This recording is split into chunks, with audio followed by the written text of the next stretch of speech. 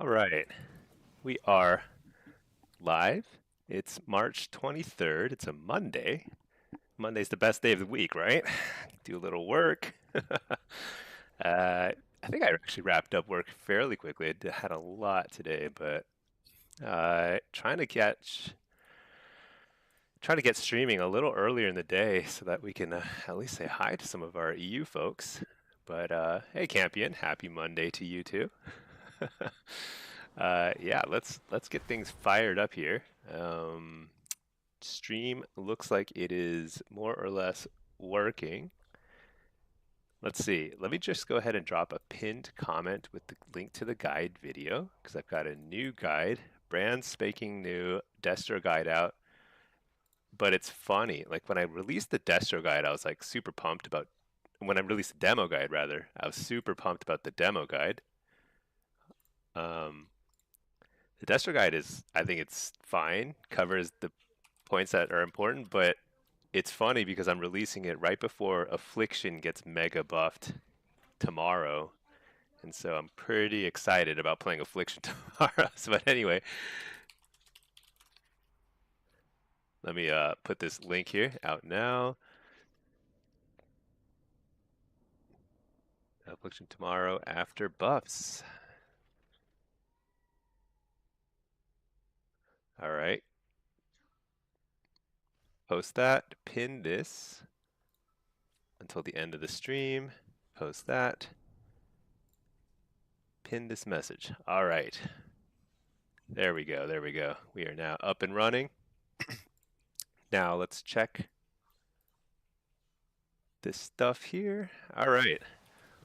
Let's see. So today is the last day of the week. I haven't done like everything I need to do for the Great Vault, but that's okay. I think I kind of need to chill on the PvE side. I did a few Mythic Zeros just kind of like very lazily. I didn't step foot in normal or heroic raids, but you know what? This is a PvP game. We're gonna play PvP. So let's check our mail and then let's queue for something. What should we queue for? Let's queue for some Blitz and some solo. Let's do it. All right. Where should I put this? Maybe I should put it right there in the middle. Oh wait, but maybe over here. Yeah, like this. This is good. Okay. All right. Let's see. Have I responded to all the comments on YouTube? Let's see. I'm actually trying to be super on top of like my content creation now. I've been pretty lazy about it in the past, just kind of streaming for fun. But honestly, people seem to really get a lot of mileage out of the guides, and so I'm trying to make sure I'm providing as much information as possible. I actually honestly believe I've convinced a few people to play Warlock and to actually play WoW in the first place just because of the guides. So that actually feels pretty good. I mean, it is a good thing, right? I think it's a good thing. WoW can be a bad thing for people if they let it take over their lives, I suppose. But you know what? That's okay. Oh yeah, one of my friends wanted a G invite.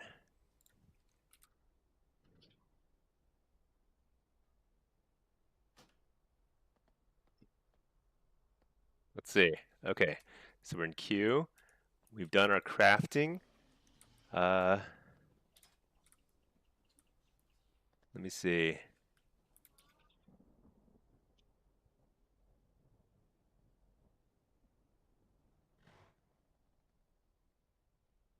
So the G invite mechanism is so clunky. All right, there we go. Got it. Okay, so we are now in queue. We've done all of our homework. We're gonna play some Destro first because Destro is sort of like, honestly, it's pretty good. And we've just launched the guide. However, I think we're gonna get some more Affliction games in later tonight, along with demo, because I want to make sure we cover our bases.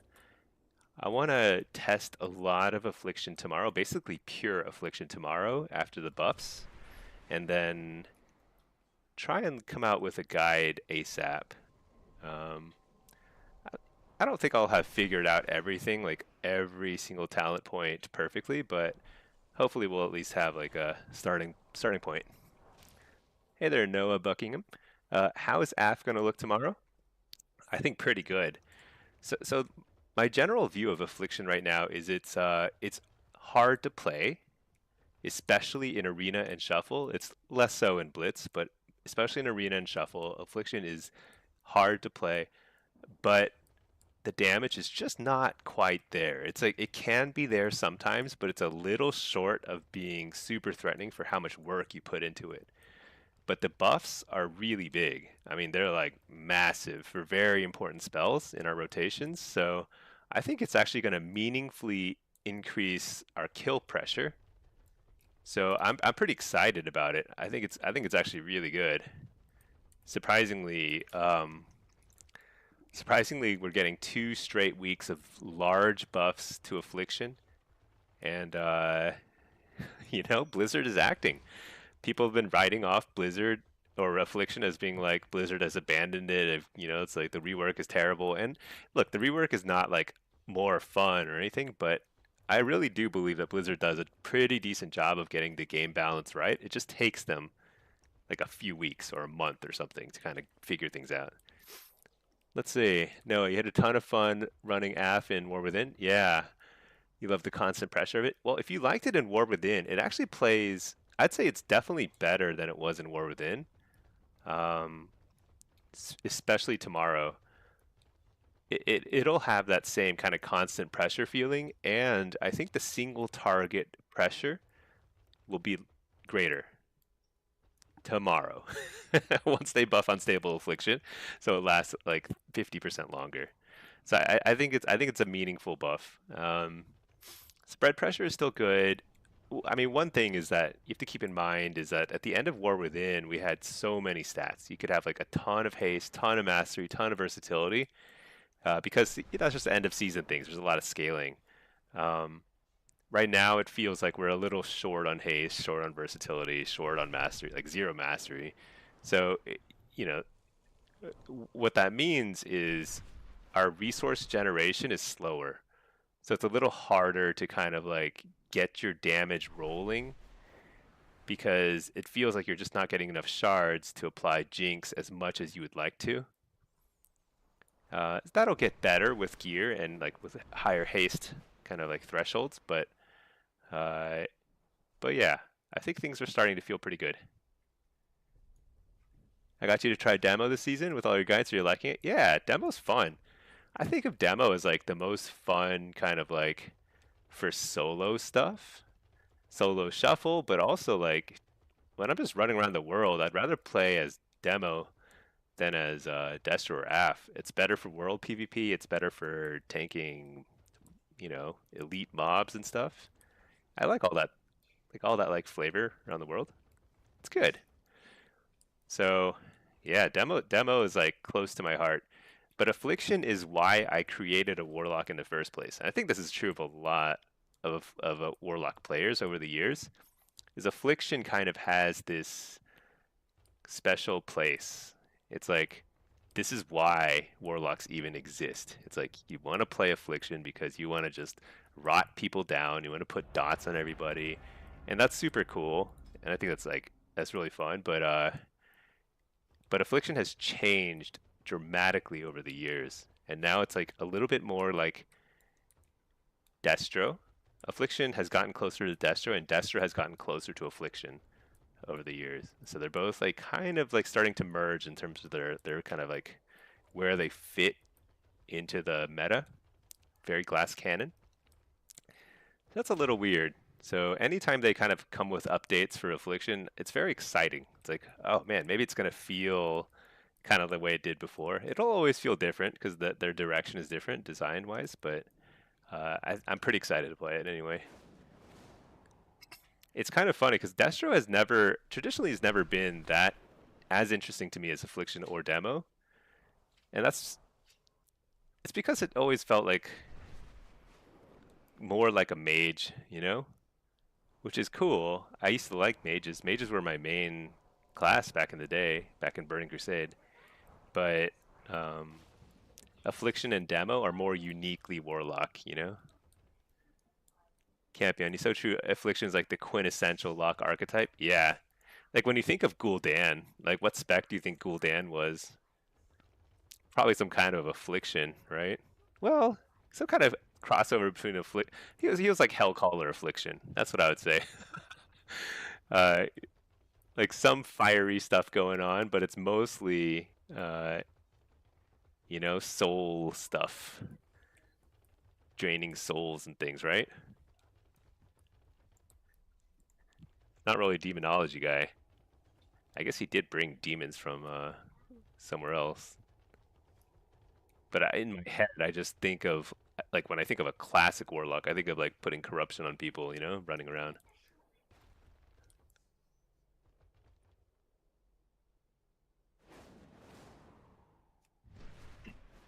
Anyway, this mount is like, it's funny. This mount is new. I just got this. It looks straight out of Burning Crusade. I think the model is straight from Burning Crusade. Maybe the wings, like the translucent wings, are new, but this is from fishing. You can fish this mount up from, I think I probably got it in Voidstorm or something. I don't know where. And it's pretty rare fishing reward, but it's nice. It's got a little purple glow. It's surprisingly subtle new mount. I wouldn't say that it's a must-have mount. And I'm surprised it's like not very fishing-esque. Like I don't know why this is connected at all to fishing. This is an extremely rare mount. Yeah, I don't know how rare it is, but I fish a lot, you know? Actually, it's crazy to me I'm not fishing right now, but this is you know, I do my fair share of fishing.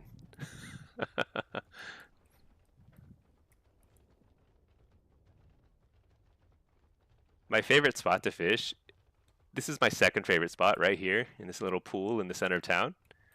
But sometimes it's a little crowded. There's a lot of people just fishing here to kind of bide their time. So I like to go off to the side a little bit. It's a little bit more isolated, quieter, nice little fishing spot over here. Oh, is there a world quest somewhere? Maybe I should go do a world quest. Yeah, I think this mount is probably pretty rare. I haven't seen a lot of people rocking it, but then again, people might get it and be like, wait a second, this is not that cool. I think it's cool. It's just kind of subtle. All right, let's see. Let me just check my messages real quick.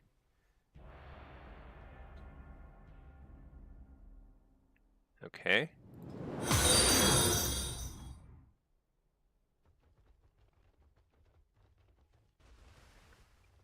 Hey, Promethean. Hello, you were just testing Mayhem versus Havoc. Oh, nice. What's your view on it? I actually have some updates. I just realized, like, as I was recording it and, like, based on comments I received after I posted the video, on the PvP dummies, just in case Mayhem is not working properly.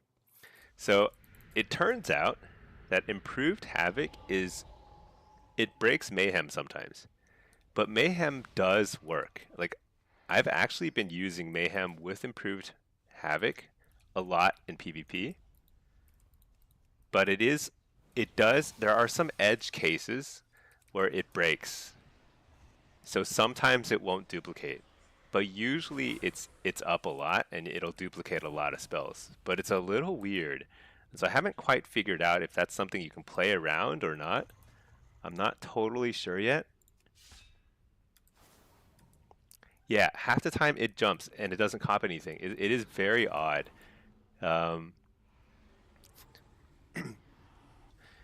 So I think, so what I do know for sure is if you unspec improved Havoc, it works. Mayhem definitely works without improved Havoc. With improved Havoc, I think there's some edge cases that occur when it procs while in the 6 to 10 second window, you know, during the improved Havoc version of it. And if it doesn't proc during it, then you do get a straight 10 seconds benefit out of it. But I do think that, like, I learned that, like, after I posted the video, I was like, oh, you know what? Let's see, Promethean. If you manually dot the new Havoc, it starts copying. Oh, interesting. So, kind of weird because it jumps to targets that aren't in combat with you. Oh, that's also true. It's not something you would want to usually use in PvE because it'll like dot all sorts of things, you know. In PvE, I think generally you run a run with the manual Havoc, if at all. Otherwise, you're going to be dotting all sorts of stuff and getting in trouble, you know. Let's see. I haven't been reading the chat at all. Is there anybody going this way? This guy is. Okay, that guy's going that way. Good. Is anybody going that way? Good. Excellent, excellent.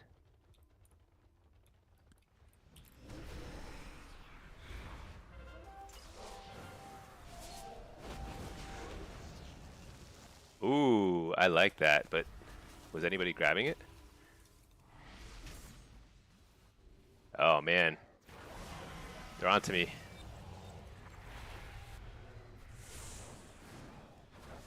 I'm really zoomed in for some reason.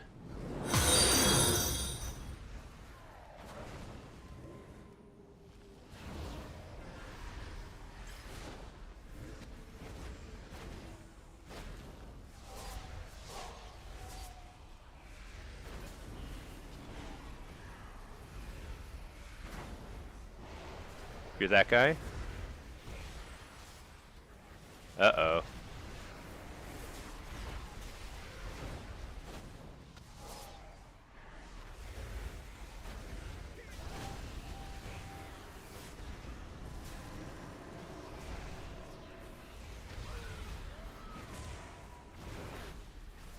Alright, I need to get out of here. Our team is getting crushed in the rest of the map.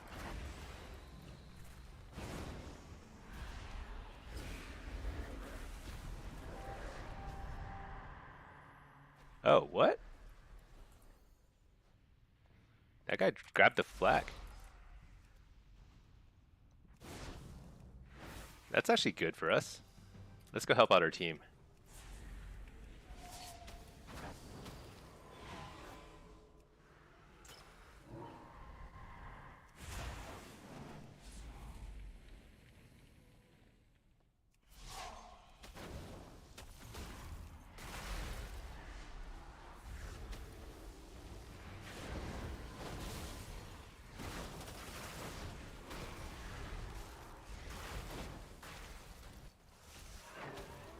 Alright. Dude, Frost Mage is... The slow from a Frost Mage is so insanely slow. What in the world is that? Oh no. What is this? Dude, how have we lost so many bases?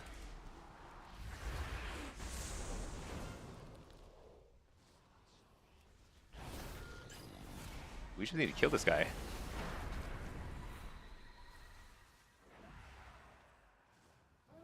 Oh, huge. Alright.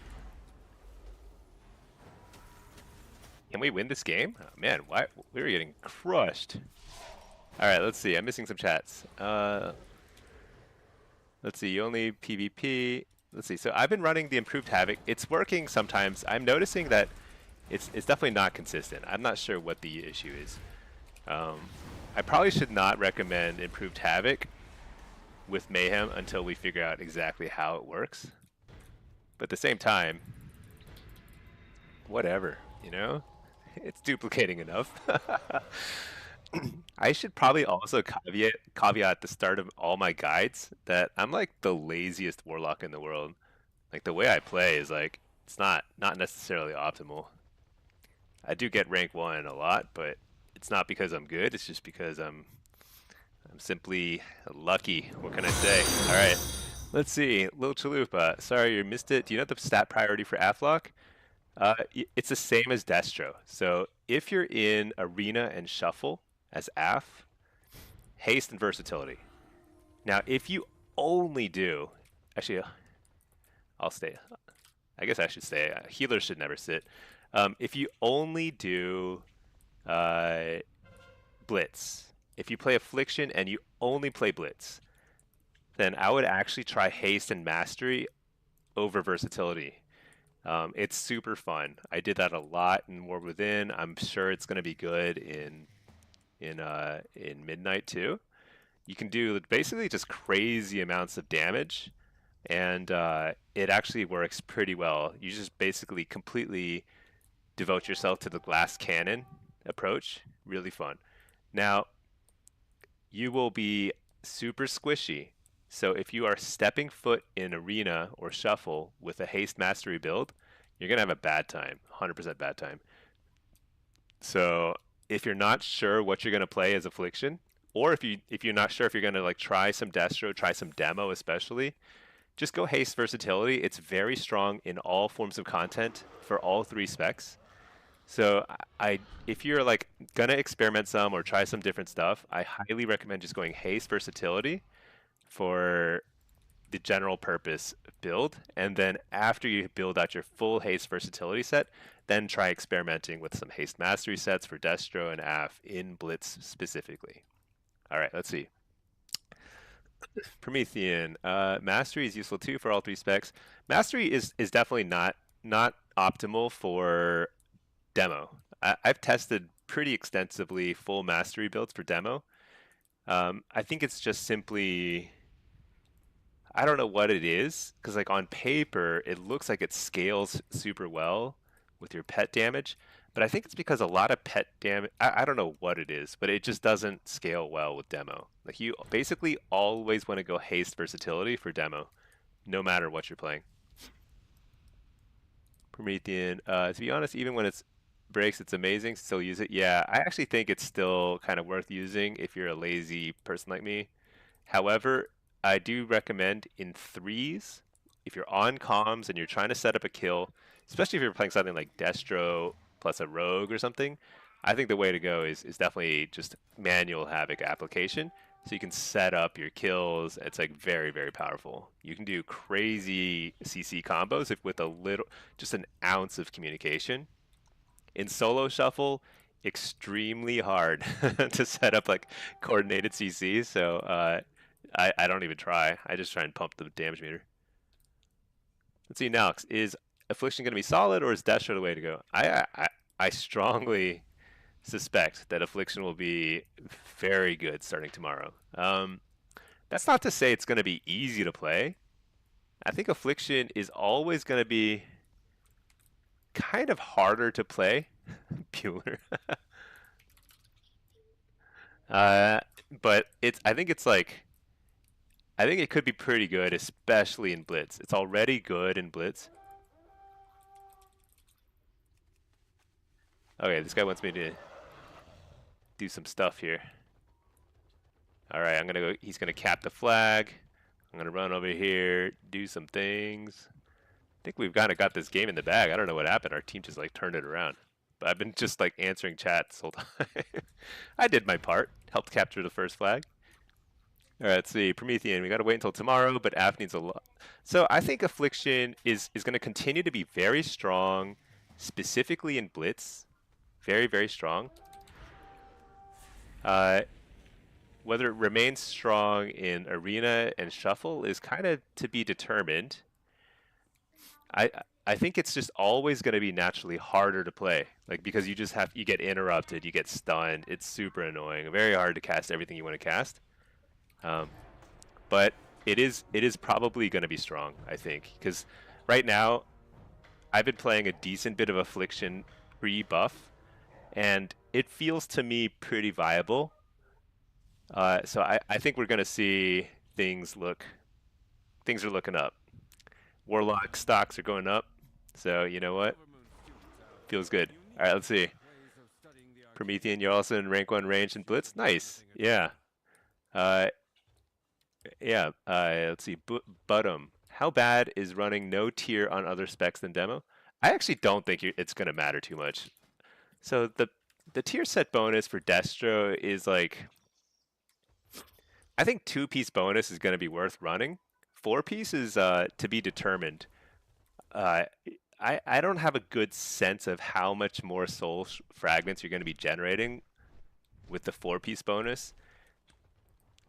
it's kind of hard to tell unless you play it. So I am gonna go for the 4-piece bonus and try it out. I'll be our guinea pig. I suspect it's gonna be underwhelming. In which case I would just run 2-piece, probably chest and shoulders, because mastery is also very good for Destro. It makes your bolts hit super hard. So I think shoulders and chest I would get, period, if you're playing Destro. 4-piece, you can probably wait a couple weeks and let everyone else test it out first before you commit. I think for affliction though, if you look at affliction, the 4-piece bonus, it increases your agony damage and stack count, and I think that might be actually pretty good. Agony is doing considerably more damage than it did in the War Within. So it's possible it's worth it. And the 2 set, again, I think it's probably worth it because Unstable Affliction is a big part of your kill pressure, especially starting tomorrow when it's like the shard dump is going to get way, way better. Demo, you don't need tier pieces at all. I happen to have them because I'm playing all 3 specs, but you do not need tier set for demo. In fact, you actually actively don't want them for demo. But it's not like going to hurt you that badly to run tier either. So, because one thing to keep in mind is that secondary stats are good, and it's like everyone obsesses about like, you know, min-maxing around secondary stats. They honestly don't matter that much. As long as you're getting some stats somewhere, it's like it's fine. You'll be fine. All right, let's see. Noah had tons of fun. Yeah, let's see. Oh, actually, Captain K. Yeah, Demo Lock has a talent that gives 230% crit. Oh yeah. So do you know how much it's scaled down in PvP? So it's I actually don't know how much it's scaled down. I suspect it's scaled down by 50%, but I haven't done the testing myself. Whoa, that was a cool effect. So you're talking about this one here. Wait, here, Demonic Brutality. This is my PvE build, but like, this is like, let me show you. So the reason why I don't recommend this generally, and it's probably better to put this point somewhere like Antoran Armaments or somewhere else, is even if you get the full effect out of Demonic Brutality, your crit chance is so low to begin with. It's like 7%, you know, something like that. It's like so low. So just overall, the impact of this is like much lower. Compare this in PvE when you end up with a lot of critical strike in your gear. This is way more impact there. We are never going to prioritize crit as a demo lock, so generally you're just never going to get a whole lot of value out of this. It may not be a terrible point, but it's not going to be huge. Let's see. Fetal Juice. Tuesday. Yes, exactly. Tuesday is our big day for Affliction Warlocks. All the Affliction enjoyers are going to be, I don't know, we're going to log on and just start kicking butt. What can I say? Let's see. Inigo Montoya, the Destro guide was the best you've seen. Oh my gosh, really? I really appreciate that. Any spec or class not just log? Hey, I appreciate that. I've been trying to put out guides, you know, on all the specs, and I'm glad that people find it, you know, some combo of informative or entertaining, and that's awesome to hear. You know, it's an interesting thing because it's long, right? My guide is like an hour long, and it feels like surely I could make it shorter. I probably could, but the question is like, I mean, the thing is, it's so easy to just for viewers to just jump around, be like, okay, I know what my talents I want to use. I don't care about the talent section. Just skip to the rotations, or just skip to the gearing, or whatever. And I think that's kind of like the way I've been approaching it. It's like I'm just going to make a really long guide. I'll answer questions on stream so that I can be more like, you know, mindful of give more efficient responses, I suppose. But there's a lot to unpack. I mean, the talent tree is so complicated, and you know, people want to know why they're picking the talents they pick. So let's see, Elusive, what would you say the best spec for Solo Arena?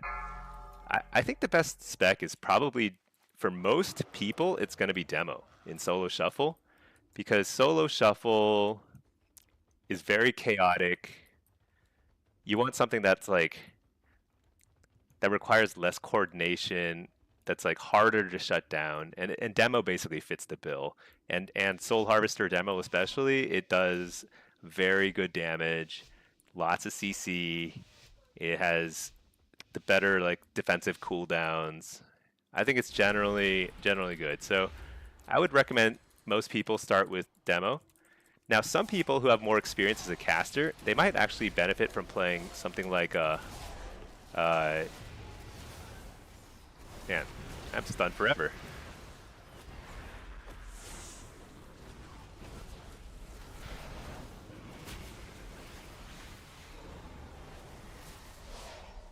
So this is a master class in how to get wrecked as a Destro. But hey, you know what? Just one or two big crits solves all my problems.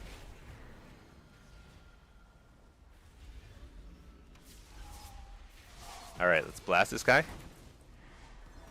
What? Oh my gosh, Hodge again.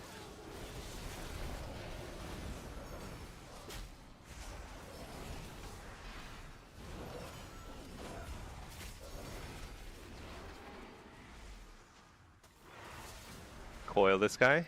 Man, I just can't catch a break with the coil pathing. Sometimes coil just sends people in exactly a perfect path out of line of sight. It's so frustrating.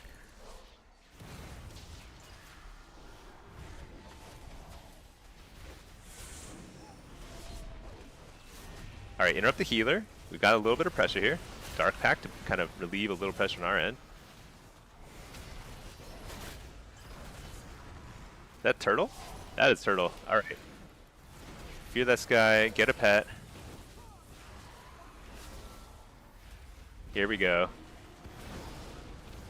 Murdered him. All right. I won kind of offensively there at the end. A little risky, because if I didn't get the kill there, it would have been terrible. But that's okay.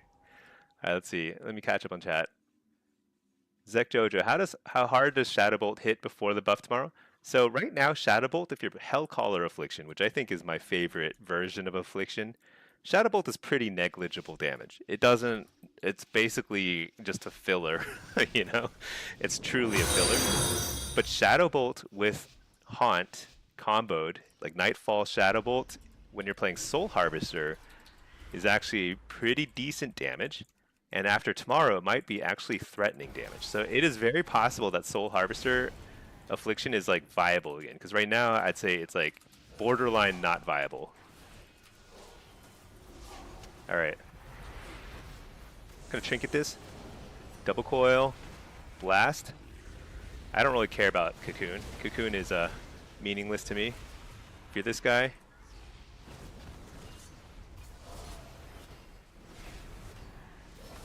Oh, I thought I faked that kick. Dang, that's annoying. All right, interrupt the healer. You know what happened? So this is one of those funny situations where Mage Lock is super threatening combo because of this. They can only go for one of us, you know?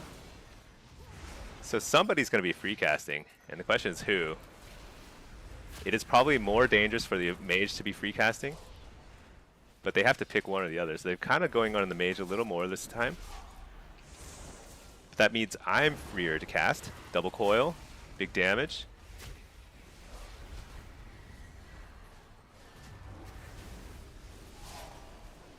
Fear this guy, blast him in the face. Interrupt the healer.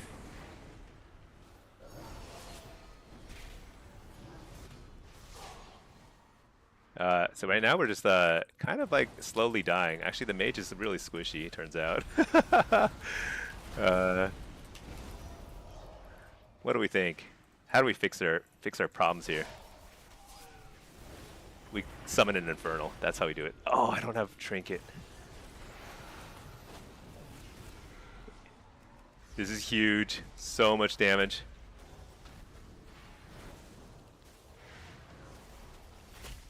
Is it so much damage? It's a lot of damage.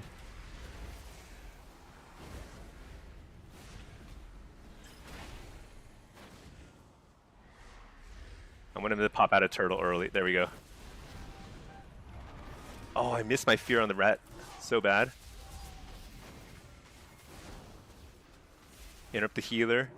Let's just blast this guy, he's in range.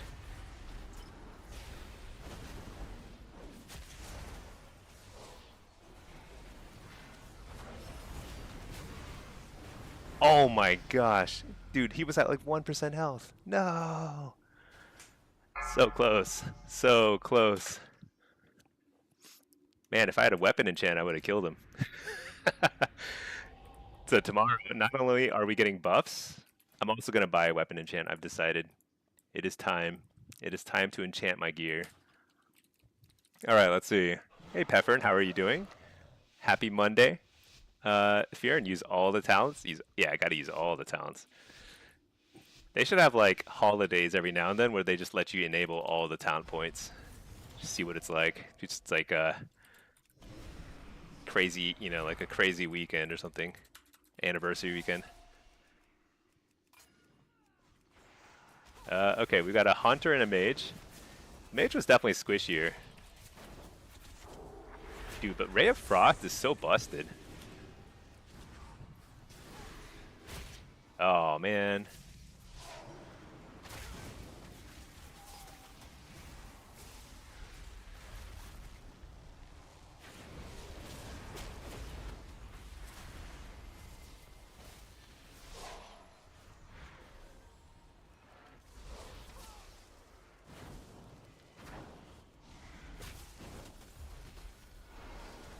Double coil. He's going to have to block here. Nice. It's one block down. Let's just keep count. Only like a million more blocks to go.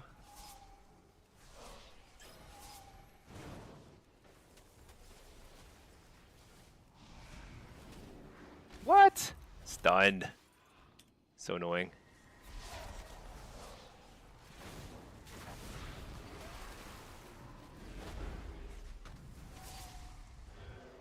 Oh my gosh, everywhere is slowed.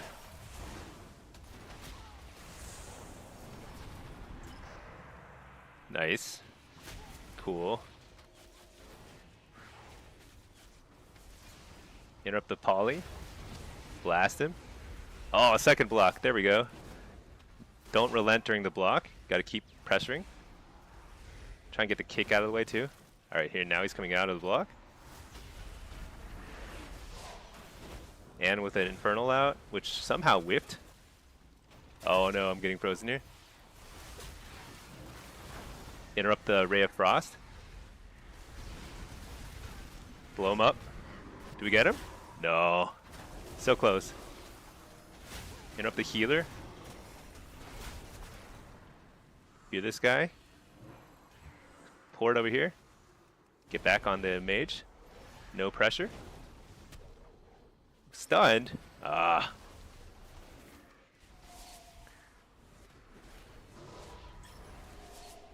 Uh-oh, Ray of Frost is so ridiculous.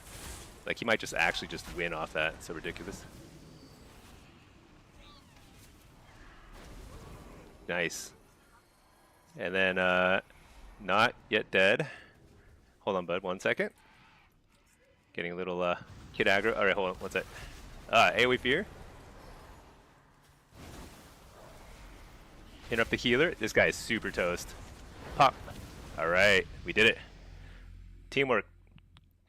Let's see. Inigo Montoya. Normally you skip the talent discussion, but the comments were brief, on point, no fluff. Oh man, I appreciate that. I do have a demo guide out too, so if you find, you know, if you found the Destro guide helpful and you're interested in demo, check that out. Oh, sorry, hold on. Oh, I have 400,900. Wait, gosh, 492,000 HP. That's a lot, right? It's a big number. I've got a 5-year-old and an 8-year-old who just came home from school, so they are interested, intrigued. Big numbers. All right. Let's see. Let's just dot this guy. I don't know. He's shooting some lightning at me. What do we got here? Let's see. Let's go ahead and fear this guy. Stun this guy. Somehow walked right into the Ring of Frost, magically. Fear this guy.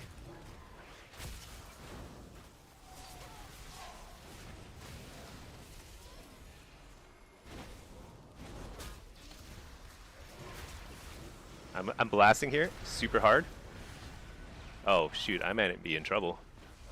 No, I'm good. I'm good. Gonna fear this guy. Actually, I'm not good. I'm super not good. I'm walling. Fear this guy. Port.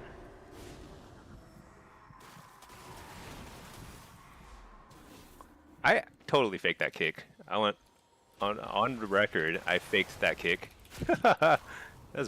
That's nonsense. All right. Fear this guy. I don't know what I'm doing. What am I trying to accomplish here? It's really unclear. I haven't done any damage. Neither is the Ret. He's like playing super defensively too. Nice. Double coil. Got the fake. Blasting. Might get our first block here soon. AoE fear. Oh shoot, am I dead?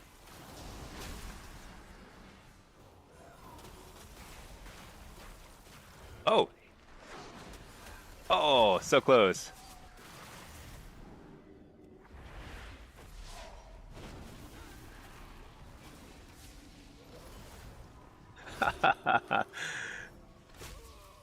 This could be going worse.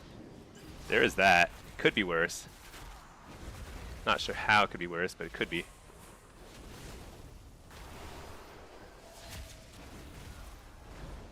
Double coil. Here we go.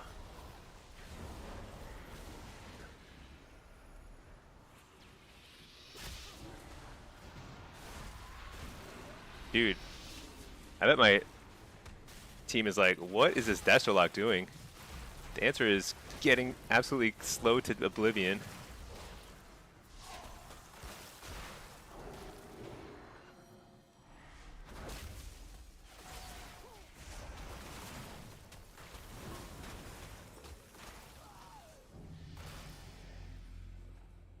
So, what was going on? I couldn't move. I felt like I should have run. I run for the hills. Okay, let's see. Elusive, yeah, demo. Check out the demo guide. I have a demo guide out. It'll kind of walk you through the basic build that I feel pretty confident in. If you kind of master that build, you know, practice it a lot, you can get to 16, 1800 with it. It's definitely, I mean, you can get much higher too if you like practice a ton, but assuming you don't have like 20 years of experience like I do, like you can easily get to your catalyst charge, you can get to whatever you want, you know? All good times. So Rets are kind of an interesting dynamic here, basically. The thing about Rets is like they can't die. So there's kind of no point in even trying, you know? But they're also the most available target usually. Look at how hard Soulfire chunks people.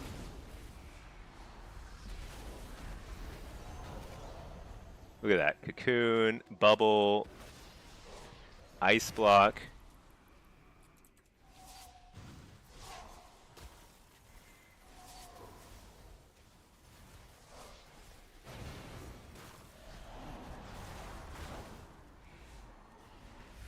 Interrupt the Frost Bolt just because it's Frost, and I don't know. It's just a thing.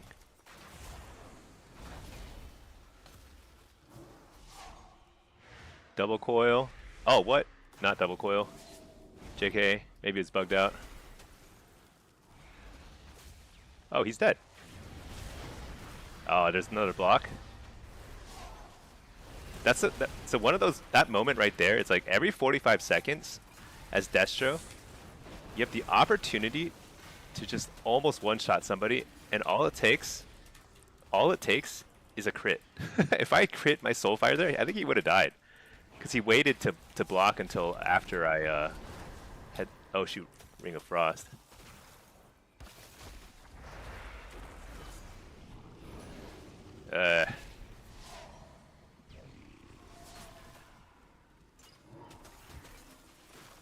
So this is kind of Ring Around the Rosie, which is unpleasant. Unpleasant experience for all parties involved. But I did get...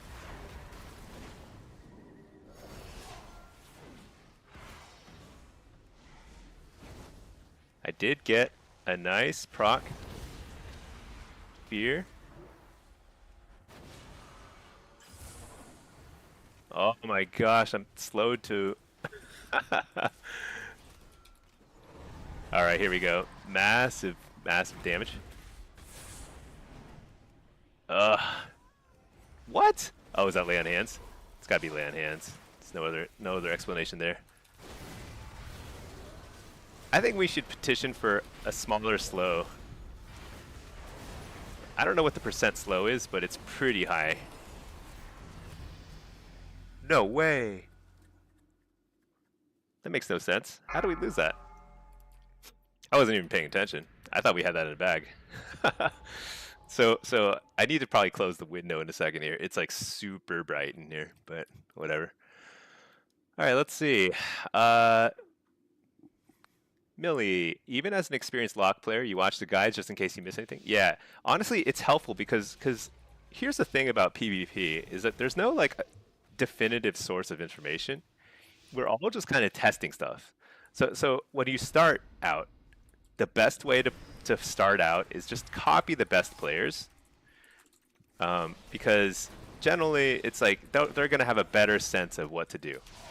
However, even the best players in PvP, and I've learned this over the years, is they're simply horrible at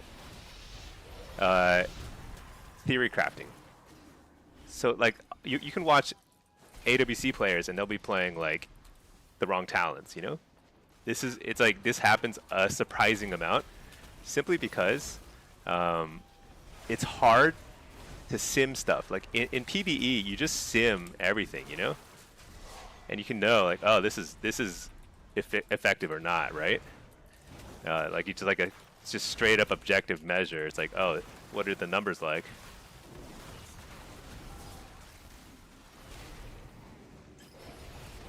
I do have the wall here, unfortunately, because he cocooned himself. My healer cocooned himself at 100% HP. It happens. It happens. I get it. Apparently, there's actually a bug associated with that, so it might be actually just a bug. Sometimes it cocoons like the wrong target, so it's not his fault. It happens.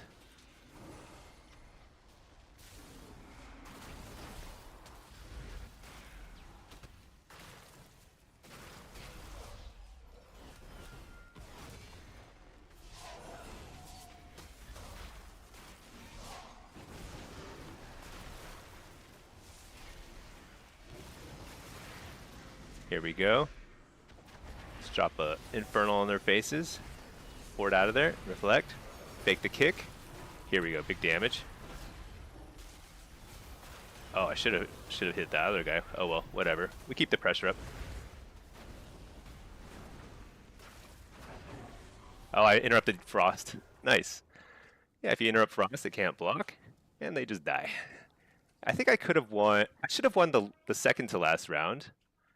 And the round before that, I don't know what happened. That's one of those lobbies where I should have gone positive, but 3 is fine, you know? We had fun. All right, let me catch up on chats. Let's see.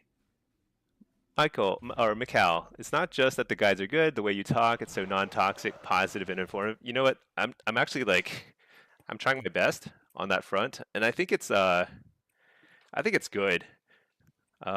In a number of ways. I mean, just philosophically, one thing that I think sometimes we forget is it's so. Let me step back.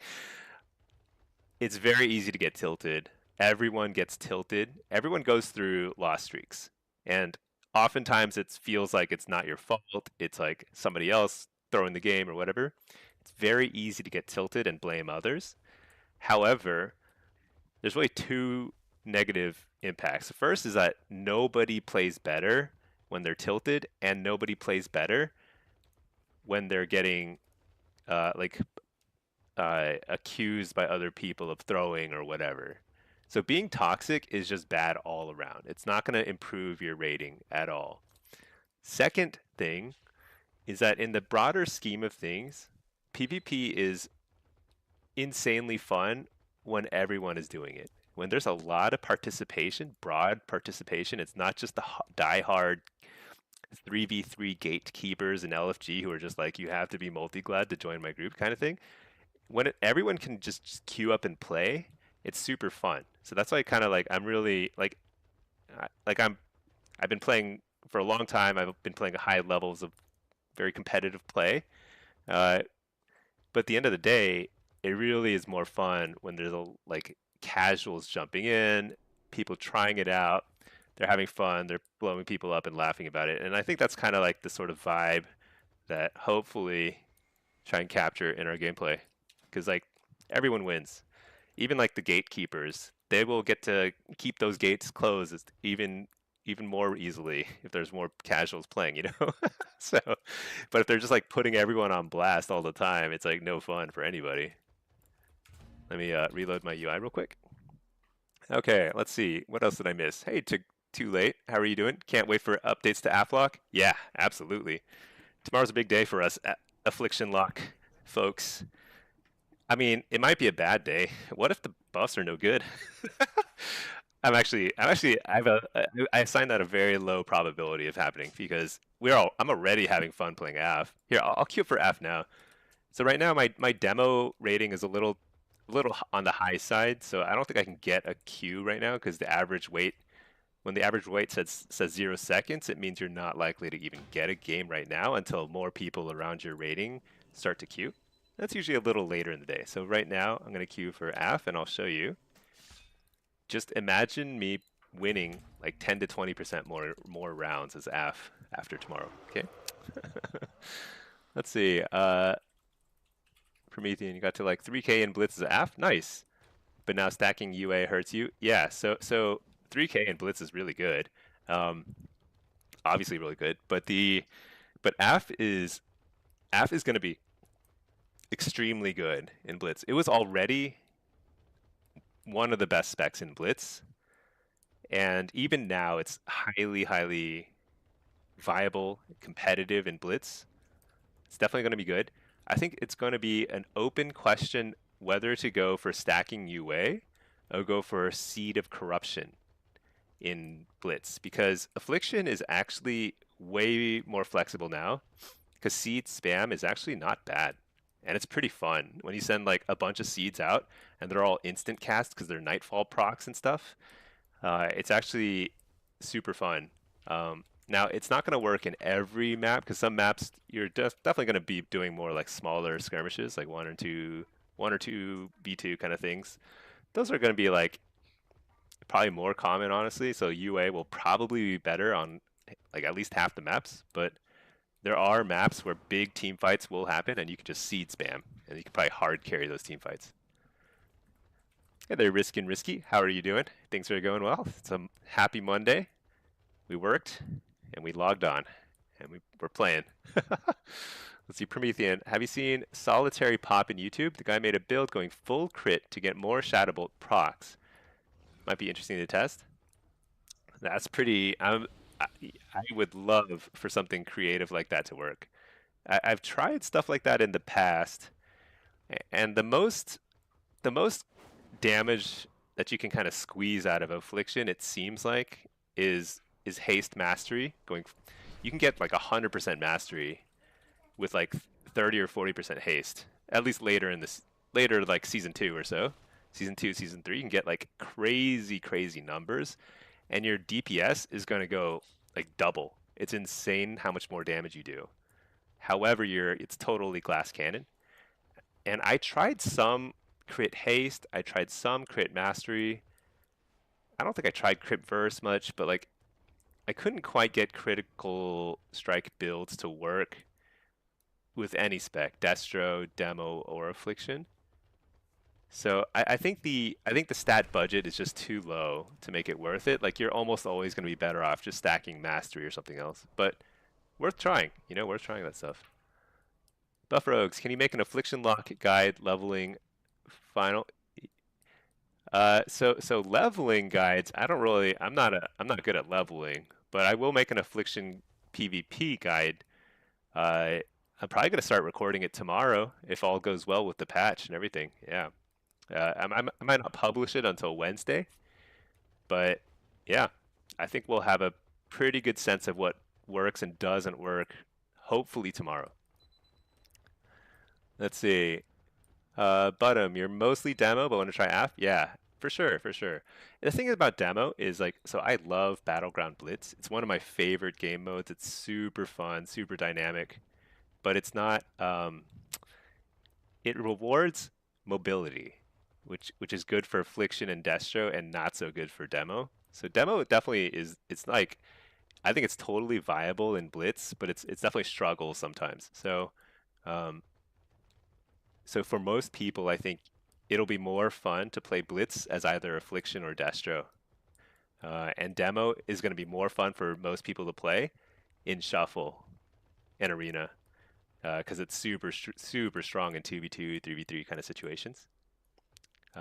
And luckily, you can use the same gear for everything, haste versatility for everything, and you'll be just fine.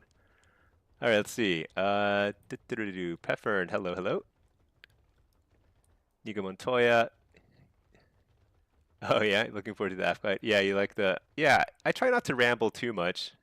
I try to actually like delete sentences because I mean everyone rambles when they talk. It's impossible to be super efficient when you're talking, so there's some repetition. So I always have to go through and edit it, which takes way longer than it takes to record. Like it takes me an hour to record now, and then I want to say it takes several hours to edit, and I'm not even doing anything super fancy. Like it's literally just listening to it all, adding music, deleting repetition, deleting, you know, all the ums and uhs. There are a lot of those. It's not fast. Yeah, it's crazy. So that's why I mean I'm gonna try and make as many videos as I can because it's like super fun and very rewarding to get feedback on the videos, but it's not easy unless I mean it's easy to do a lot of content that you see on YouTube, like a tier list that's totally unedited. That's literally, 15 minutes they just record it and upload it. And that's definitely I think there's those sorts of things are net positive because I think any sort of WoW content is good. But I think to kind of take it to the next level and do like editing and stuff, it's not easy. And some people do like a lot of editing, and it's really nice to see. I don't know how they do that, honestly. That's way beyond me in terms of technical expertise. Let's see, Buff Rogues. Yeah, oh yeah, PvP guide for Affliction. Expect it realistically probably Wednesday. Probably Wednesday. Tuesday I will play. We'll try out Affliction. I'll probably just like straight up just play a lot of Affliction, and then I will probably record the guide kind of later tomorrow night. I'm not sure, something like that, and then try and edit it in the morning on Wednesday. That's the goal. All right, we're playing Affliction here. You can see. So I'm gonna play Hellcaller because it's it's more fun. It just is more fun. This is a triple melee setup. We've got Sub Rogue, DK, Windwalker. That does not bode well for me, but you know what? We'll just see what we can do. All right. Dot, dot, dot, dot. Probably get a precog here. Dot this guy. Simply get everything going. AoE Fear. Let's drain him of health. Move out. Ooh, I like that move. He put his port right next to mine. Interrupt the healer. Fear the healer.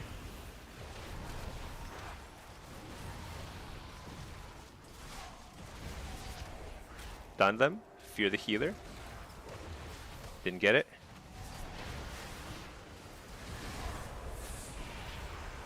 I'm going to wall here. And we're going to kill him. Oh, lay on hands. What? That's so cheesy. Lay on hands should be removed from the game. Unless they give it to... They should give it to Warlocks. Alright, fear the healer. Get the kill, maybe? I don't know why I interrupted his heal. Probably does nothing.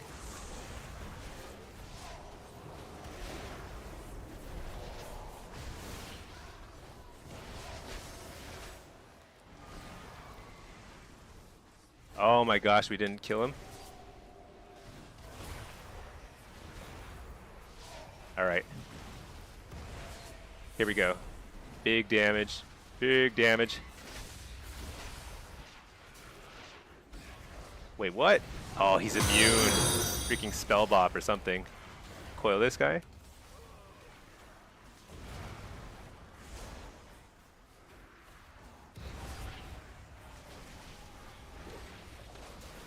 Port. Interrupt the healer. Oh, I couldn't get the interrupt. Interrupt the healer. So much damage. Fear the healer. Dude. We killed them all like 14 times over. Alright. And now imagine me doing like 10 or 20% more damage in that same lobby. Not bad, huh? Alright, let's see. Black Sheep. Yo, big fan of your work. Are you going to make an AFF guide? Absolutely. Tomorrow, we get the buffs. We're going to test a ton of affliction builds. We're going to test Soul Harvester because I've only tested it on a limited basis because frankly Soul Harvester I think is like underwhelming right now, but it's getting a massive bump tomorrow. I think Hellcaller also will be really good. We'll test them both and we'll have a guide out hopefully on Wednesday morning or something. All right, I'm gonna go ahead and not do anything. Interrupt the healer. Let's just not do anything at all.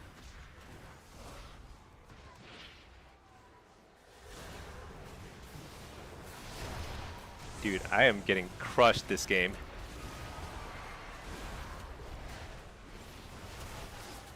Okay, Dark Harvest.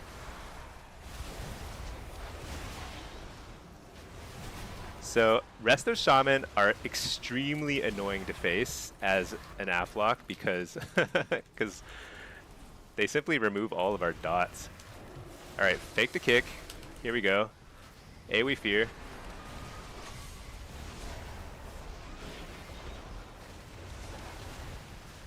Can I fear out of that? Let's try to get a fear. Nice, got it. Am I dead? Nah, we got a lot of options still. Right? Possibly. I might be dead. Oh no, we're not dead yet. Never dead. Another pet. I turn on my reflect so I can't get gripped back in. I got polyed.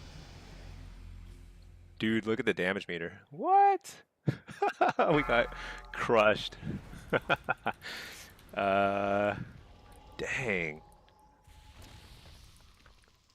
Dang, what could we have done there? I don't even have like the faintest clue how we could have made that a better game. That's crazy. Let's see, Chris. It just feels so clunky. It doesn't feel like it flows. Yeah, affliction. You start doing 10, 20% more damage, I think it'll feel like it flows all of a sudden. That's my theory. I do think that for most players, Hellcaller is probably better. It's easier, and it's a lot more forgiving. Like if I get kicked here, like I got kicked there, you know what? I just spam Wither. I needed to spam Wither anyway. Totally reasonable to do that. And now I'm free to cast. I totally accidentally canceled my own cast of Dark Harvest. So I'm still like kind of in that mode where I'm still pressing Soul Rot, which is a spell that we had back in the War Within. And so let's fear this. Stun these guys.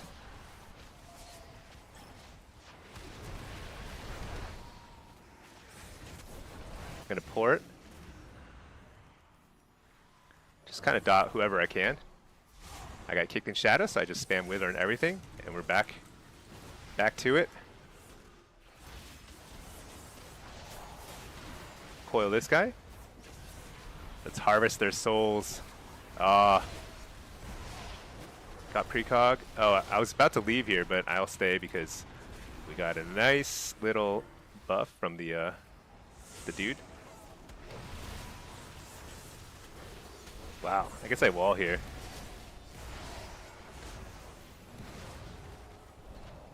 So, you might think this looks bad. Oops, I started casting Malefic Rapture. Doesn't exist in the game anymore either. There's a lot of muscle memory I need to kind of overcome. Oh, I might be in trouble. Oh, we got it. Close one, though. Close one.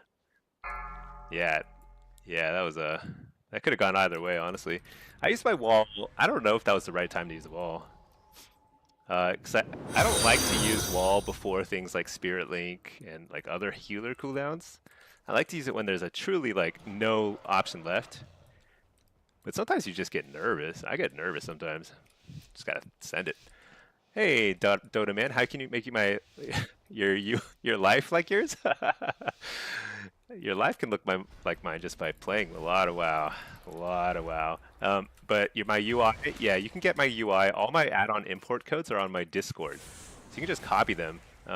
Just type !Discord in either Twitch or YouTube chat, and you can just basically copy everything there. Oh shoot, he faked me out. AoE Fear.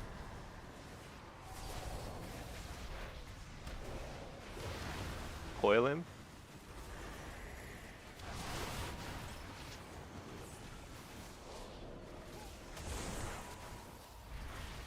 Oh no, so bad.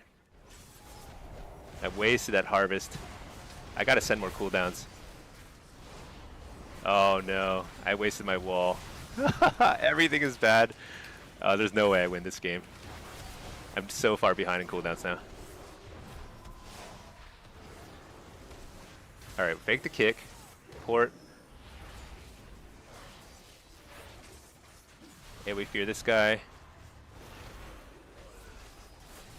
Interrupt the healer. Oh, do we have a chance? No, super no chance. Nice, fake the kick. Kill the Spirit Link. Dot these guys, dot everybody. Oh, I'm so dead. Dang.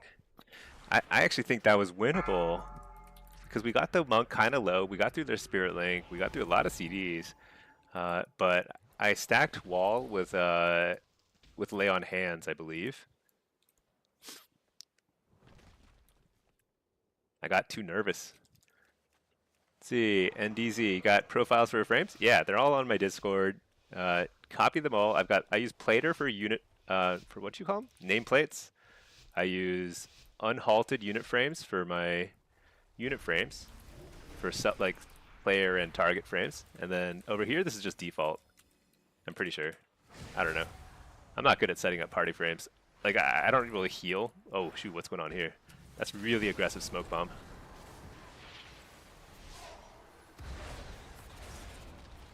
Coil him.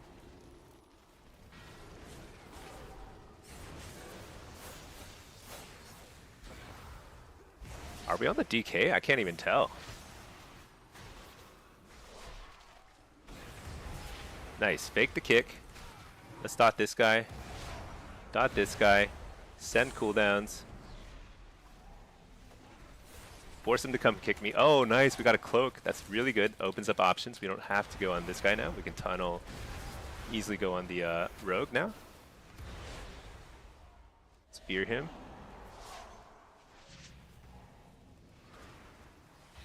Interrupt the healer. Oh man, this guy's in trouble. They're all in trouble. If I can cast. Let's dot this guy. Dot this guy. Oh, I can't dot him. He's got that shell thingy. Shoot. Coil. Fear the healer. He's in trouble. He is so much trouble. Is that bubble? Yeah, healer had to bubble there. I'm tricking that.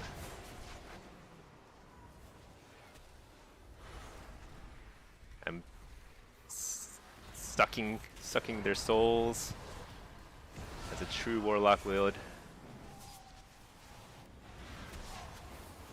Nice, got the precog, get the fear. Uh-oh, stunned in my haunt. No.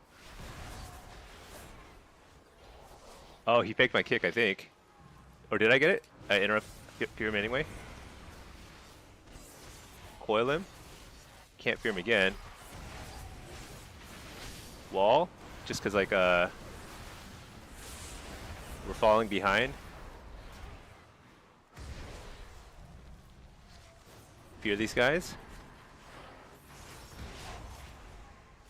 Shoot. Can't finish him off. Fear the healer. Big damage. No, we lost. Fear this guy. Dang, so close, so close. Sometimes it's kind of a bait. It's kind of interesting. I would say in War Within, if I saw an early cloak like that from a rogue, it was very simple. You just train them down. Be like, you have 2 minutes to kill them, and they have like, they have like no way to get out. I've had multiple rounds now so far in Season 1 of Midnight where I get an early cloak out of the way for the rogue, and they're still basically impossible to kill because they have like 55 vanishes and stuff, you know? Rogues are pretty hard to kill right now.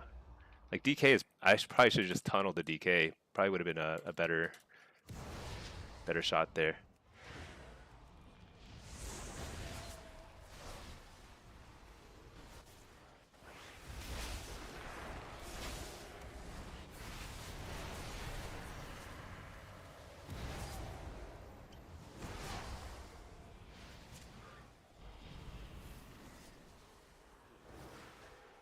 Dude, so much CC. Oh, I like this. What a nice adaptation. Big damage.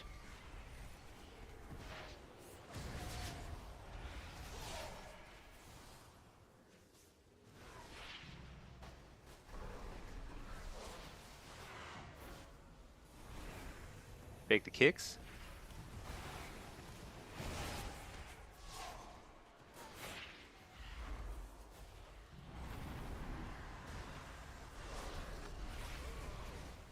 Dang, they're just ignoring me.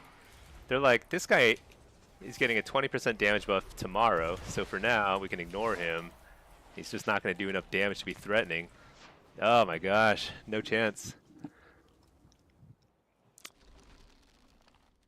Dang, that's rough. I actually think, I could have won the round before. I think the Shaman definitely had an advantage in that lobby. So losing the game with the Shaman was kind of tough. It was close. It was close. I think I just wasted too much time trying to kill that rogue when he's just like unkillable. Crazy stuff. All right. Let me catch up on some chats and then we'll queue up again. All right. Let's see. The Fish King. Hey, Stinky. First time playing Lock this season. What would you suggest trying out for long-term success? You normally play Shaman, but making a swap? I think so. It depends on what you prefer playing. If you like playing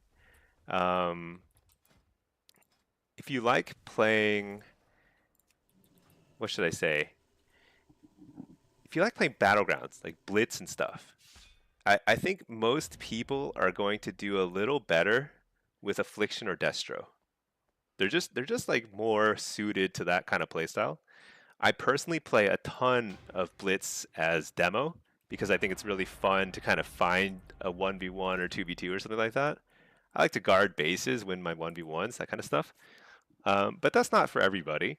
And it definitely has weaknesses on high mobility maps, but it's really not bad at all. It's pretty fun. If you like doing shuffle or arena, I think it is probably better to specialize more on demo or destro because those will fit into more compositions. They're both really like less frustrating to play when you're getting like targeted. Because when you play a warlock, you got to get used to being the kill target. Everyone just like chases after you. It's this crazy like blood frenzy that all warriors feel every time they see a purple warlock. They're like, gotta go after this guy. It's funny, but you just normally you just get trained into the ground, and that's a considerably harder to deal with when you're playing uh, when you're playing Affliction in Arena or Shuffle. So for most flexible gameplay, Destro or Demo for sure. All right, let's see. Pack, you have a brand new leveling strat for AD alts, herbing and mining and Qs. I like it. I like it. You know, so like I leveled doing the delve strategy, just spamming that shadow point guard, no, shadow guard point delve in Voidstorm on my second Warlock. And with tailoring, I actually made some pretty decent gold that way too. I mean, it was super boring, but I made some decent gold because you get a lot of Arcana Weave and Sunfire Silk and stuff from the mobs. Sell it all, not too bad, because it's really important. I mean, you need tons of gold to get geared up. It's crazy. Swamp Butt, do you play any other classes? I occasionally play other classes. Like I've played, so like in Dragonflight, I played both Boomkin and Resto Druid to 2400.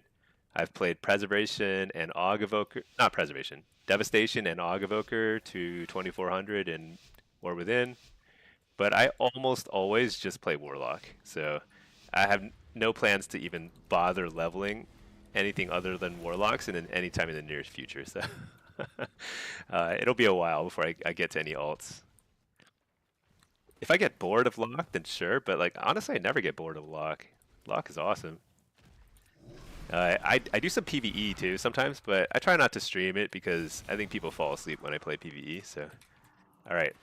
Oh wait, what spec am I? Oh, I'm affliction. All right. So when you're affliction, you have one job. That's to slow everybody. You just toss your exhaustions everywhere. Can't slow this guy because he's super OP, but that's okay.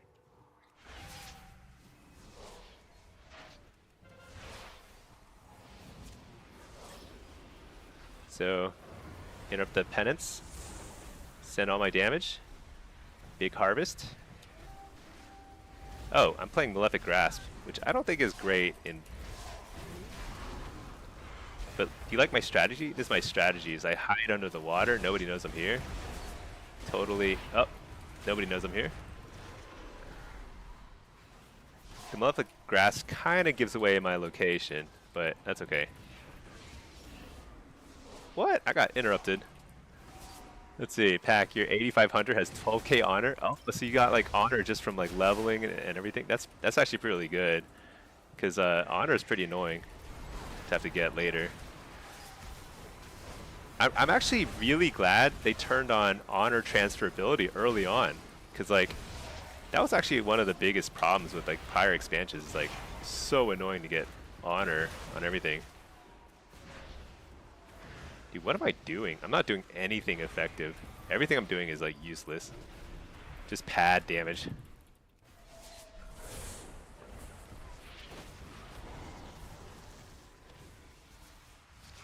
Alright, but you know what?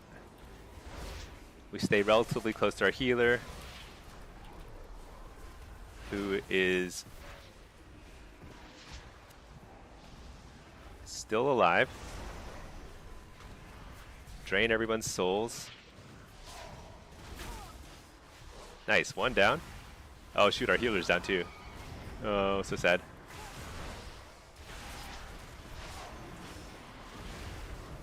Take the kick. Coil.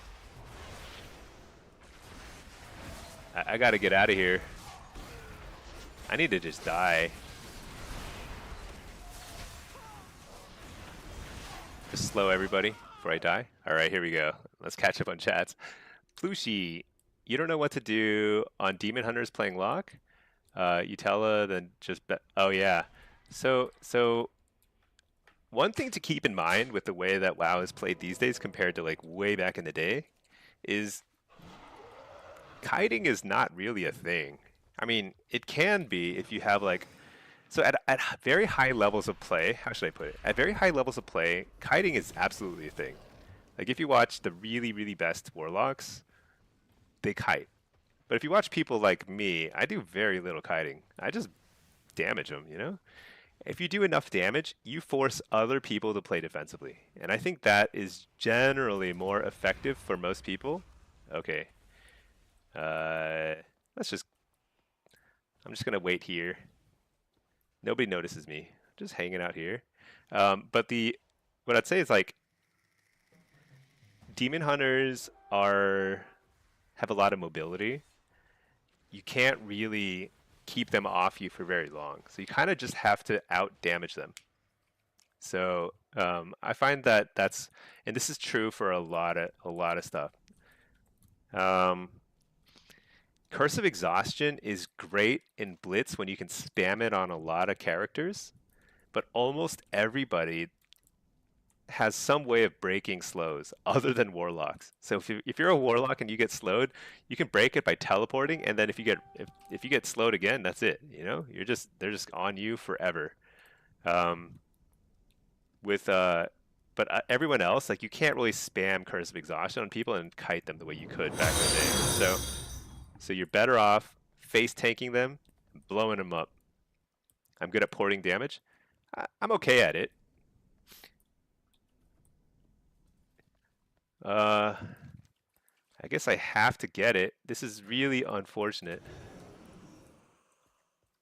I was hoping to just kind of hang out there and like not be noticed and just go on the offense, but they're too close to it. Hear those guys. Dude, this is really not an ideal situation. Let me just say that. Oh, I killed this guy at least. What? He's immune to death naturally.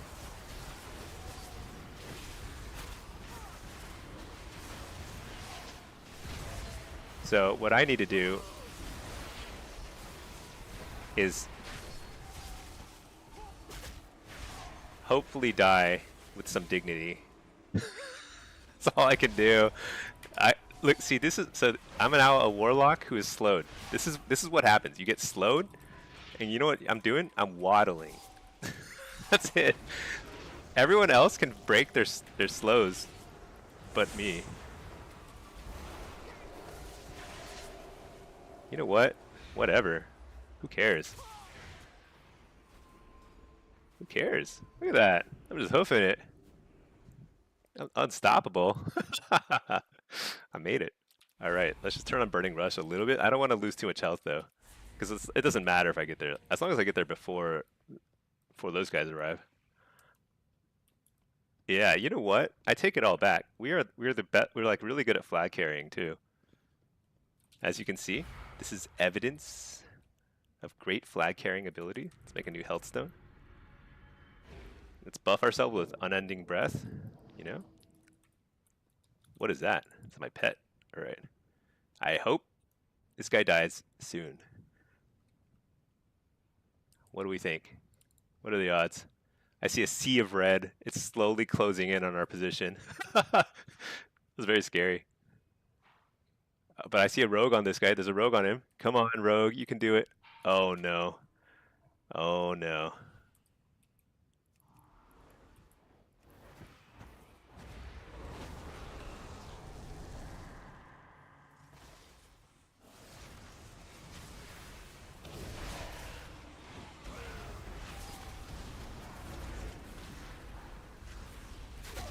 Oh, no. I ported for no reason. Nothing I could do there, though. Alright, I take it back. Warlocks are terrible flag carriers. Alright, let's see. What did I miss? Jinxie, TTV. How do you feel about the Shadowbolt crit build? Somebody mentioned that. I don't... Is that a thing? I haven't tested it. I have not tested crit builds since the War Within. And I don't even think it was like... I think it was like Season 2 War Within that I tested it last. So I'd say, no, I haven't tested it. I don't know. However, it is unlikely, unless scaling has changed in some significant way, which I don't think it has. I find it hard to believe that it is optimal.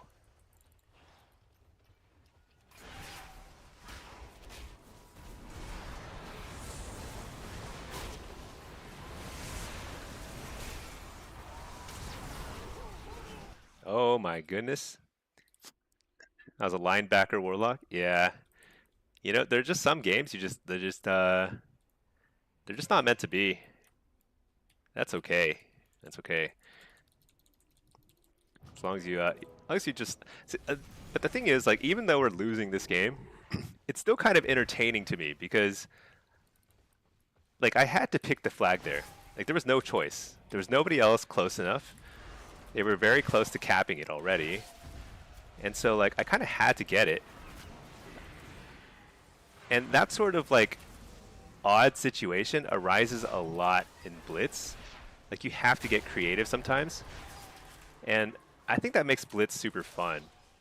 Like that sort of thing, it doesn't happen in certainly not in 3v3 where it's like you literally are just doing like the exact 3v3 is basically like PvE these days. It's like you just do the same thing over and over again. Shuffle, you get a little bit more variety, so I kind of enjoy Shuffle too. But Blitz, like, holy cow, I should have actually killed. Oh my gosh, what in the world? I was like excited to watch him just like die slowly to my dots. So I didn't like actually put a UA on him or haunt or anything, and he freaking killed me with 0.8% health. My gosh, that's awesome. See, that's why I love Blitz. Moments like that, I live for that. I die for that. All right, look at this. This rogue is carrying. He's like, I got this.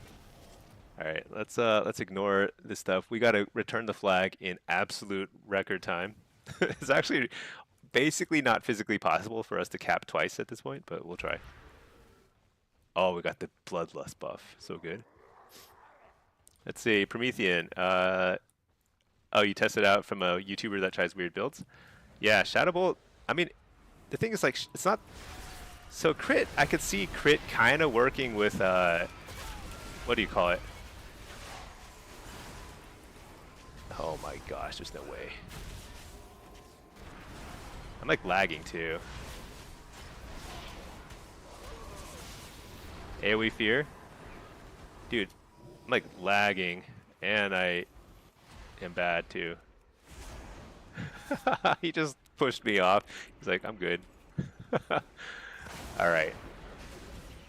I surrender. Wave the white flag. Okay.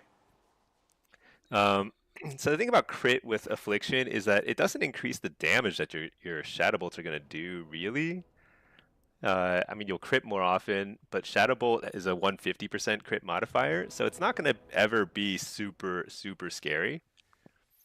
Chaos Bolt crits, it scales with your crit chance. Like it does more damage when you have higher crit percent.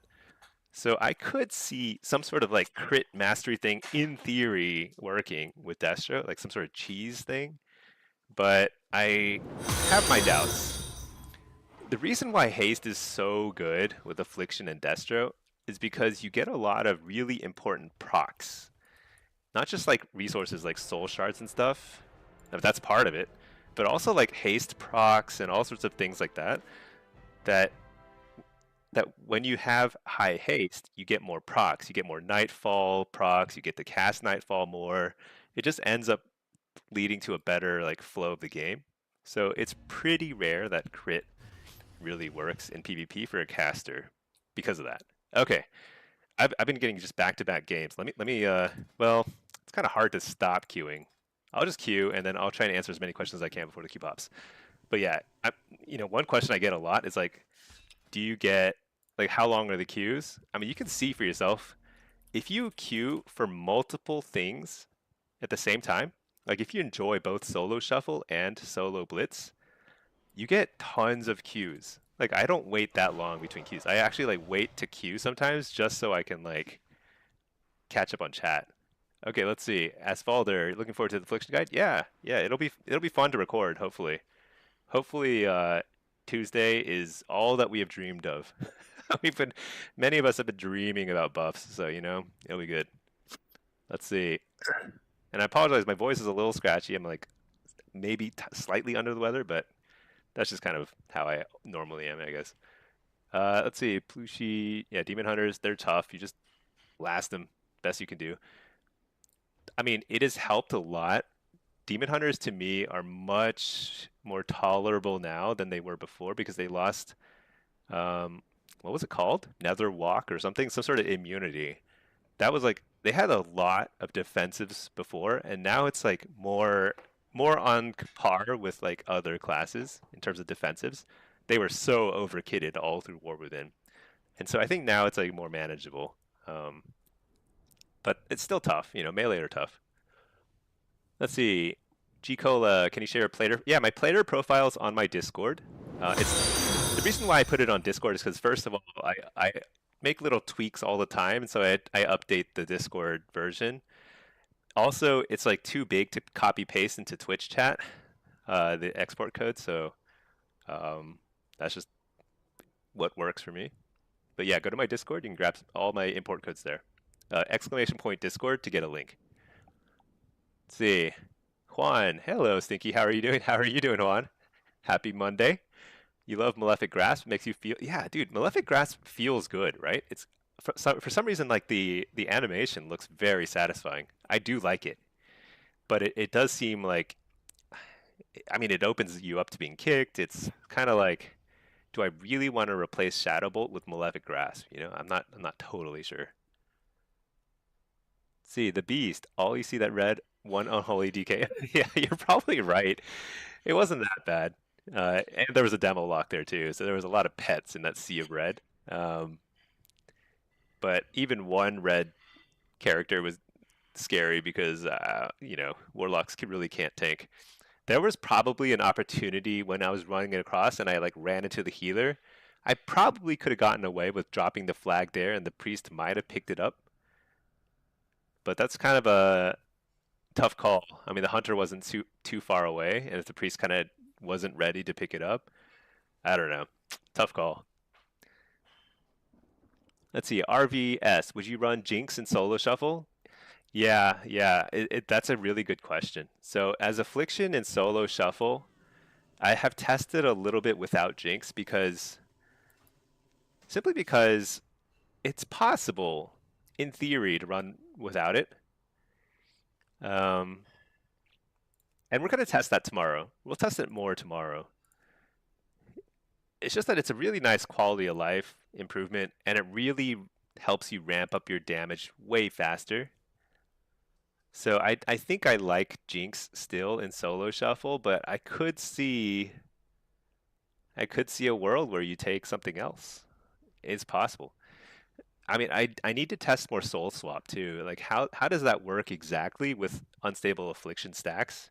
Because if it like duplicates all of your, let's say you get like 4 or 5 stacks of UA on somebody and then you soul swap and you can soul swap to somebody else. There's a world in which that's like a very effective way of switching a ton of damage to somebody else. So um, it merits testing, and we'll try tomorrow. I'm not totally sold on it yet, but we'll see. I love Jinx though. Jinx is just, I mean, ever since they added this talent, it has felt like something's missing in my life when I curse somebody and I don't see a bunch of dots show up on them too, you know? So it's gonna be hard to give this up. If you don't run haste versus Destro, you just end up eating every kick. Yeah, haste is really important to just not get kicked. People will miss kicks on you, even if you don't try and fake cast. If you have a lot of haste, they'll just miss the kick because it's like people's reactions are slow, you know? Let's see. Zalclose, any midnight video of 3 melee shuffle as Destro? Not in midnight. So that's an interesting point. I haven't really, you know what I need to do is I need to start taking notes on when I have like an interesting shuffle, like an interesting composition.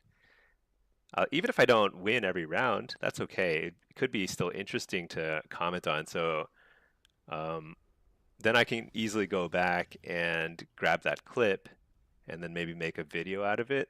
Because Zalclus, I haven't really like started doing that very much, but it has occurred to me that there's probably a lot of good content that would be worth extracting and then making a commentary video on it to kind of walk through exactly what I was thinking and why and where I could have done things better or where I did things well. I always find it really helpful to do those kind of walkthroughs because um, I learn a lot too in the same process. Let's see, uh, Jinxie, no Dark Lair. No Dark Lair with Shadowbolt crit build? What? I don't know. I mean, I don't. Dark Lair is pretty underwhelming these days, but I would say that, I mean, it still increases the damage of your dots on the targets, and no matter what your build is, you're still gonna want to increase your damage of your target dots. It's just one talent. Like you're gonna take Creeping Death anyway, so it's not like you need to injure, or you're gonna take Withering Bolt anyway. So it's only 1 point. I'm sure it's worth it still. Let's see. Promethean. Also, right now, if you don't stand in mid and spam damage, you don't put enough pressure. You notice how a lot of low XP logs run all day and never cast? Yeah, I think that's a very common issue. It's like just if you show up low on the damage meter, it usually just means that uh, you're probably focusing your energy too much on something other than doing damage. And you can't really afford to do that until you kind of get your rotation down properly. I think is the way I think about how to improve. First step is damage rotation. And if you really just are struggling with the damage rotation, which some people do, that's A-okay. Blizzard has built you a single button assistant. You put this on your bars, and you no longer have to worry about the damage rotation. You just put it aside from your mind, and then you focus on all the other things that can make you a good player, which are like CC, interrupts, positioning, defensives. There's a lot to think about anyway. But none of that stuff matters if you don't do damage. If you don't bring enough, like even just like baseline okay damage, you will never get enough pressure. You will always be on the defensive. All right, let's see. You can see it does some great damage. Yeah. Let's see, at least you're not a warrior. Warriors like that, so they don't have range abilities. I see warriors complain about that these days. I don't know. Warriors do a ton of damage. I think their damage profile is extremely high in PvP right now, at least from my perspective. Maybe it's because I don't kite enough. Maybe I should try kiting more against warriors these days. I don't know. Did they lose gap closers? I have no idea. All right, let's see. It's the Friday. How do you fear heals without targeting them? Oh yeah, there's two ways to fear people without targeting them, and it's kind of up to you to pick which way to go. But every good player you see, every high experienced player is doing one of these two things. The first is what I do, which is focus casting. So right here, yeah, focused. This is unnecessarily complicated. It can be as simple as /cast. You just need this line here, /cast at focus. Actually, I don't even think this line even makes sense. I don't even know what that does, to be honest. But /cast at focus fear. So focus targeting is, man, there's a lot to unpack there. But you can have two targets that you're tracking essentially. So for example, I can target this DK. If I just cast spells, it'll hit the DK, assuming he's an enemy.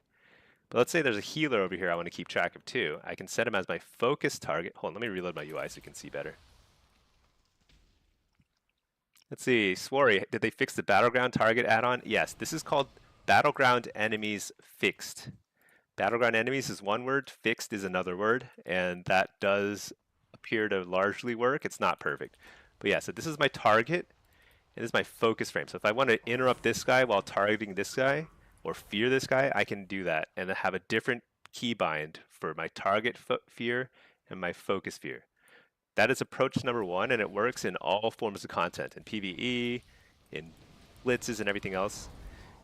If you watch like super good like AWC level arena players, they will often use what's called arena targeting, and they'll run different macros for different arena targets, because like everyone will be assigned a number, like arena 1, arena 2, arena 3, and you can set up multiple macros like arena 1 interrupt, arena 2 interrupt, and those are only usable in arena. So like you will not be able to use those same buttons in battlegrounds and other stuff. So if you do a variety of content, strongly recommend you learn how to use focus, but not you don't really need arena targeting.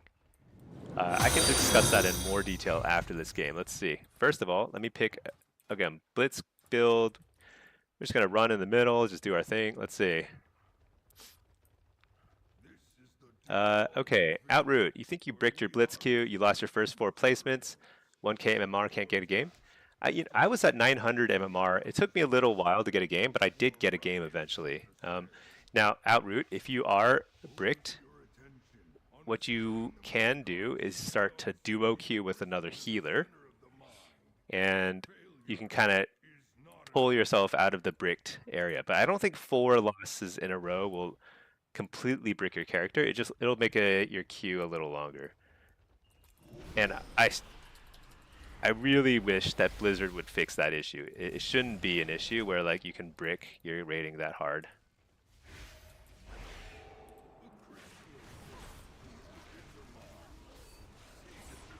I'm gonna ping this because we're gonna lose this cart in a second here for no reason at all, other than nobody has responded, but that's okay.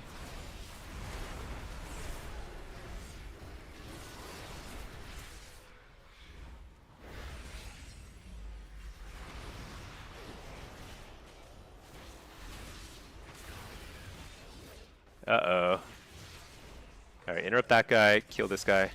Oh, shoot. They have so much CC.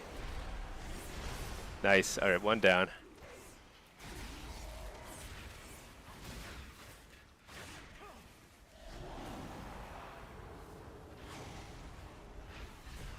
Alright, not great, but you know what? We're back in it.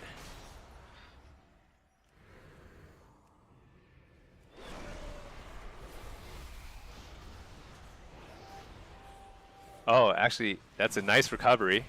Somebody just took the crystal. Very nice. So right now here, I'm setting the priest as my focus because they have a... I just interrupted their heal.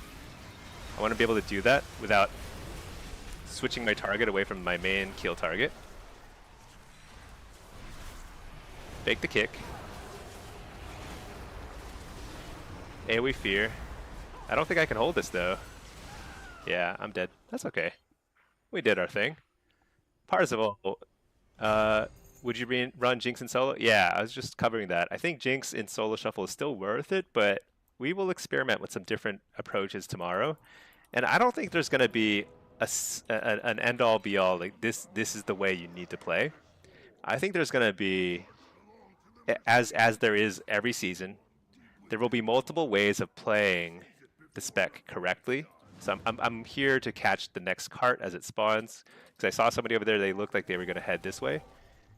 Looks like they are not heading this way, so maybe I'll try and take their cart. Let's see. Burgoth, the only class that makes you cringe a little facing when you're on Warlock is Windwalker Monk. Yeah, doesn't it feel like they just pop you in the air like repeatedly? It's so insane. It feels like that you're just always in the air. So they took our cart as soon as I left. I guess there was somebody stealth there. I should have checked. That's okay. We'll trade carts. But there is like a, oh no, we lost the crystal. No. Dang. I think we're going to lose this game. There's a lot of little things that just are kind of like not going well here. I probably should have defended, but if we can defend that cart, hopefully they can defend it because they have a lot of people mid. Nice. So we took control both carts. Now they're going to... The thing is, like, the crystal in this map is worth a lot of points. So, like, it's definitely better to take the crystal unless you can hold the carts for a long time. I'm going to interrupt the healer, try and kill the purple dude. Fear the healer. Oh, he trinkets. No, trinket cocoon. Oh, shoot. They have 3 now. 4, 5, 6. So here, when you're about to die, just start spamming Curse of Exhaustion on people, because you have no chance of like killing anybody. Okay. Eridone, what's your best advice on being tunneled by melee? It's the most common question I get. It's just all practice.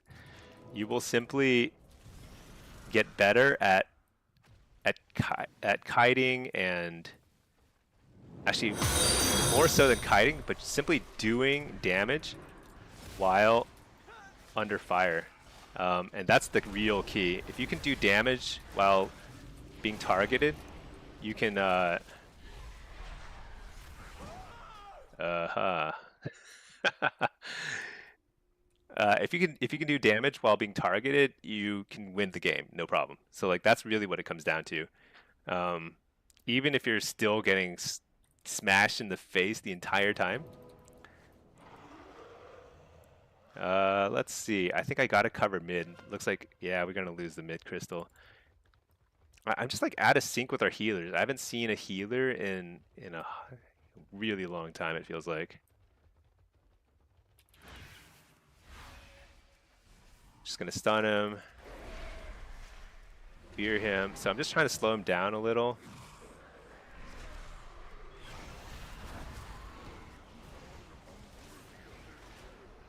Oh shoot, I couldn't coil him in time. Oh well. Best I can do is just try and take somebody out with me, you know?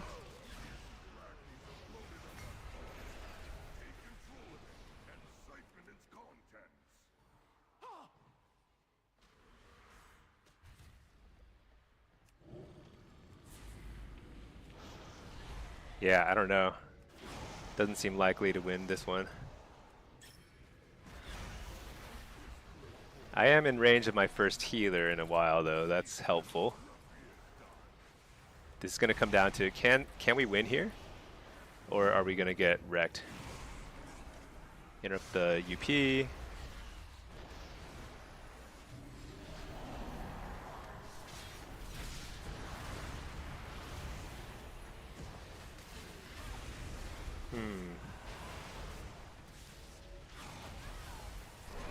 The thing is, they have 2 healers here and we have 1. I don't know where the other healer has been all game. It's going to be pretty tough.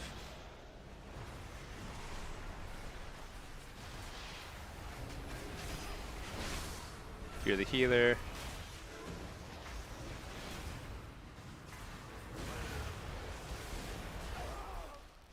Oh boy.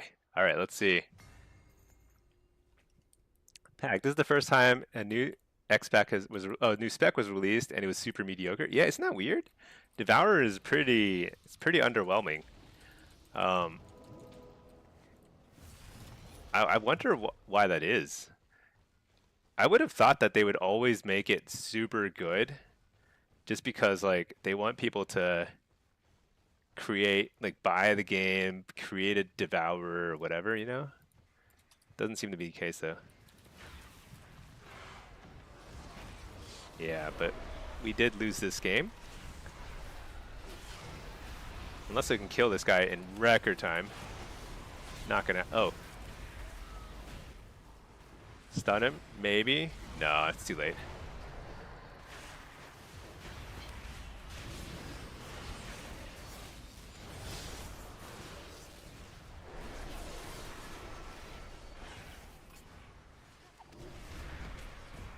Well, I think we did what we could. We took carts. Now the thing is, like, demo on this map shines at mid play. So a lot of the times that Demon Hunter took the crystal, like if I were in mid with a healer, I could spin for a very long time. But because nobody was kind of going off to the other carts, I kind of felt like usually you have to do, at lower ratings, you have to do what the rest of your team is not doing. So if the rest of your team is ignoring the carts, you kind of have to go and help with the carts because you have to kind of fill the gaps. So that's what I did. Did not work. Definitely does not play to demonology's strengths anyway. All right, let's see. Before the next queue pops, hopefully I can get to all the questions. Let's see, Furin, you have a good damage rotation. You have a good rotation. You do no damage in PvE. Do you mean in PvP? If you have a good rotation, then you should do damage in PvE. PvE is like there's nobody interrupting you, you know. So if you've learned your rotation, then it should be good damage in PvE. And if you're not doing good damage in PvE, then there's probably something that you're missing with the rotation, and that just takes practice, and then you can crush it at that point. Double gate, yeah, double gate has helped a lot against warrior. I've noticed that. I've noticed that too. Yeah. You still don't have like full kiting ability, but it definitely helps. Let's see, Pack, you can use a focus cast key. Oh yeah, you can use control to cast a spell with your focus. That's definitely an approach. I've never tried that. It's not a bad idea. But at this point, like all my key bindings are so hardwired in my brain. Like I hide my bars even, so I can't learn new keybinds at this point in my life. I'm 20 years in, you know? There's no way. Laura, do you want to try duo with Mistweaver? I can't. I can't, sadly, because I only. Oh, if you mean duo like Blitz, yeah, I could do duo. But honestly, I just like to kind of solo and like just kind of chat on when I'm streaming. But maybe later. I don't mind duoing with Blitz. I usually just like the solo shuffle and solo Blitz. But 2v2 is what I was talking about earlier. 2v2, I only play with my wife. So my wife, Pinky, she's a priest. She and I play twos and threes, and that's you know, that's it. I think we have a shot at getting elite this year or this season. It's a little easier to get elite. We get elite sometimes in twos, not every season, but I think we've got a good shot at it. Warlock is looking pretty good. All right, let's see. It's the Friday. Absolutely didn't know about the focus targeting thing. Oh, it's huge, huge. Um, so if you knew about focus targeting, you could get Gladiator easily back in Burning Crusade. That's how little game knowledge there was back in the day.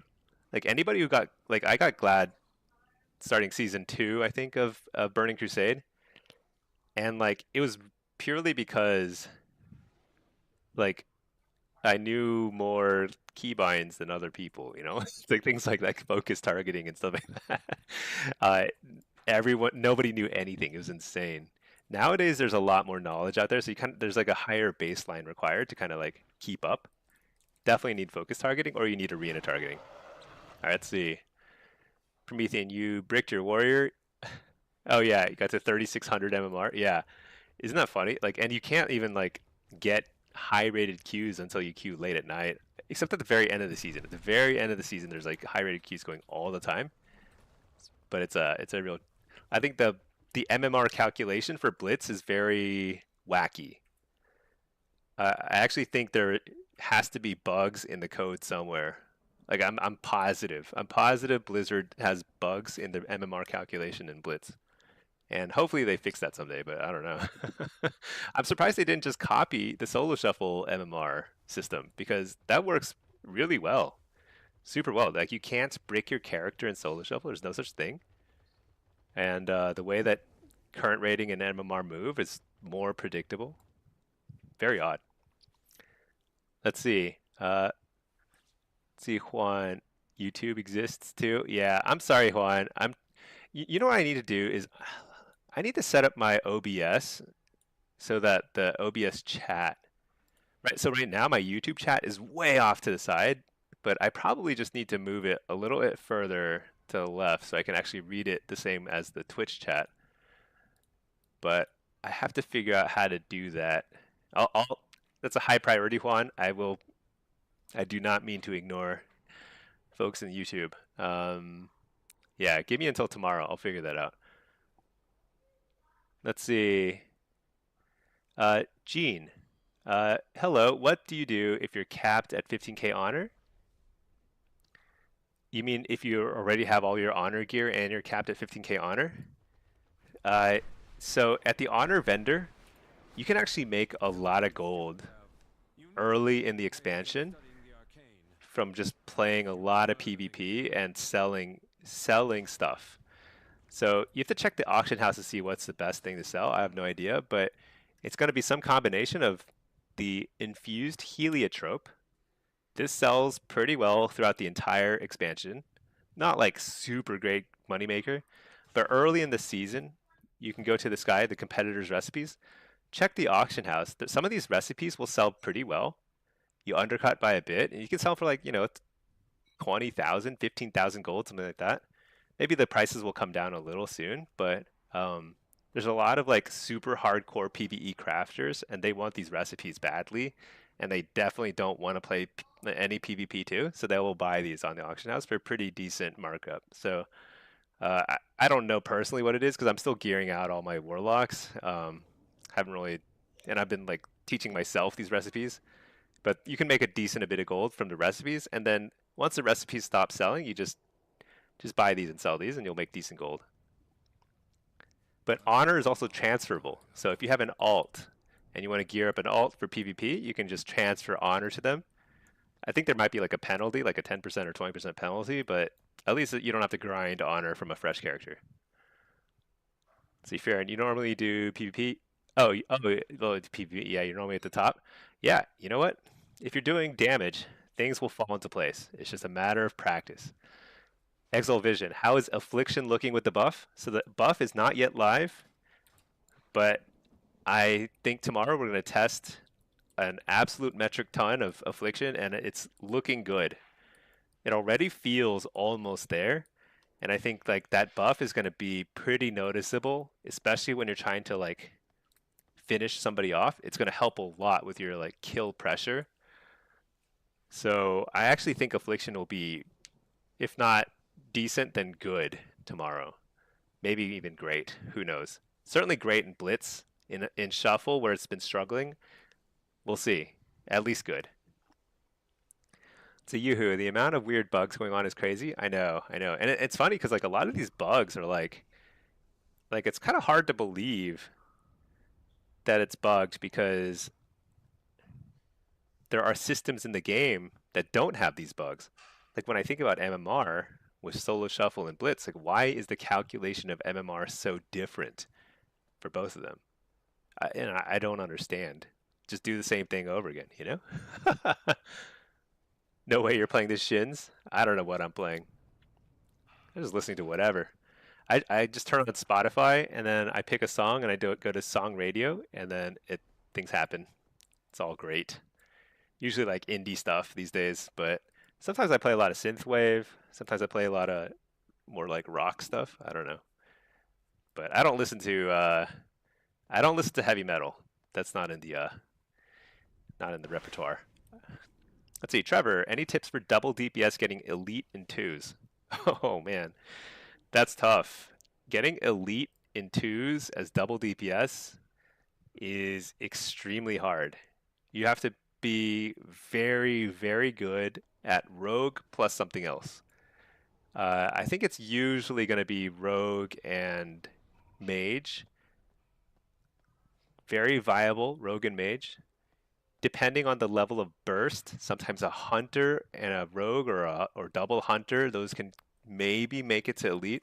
But I gotta say, twos is a fairly deflated bracket usually, because participation in 2v2 and 3v3 is pretty low these days. Most people play Solo Shuffle and Battleground Blitz. So when more people play, there's more rating going around, so it's a lot easier to get to elite. So twos, getting elite is very hard as double DPS. I'll just put that out there. It can be done, but probably by a very small handful of teams that are like all like close to rank 1 level gameplay. Very hard. You need a healer, generally speaking. Gene, thanks for the answer. How do you plan on spending conquest, not on the weapon? Yeah, I would say, I mean, so there are some classes where maybe you really want a conquest weapon because you want to like get an embellishment on it or something. But for warlocks, I would definitely, I mean, I haven't even enchanted my staff. I should enchant it. I've been thinking about it, but I haven't. It costs too much gold. But I'm gonna wait until week 3. Then at week 3, we get a free conquest weapon. I'll enchant that for sure. Spending conquest. So I crafted the jewelry first because you don't have to spend any conquest on this. You get free 9 heraldries. As soon as you win a battleground or you win like I don't know how many, like 5 or 10 different arenas, you will get a quest. Turn it over here. You'll get 9 free heraldries you can craft, and you don't have to craft with like good materials or anything. It can be low materials quality. And you just make like either jewelry or make some cloth armor. It doesn't really matter. You can get a couple of embellishments on them. I talk about them in my video guides. I would check those out. In terms of spending conquest, for week 1, I bought shoulders and chest because it's like if you can get to 1600, which I think is very doable, especially in Blitz, I would recommend getting shoulders and chest as a warlock and turning them into tier unless you only play demo. If you only play demo, then you don't need tier pieces. Just get shoulders and chest and you'll be fine. And then next week buy you know, some other piece that you can afford. I'm not sure how many points we get every week, but there's usually kind of like a set amount of conquest you get every week. And everyone just kind of goes up in item level every week together.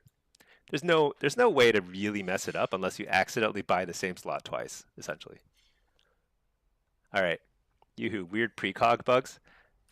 So I don't know about the precog bugs. I think they affect mages, right? Mages randomly get precog when they shouldn't. Like even when you interrupt them, they get precog, which, as if mages needed any more help, they get a lot of help there too.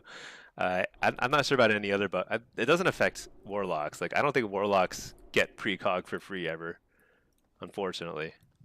BW, yeah, yeah. I mean, last season on one of my warlocks, I bought two hands or legs or something. I forget. I just completely forgot that I already had it, and then it was like, and then I put in a ticket. I was like, please let me refund this, and they're like, no, we can't. Just is what it is. GMs will not refund your conquest points. Let's see. Can you see my keybinds out of curiosity? Uh, you can see them. There's nothing too special about that. How do I show my key bindings?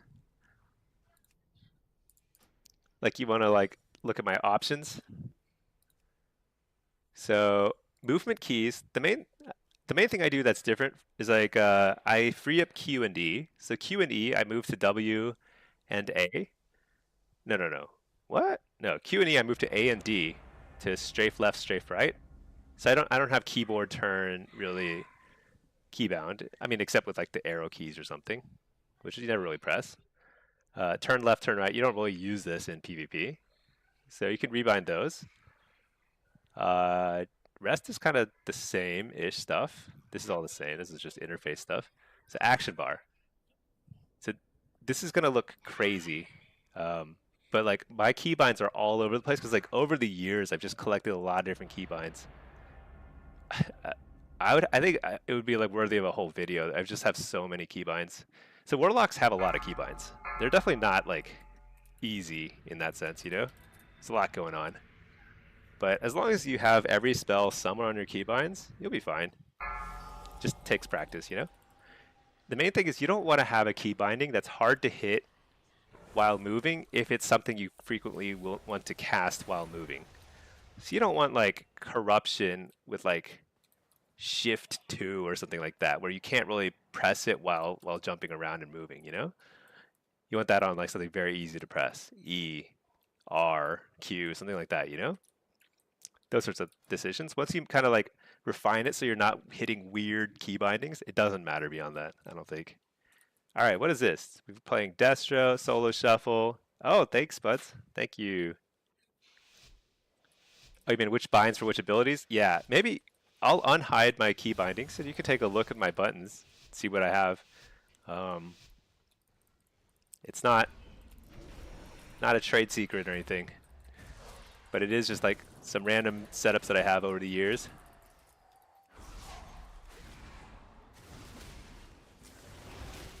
I whiffed my bull rush there.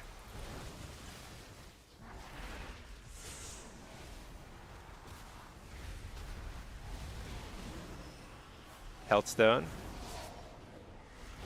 Wow, that's a lot of damage.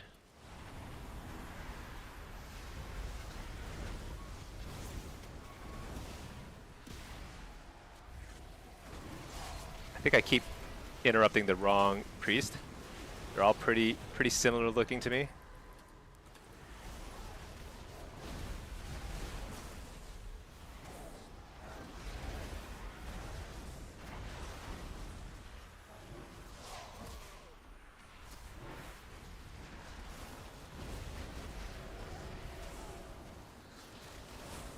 Interrupt the Shadow Priest. Double coil. Big damage.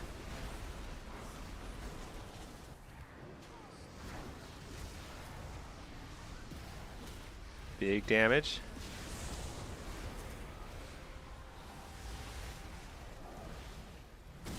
Dude, how much damage is this Shadow Priest doing? Somebody's doing a lot of damage.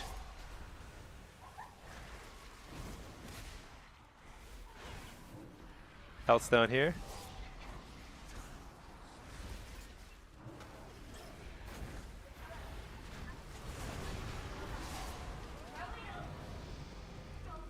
Man, that was rough. I guess I could have tried to run away, but I was like, do I run in and try and like howl them, or do I just run and die? Let me see. Let me reset the damage meter. One of them is doing a ton of damage. I need to shut them down.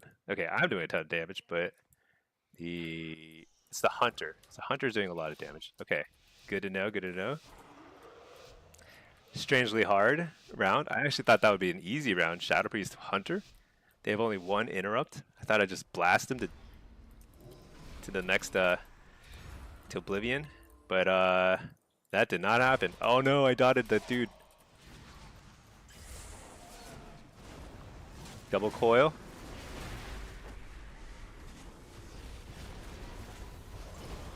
I interrupted the Shadow Priest to slow down damage. I know this guy has Havoc on him, but I'm just going to go ahead and smash him with my abilities. Fear the Shadow Priest. Fear this guy instead. Fake the kick. Nice.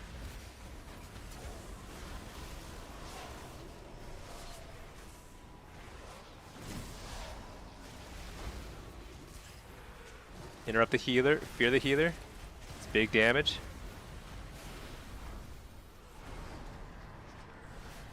I guess I have to wall here. Oh no, shoot, the priest was not there. I thought the priest was in range of the...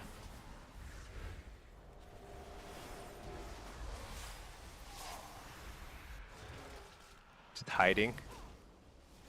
He's gonna kick fire, so I just blast him with shatter bolts, or cast bolts.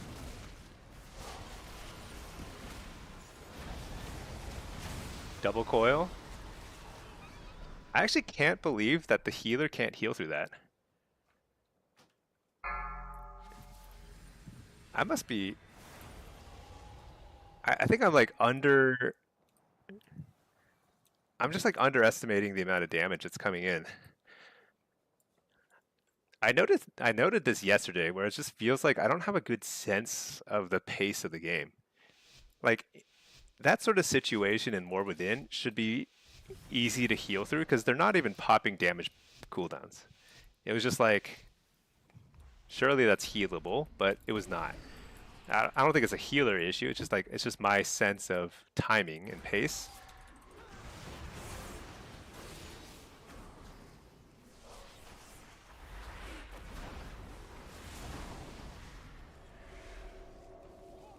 Because like he wants me to play defensively. I don't like playing defensively. I just want to play aggro. Double coil, big damage. Might get a cloak here. There's a cloak, that's really big. Fake the kick. Fear this guy. Fear him. Hellstone just to kind of like... got interrupted. Or not interrupted.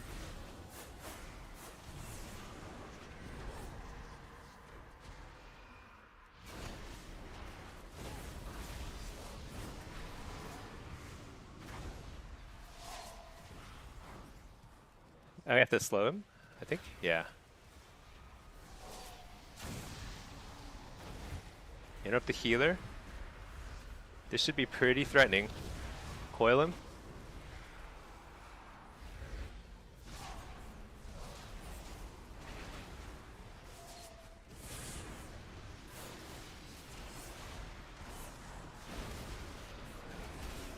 I wall.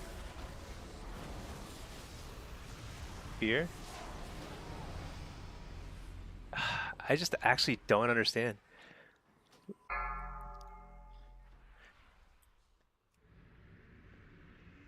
Because like...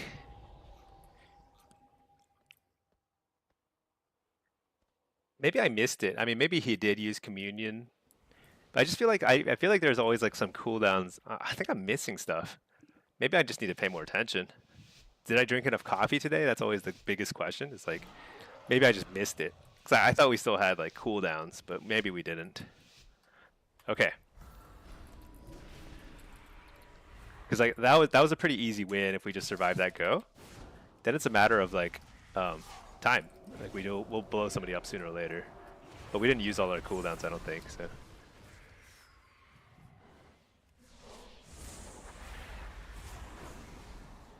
Go ahead and send here.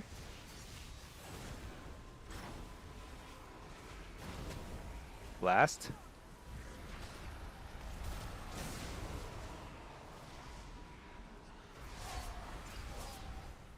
Be the healer.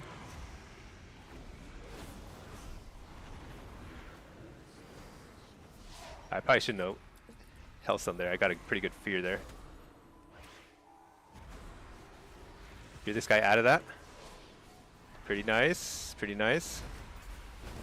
Reflect.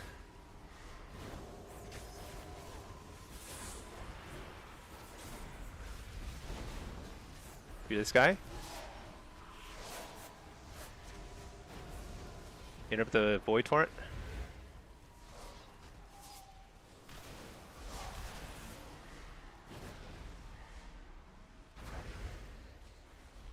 A lot of damage here.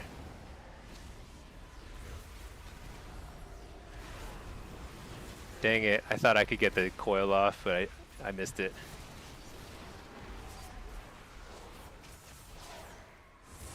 Big damage. Oh, he kicked Shadow. That's really good for me.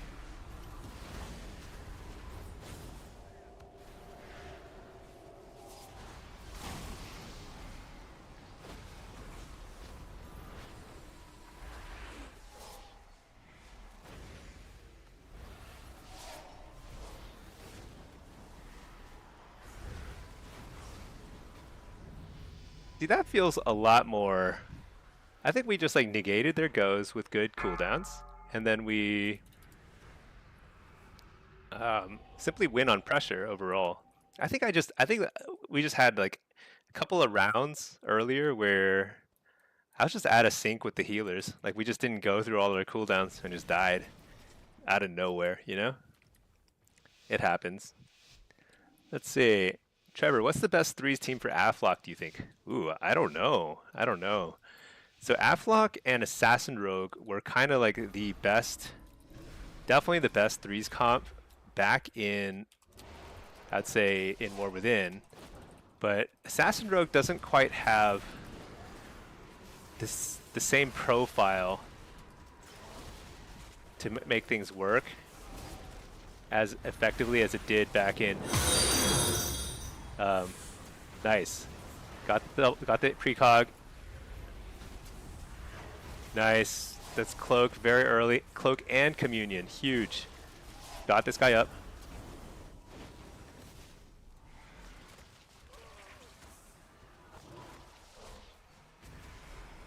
Dang.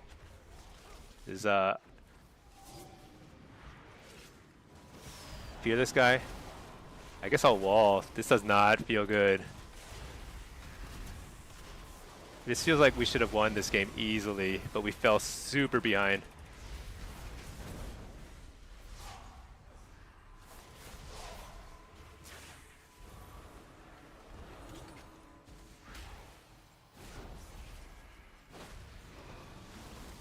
Double coil, blast.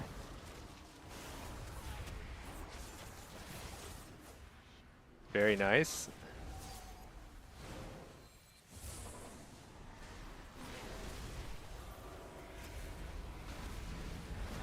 Interrupt the healer. That's a kill. All right. Let's see. It's coin. Havoc Destro is still the Chad move. I think Havoc is good. I'm playing Mayhem right now, which is an auto proc thing. And I think it's perfectly viable, honestly. I've been running this a lot lately. The uptime on Mayhem is insanely high. It's almost always up. Whether it's on the target you want or not is a better question, but it's up often enough that, oh nice, that's really huge. That's really huge, and yet,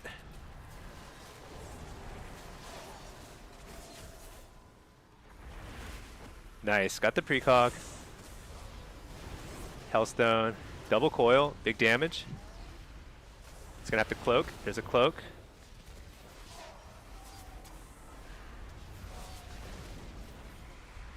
Fear this guy, blast this guy. I think I have to wall here. Yeah, I had to wall there.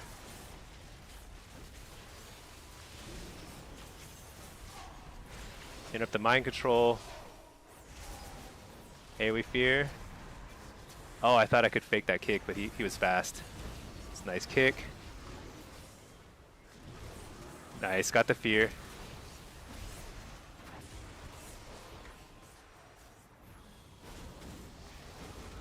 Double coil, big. Oh, what? He trinketed that. Must have trinketed. Oh, did he get dispelled really fast? Dang, we're dying again? Okay, that was probably communion. I didn't see it, but that was probably communion. That was a huge heal. Port. Hey, we fear. No, he's not. He's on fear DR. Fear this guy instead. Blast him. Blast him. Trinket. They're kicking everything. Oh no. Am I dead?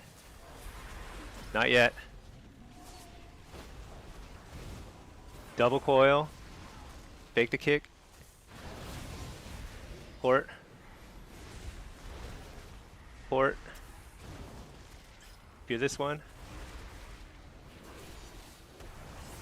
Nice. Fake the kick. AoE fear. No. Oh man. You know, I could. It was interesting. So like one of the healers was definitely stronger, and there were a couple rounds I could tell the difference. It was pretty noticeable. But I did lose a round with the priest, and I think it was that round where it felt like it was an easy win. We just kind of fell behind. So I think I think it like 9 times out of 10 in that same lobby, I'd probably go 3 out of 3. I mean 3 out of 6. I'd go 3 and 3. One of the healers would go 6-0 probably. But that was like it was a nice lobby. It's good to see. Like I don't see a lot of BM hunters or shadow priests. I see tons of sub rogues, but it's kind of good to see some more variety there. All right, let's see. Let me catch up on chat and then we'll queue. All right, Siphon, you played some BGB last night. You won 4 in a row. Nice. You got to 1900. We're in 2800 lobbies. Oh yeah, played with Dean and Louis Tyler. Oh yeah, that's awesome. It's super fun, right? To like see super good players. The thing about MMR in Blitz is it's very momentum based. So like if you win 5, 6 in a row, you're suddenly at 3K MMR. It's so bizarre. You can get to like 4K MMR sometimes if you just win enough in a row. And like this happens whether you're really good or not. Like it can just happen. You can lose. It happens the other way too. You can lose like 5 or 6 in a row, have very little to do with how well you played, and it simply sends you to the nether regions in terms of MMR. It's very frustrating. I'm not sure. I actually think it's a problem that they need to solve. There's some math they got to figure out. I'm pretty sure it's bugged, but someday they'll fix it. For now, it's basically don't read too much into MMR in Blitz. The thing about MMR in Blitz is it means almost nothing because of that. So the only thing that matters in Blitz is current rating. And this is different than every other rated bracket. Like so for solo shuffle, MMR is everything because MMR actually tracks your skill level, whereas in Blitz, it doesn't. It just tracks momentum, which is very, very weird, you know? It shouldn't be like that, but here we are. It is what it is. Let's see. Yoo-hoo, the weird pre-con. Oh, yeah, let's see. Something. Hey, Smelly, you're new to PvP and WoW. Could you recommend a beginner-friendly class? You love demo, but it feels really hard. Ah, good question. So the two most beginner-friendly classes are going to be Hunter and Ret Paladin. So Ret Paladin and either BM or Marksman Hunter are both pretty easy to play. And I'd say Ret is probably the easiest because you don't even get targeted that much. So you don't have to deal with that kind of pressure. And if you get targeted, you've got like literally 3 immunities or like complete resets. You got Lay on Hands, you got Bop, and you've got Bubble. So no other class has that. No other class has 3 immunities to kind of like fix all their problems, you know? You do very easy damage rotation. You can't be interrupted. I mean, you can be interrupted, but you don't care because you're a melee.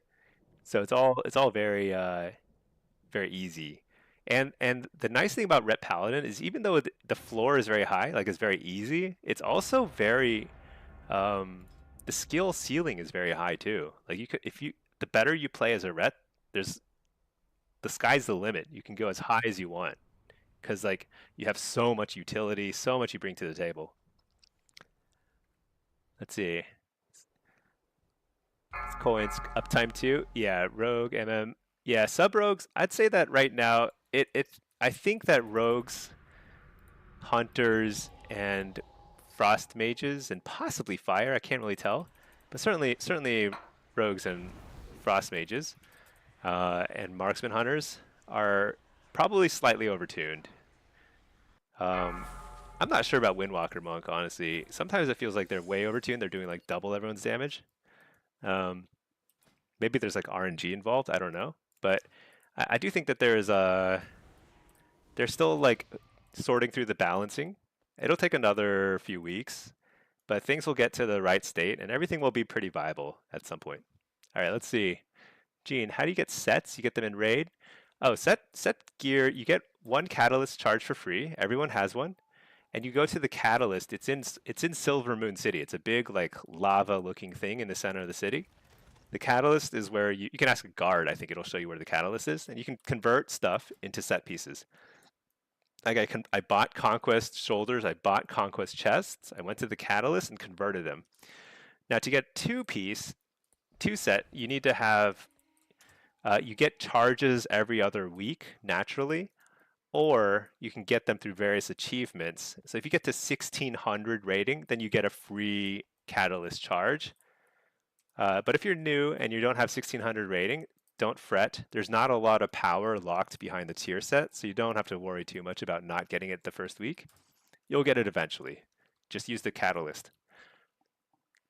The amount of CC there was insane. Yeah, honestly, I don't really know. I think there were things I didn't play very well, and that's kind of what it boiled down to. I could have played that better. See, Atakai. Hey, wonder how do you get sets? Oh yeah, sorry, I just answered your question over there on YouTube. Yeah, I'm like slow to get to chat. Honestly, things have kind of blown up a little bit for me, which is super fun. I love the really active chat, but I feel a little bad. Like I'm like not. I need to take longer in between games so that I can catch up on all the chat. I like to answer all the questions I can. And if I miss one, just keep pinging me. Just keep repeating it, and I'll eventually get to it, I guess. Windwalker being competitive would be a blessing. Yeah. Windwalker is it's always been really good into Warlocks because they can pop you in the air. It's just insane, you know?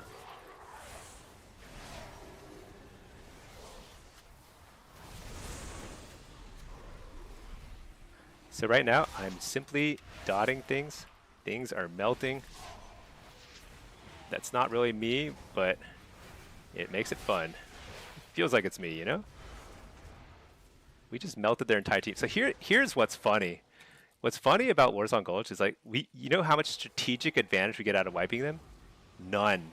They're all rezzing super fast because the res timer in Capture Flag is very fast. We've just used all our cooldowns. I mean, I guess they use probably their cooldowns too.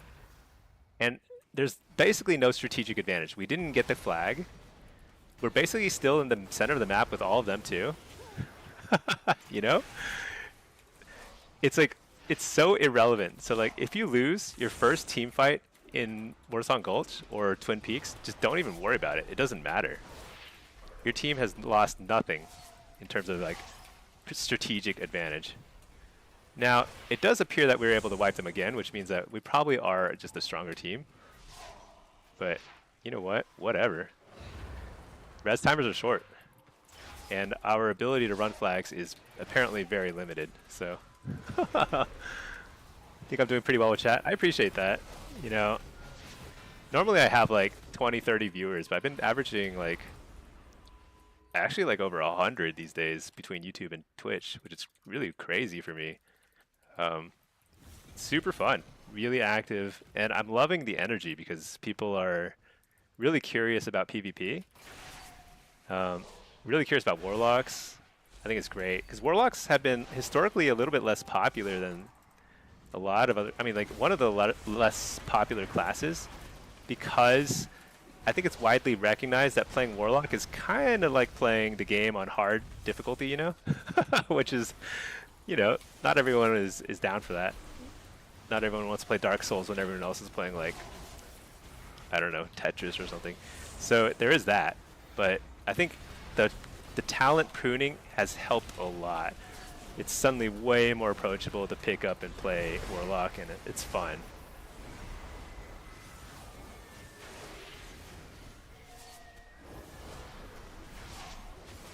But you can see here, I have one job as Affliction. When we have like control of the mid, I do one thing. I spam Curse of Exhaustion with the Jinx talent point. I just spam it on enemies who are walking past, and I make their lives miserable. Like, look at him. He's dotted. He's so sad. I guarantee he's like crying. He's literally crying right now. Okay, I ran out of shards, but if I had a shard, I would... Oh, here we go. Perfect. Dotted him. He's sad. That feels good. There's nothing quite like just doing this to people who run past you. They're like, just leave me alone, you know? Oh, shoot. All right. I missed a few people. They all got past me. There we go. Spear this guy. So one interesting thing, I think that might be apparent right now, is that like there is it's easy to run out of shards as Affliction these days. Whereas if you compare it to War Within, it felt like we never ran out of shards. You could just like spam Jinx on everybody, and it was fine. Trying to fake the kick, but I just can't get him to kick me. There, coil him. He's got a kick now. Dark Harvest? Okay. Good for him. That's actually really smart. The spell you want to kick is definitely Dark Harvest, but he did hold it for a long time there. Uh-oh. What? Whoa, dude, he like... Did you see that? He like flew up... Wait, what? Do my eyes deceive me? He like flew up in the air? I don't know. Maybe I saw it wrong. It looked like he flew up in the air, like kind of death from above sort of thing. Is that a thing? I didn't know that warriors could do that.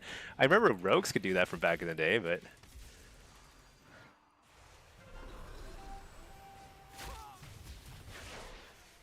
Dang, that guy hits hard. Okay, gotta get over here. Wait, where's he going? There's nowhere to go over there. Where's he going? I don't like this. He's trying to take a stealthy way around. Let's just go ahead and dot him. Hey, Petty. Yo, dude, you're playing Destro. You sucked at... or you're stuck at Blitz 1600. You can't go up or down. What should you do? You know... Pinky... Did Pinky send me an enchant? So here's... First point of business is 1600 is actually surprisingly really good right now because we're literally 5 days into the expansion. There is so much rating compression. I think I'm 1600 right now or something, right? I'm 1400, dude. You're like higher than I am. I can't even give you advice. No, it's just like because like early in the season, like people are still like playing alts and stuff. There's like I literally get rank 1 in Blitz every season, and like I'm 1400 right now. So don't even fret. You're doing great. 1600 is great right now. Some people here are like 3K, and they're like kicking butt, you know? I think I lost my first 3 or 4 games as Affliction somehow. So my rating is super low. I'm like kind of digging out of that hole right now, but we're also just having fun.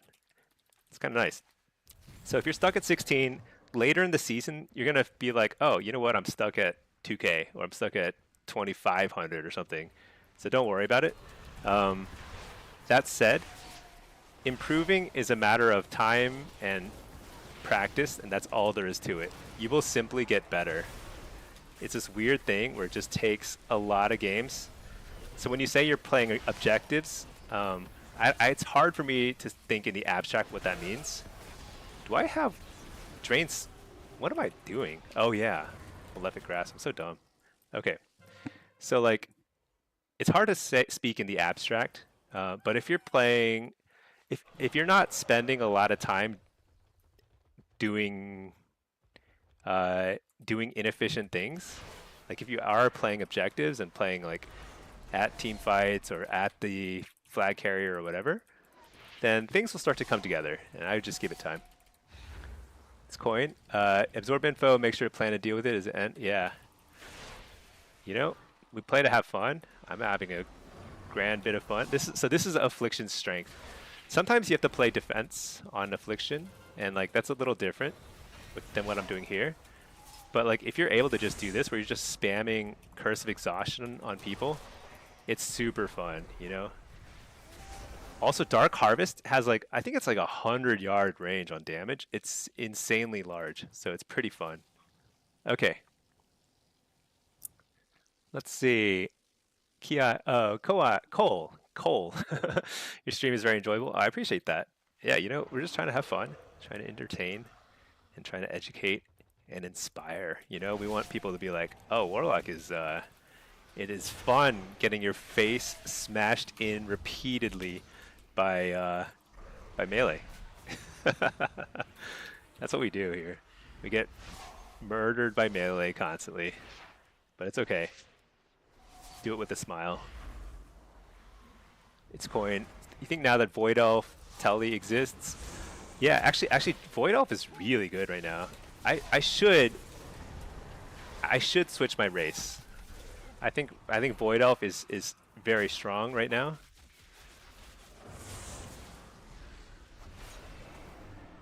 Look at that, top of the damage meter, no problem. 1400 and climbing.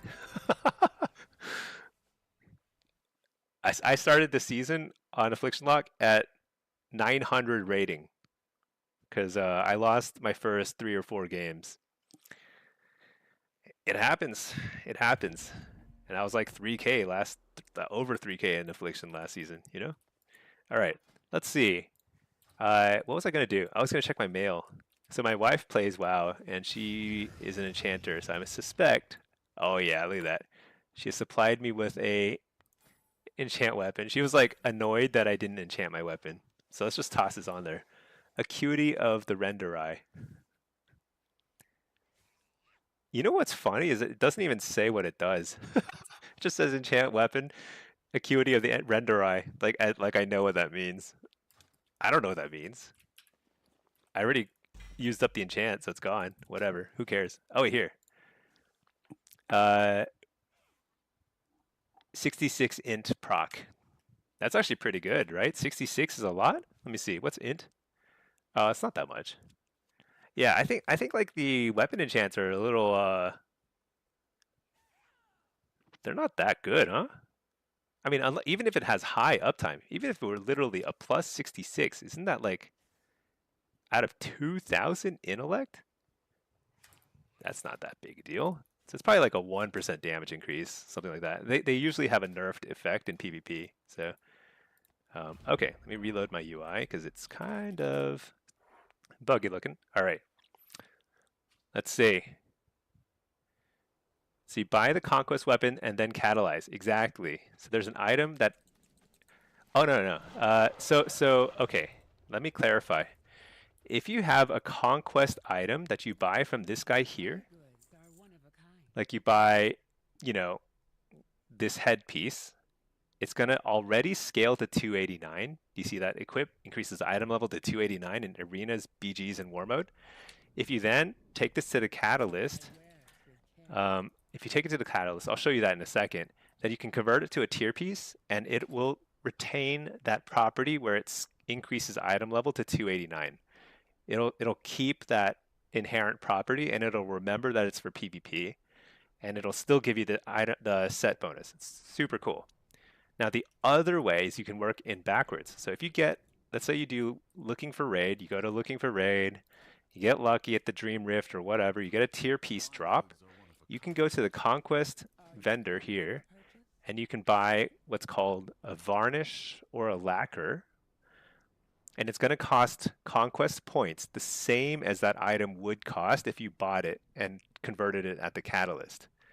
But you can basically, if you are lucky enough to get a PvE tier piece drop, then you can apply the varnish or lacquer to it so that it'll now scale to 289, and it'll work perfectly well in PvP. And that's like a permanent improvement. So like a best in slot piece at that point. So super, it's confusing.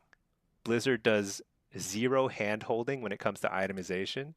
They expect people to, like, I don't know, read a mountain of information before they buy stuff. It's kind of crazy, but part of it is also it adds a lot of depth and complexity to the process, and it's sort of rewarding. Like once you finally hit your 2-set bonus or your 4-set bonus, it feels real good, really good. All right, let's see. What did I miss? Cool. Your brain can't comprehend all the things going on. It's just practice. It's just practice. And you don't need to comprehend everything. Like, yes, if you want to compete in the Arena World Championships or at BlizzCon, you have to, like, your UI will look totally different than mine. You'll have like 1,000 buffs and debuffs and alerts like pinging you and like alarm bells going off constantly. It's like the most insane thing. It's not fun to play that way. You play with a nice clean UI, keep things simple, and you can kind of enjoy it for what it is. Think on a more strategic level. Just accept the fact that you won't be competing at AWC, and you can have a lot of fun, you know? It'll look good. All right, let's see. Petty 19. Yes, of course, you just started playing PvP in this expansion. You played M plus 8 years. Oh, 8 years, nice. And you got bored, not interested in, at all. Your highest is 1687. You mean with Destro, you try to peel with the flat carrier nodes like Eye of the Storm. You try to mid shadow rift them. It works, but still your teammates lose nodes. You know, feel like you're stuck at one rank and you can't go up or down. Yeah, it's hard to say. So how should I put it? There are a variety of ways to succeed in Blitz, and without seeing your gameplay and without really thinking super critically about the gameplay, it's hard to know where you're strong and where you're weak. And everybody has strengths and weaknesses. But if I had to like kind of categorize it, I'd say there is strategic high level thinking. So there are people who are really good at like what a general does. They're very high level. They're like, I should be over here. The enemy's over they're trying to take this thing. I should get over there. That's super, super important because that means that they're in the right place at the right time. And that's like probably the number one skill in Blitz. Even if you're not mechanically very gifted, you can go very far in Blitz if you're good strategically. And then there are people who are like really good at team fighting or something. They're really good at like pressing, their buttons super fast. Hold on one second. They're really good at pressing their buttons super fast, and they like win their 1v1s or 2v2s, or they go mid in Eye of the Storm and they win that team fight and they just take the crystal. That's like the arena player mentality, and they're not good at moving around the map and getting to the objective. That is certainly one way to succeed too. There are people who are really good at like kind of like supporting others in what they're doing. They see like, oh, my team is trying to accomplish this thing, and they figure out a way to make that happen.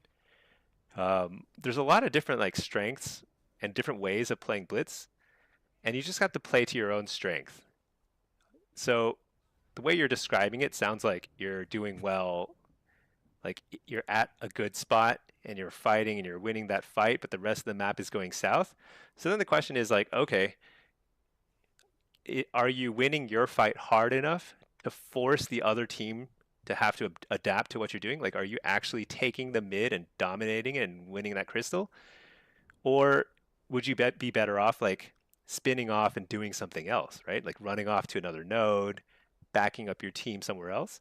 And these are all like 1,000 decisions we make constantly while playing. So it's very like a very complicated answer. There's no one way to succeed in Blitz. I've seen people who cannot do well in arena or a shuffle who do well in Blitz because they're very strategic and they're in the right place at the right time. I've seen people who are really, really good at shuffle and arena who like are always in the wrong place, but they simply win their duels and they do well too. You see it all sorts of characters, and that's kind of what makes Blitz so interesting, is that there's a lot of different ways to play to your strengths. However, keep in mind, you can go through a 10 win or loss streak, and it has nothing to do with how you played. There's a lot of skill in Blitz, and there's a lot of RNG. So just kind of take it for what it is. There is some randomness. You just have fun and try and enjoy it, you know? So, you know, it's been a while, but I used to listen to like synthwave all the time. Let's do it. This is like more calming music. I feel like I actually really like this. Pinky was reminding me that I used to play this all the time. Kind of brings me back to last year. Okay. Let's see. MRT. Spending conquest on varnish and lacquer does not unlock the gladiator experience. Oh, appearance. Oh, that's interesting. I didn't even think about that. Yeah, that would probably be. The thing is, like, you can unlock the gladiator appearance later. You know, it'll just take a little longer. But at some point, Conquest gets uncapped. I want to say like 3 months in, 2 or 3 months into the season, Conquest will be uncapped and everyone can just buy whatever backup gear they want. But yeah, if like you want to get your transmog quickly, then maybe that's not the best way. I have no idea. Petty. So you mean macro play? You try and focus on that? Yeah. So Petty, I'd say that let's say you're really good at macro play. Um, then to play to your strength as a macro player, you should play as somebody who seeks out under defended objectives. That's like probably the number one thing you should do. You don't have to play team fights. Even if you're playing Destro, which succeeds really well in team fights, try switching to a succubus. Try finding the lightly defended node or the abandoned node and taking advantage there, or finding uh, if you're playing Silver Shard Mines and you're finding that your team is losing the lava cart, try and sneak over and switch the track direction, force the lava team to have to like readjust and like fight you on the other carts. There's a lot of little things that you can do. Because if you're more of a macro player, then play to your strength. I think is kind of the bottom line. But there's a lot of ways, a lot of ways. I mean, the Blitz is like I think still um, underexplored in terms of like strategic depth. Because when you think about something like Arena.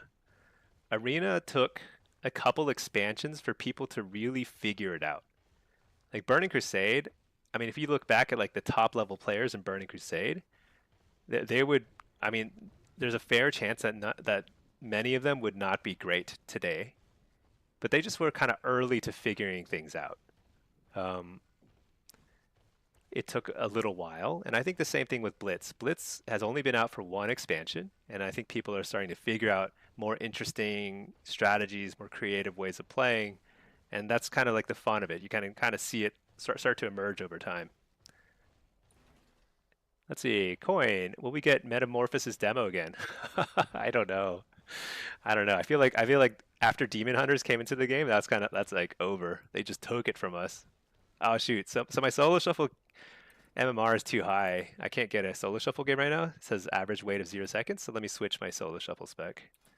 Let's what am my spec does right now? Demo? Oh. Oh my gosh. Speak of the devil. All right. This is gonna be a high rated game. For any of you, if you're yet to win one, just a matter of time, bud. Just hang in there. Coin, it's so sad because meta demo was your favorite. Yeah, I missed a lot of meta demo. So like I played a lot of Warlock back in the day, and I mostly played Affliction, a little bit of Destro, but mostly Affliction. And then I quit for like 10 years, and I think I missed a lot of Metamorphosis stuff. And since I've come back, I mean, like since Dragonflight, Demonology has been a fairly like stabilized spec, I'd say. Like the identity of a Demolock has been largely the same since Dragonflight, um, which I like. I actually really like the way Demo plays now. I think it's really fun. It feels like super cool to ramp up. Like there's a lot of classes you don't really ramp up. You press your aim shot and you hope you crit. That's one approach. But there's Demo, which like you have to like win a lot of little micro decisions in order to get a lot of pets rolling in order to kind of like start your real pressure. And I think that's really fun, very rewarding, but very different. Let's see.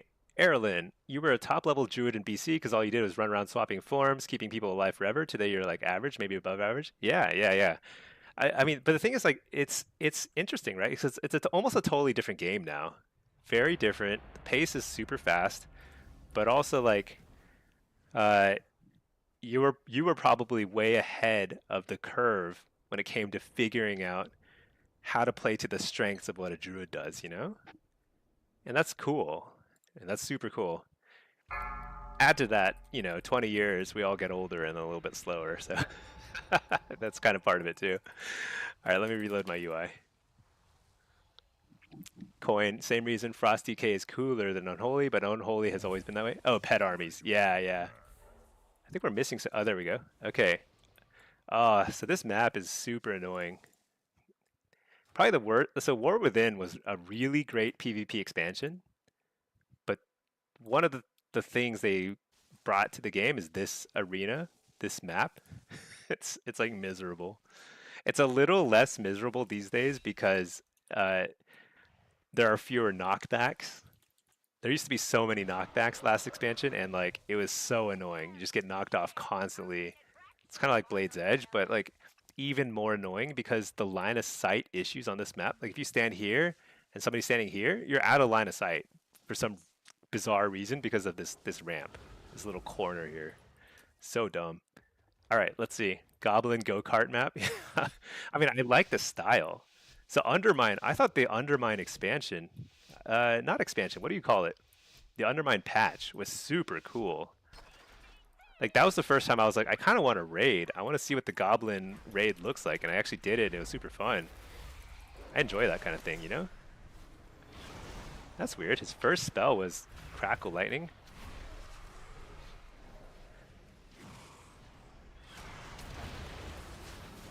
Man, that was a nice stun. I barely... What? Okay, that's crazy that kick went off. I'm actually extremely annoyed that kick went off. You're the healer? Wait a second, that's not a healer, that's a balance druid.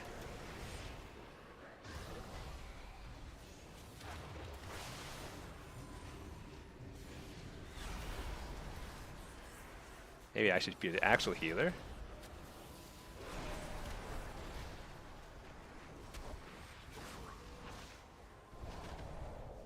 Dude, I feel like I haven't played demo in forever in solo shuffle because I've been too high rated the last few days.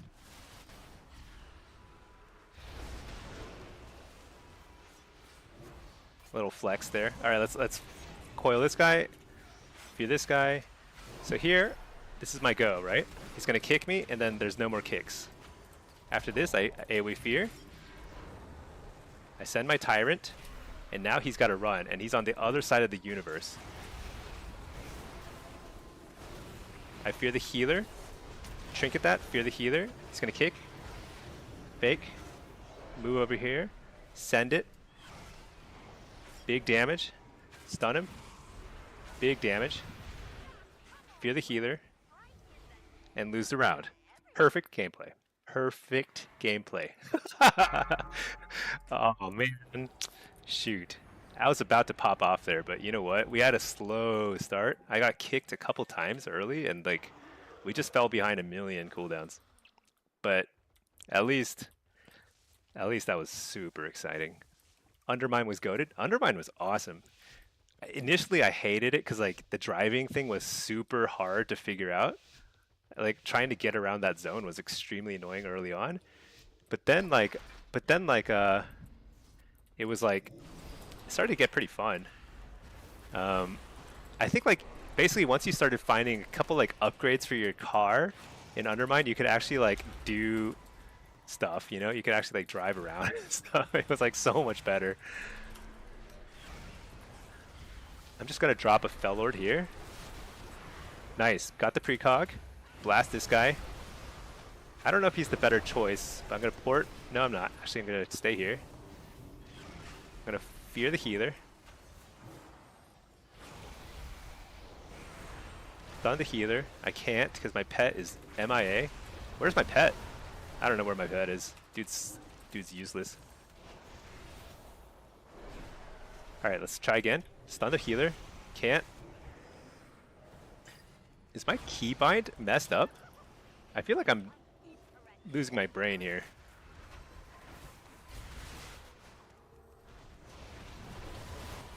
Are we switching? Should we try? Seems kind of iffy. I'm not sure about that. I don't know about that. Yeah, let's go back on somebody else. You're the healer. Interrupt the healer. Big damage.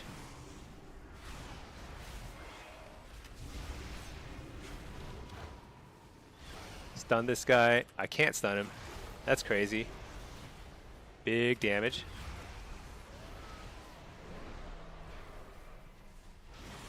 Doesn't this feel like I should kill him now?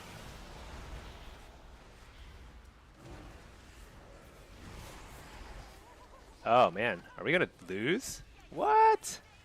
That seems improbable. Interrupt the healer? Surely this guy dies, right? Try and reflect the clone. Can't get it. Shoot, we lose. AoE fearing everything. Just trying to buy time. Can I fear out of that? I can get another pet, it's fine. Interrupt the healer. Oh no! Dang. That's crazy.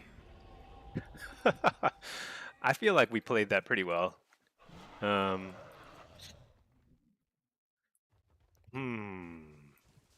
trying to think. Had a couple good goes. My Tyrant was up. Do you think I was delayed? I wonder if I was delayed at all. I feel like we should have won that round. It's coin. You should try Void Elf. Yeah, Void Elf is like, I was all Void Elf. Honestly, I was Void Elf before it was cool. I just want to put it out there. I was Void Elf all through Dragonflight, and I think it was like super fun. Oh shoot, I accidentally sent my my Doom Guard. I didn't mean to send him right away. That's okay. Who cares? Coil this guy.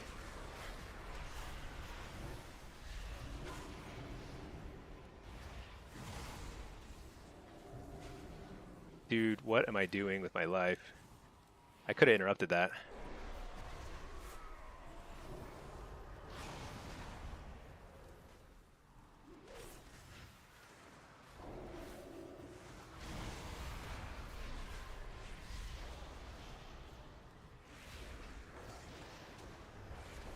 Instead of interrupting, I actually give him precog.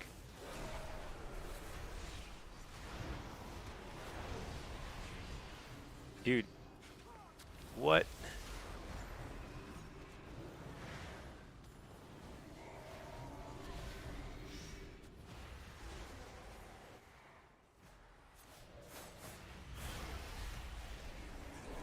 That's a nice fake.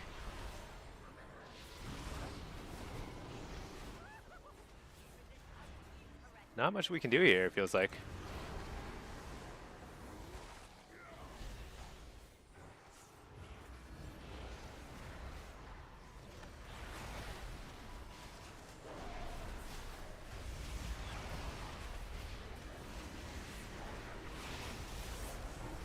Fear that guy.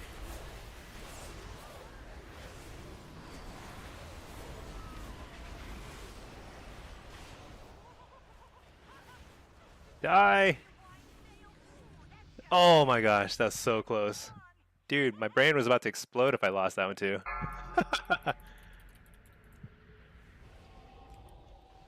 Gotta keep up with the mages. BS unlock, yeah. Yeah, I don't know. So Void Elf, I think Void Elf is probably the overall strongest race for Warlock in most content, but it's not a big deal. It's not a big deal. You can play whatever you want. High Mountain Torrent, you get extra fish when you go fishing. You know, that's a pretty good selling point, if you ask me. I'm pretty happy with my choice. Definitely no regrets here. No regrets changing all my characters from Void Elf to High Mountain Torrent and being like, wait a second, why can't I cast anything when there's like 15 melee on me? Uh-oh. I think, yeah, we port and then we die.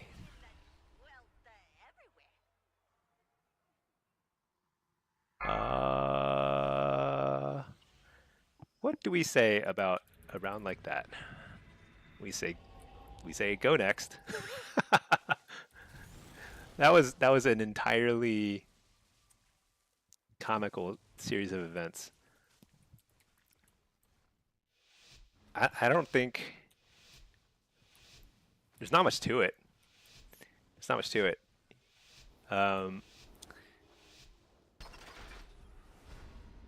Yeah, I don't know. Paint Sup would have been good. Oh, let's see. Let's get out of here. Okay. Oh, sapped. That's annoying. Let's stun this guy right off the bat.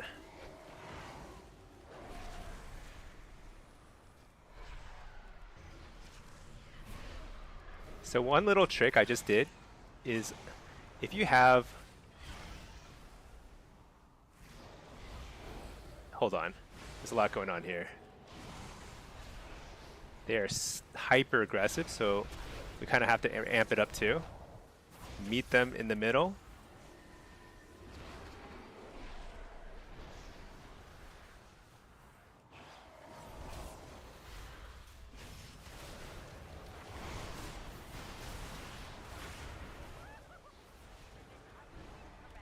So we are peeling like crazy people, trying to keep our dude alive.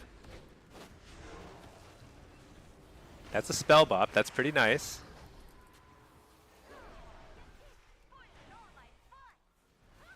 No.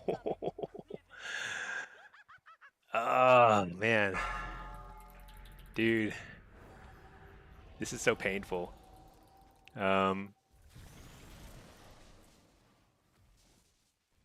Yeah, you know, I mean, at the end, I could have coiled one of the DPS instead. I thought I'd coil the healer and fear somebody else, but I should have coiled one of the DPS. That would have bought a second. Maybe one more global, the guy lives. But yeah, I don't know.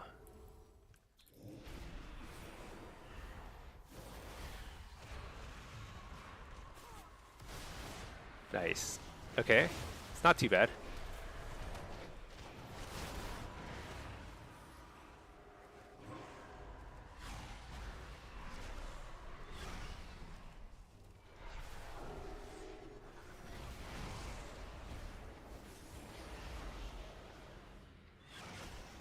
Stun the healer, fear the healer. Actually, I can't interrupt the healer. Dude, we need a solar beam or something.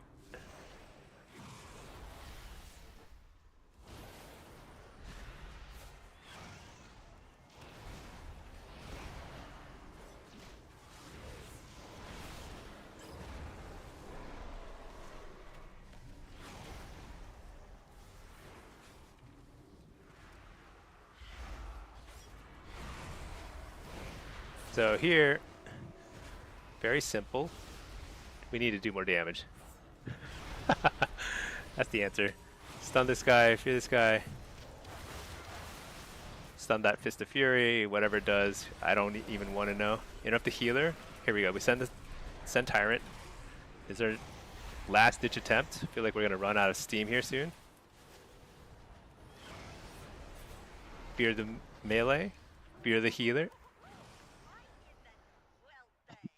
That's very sad.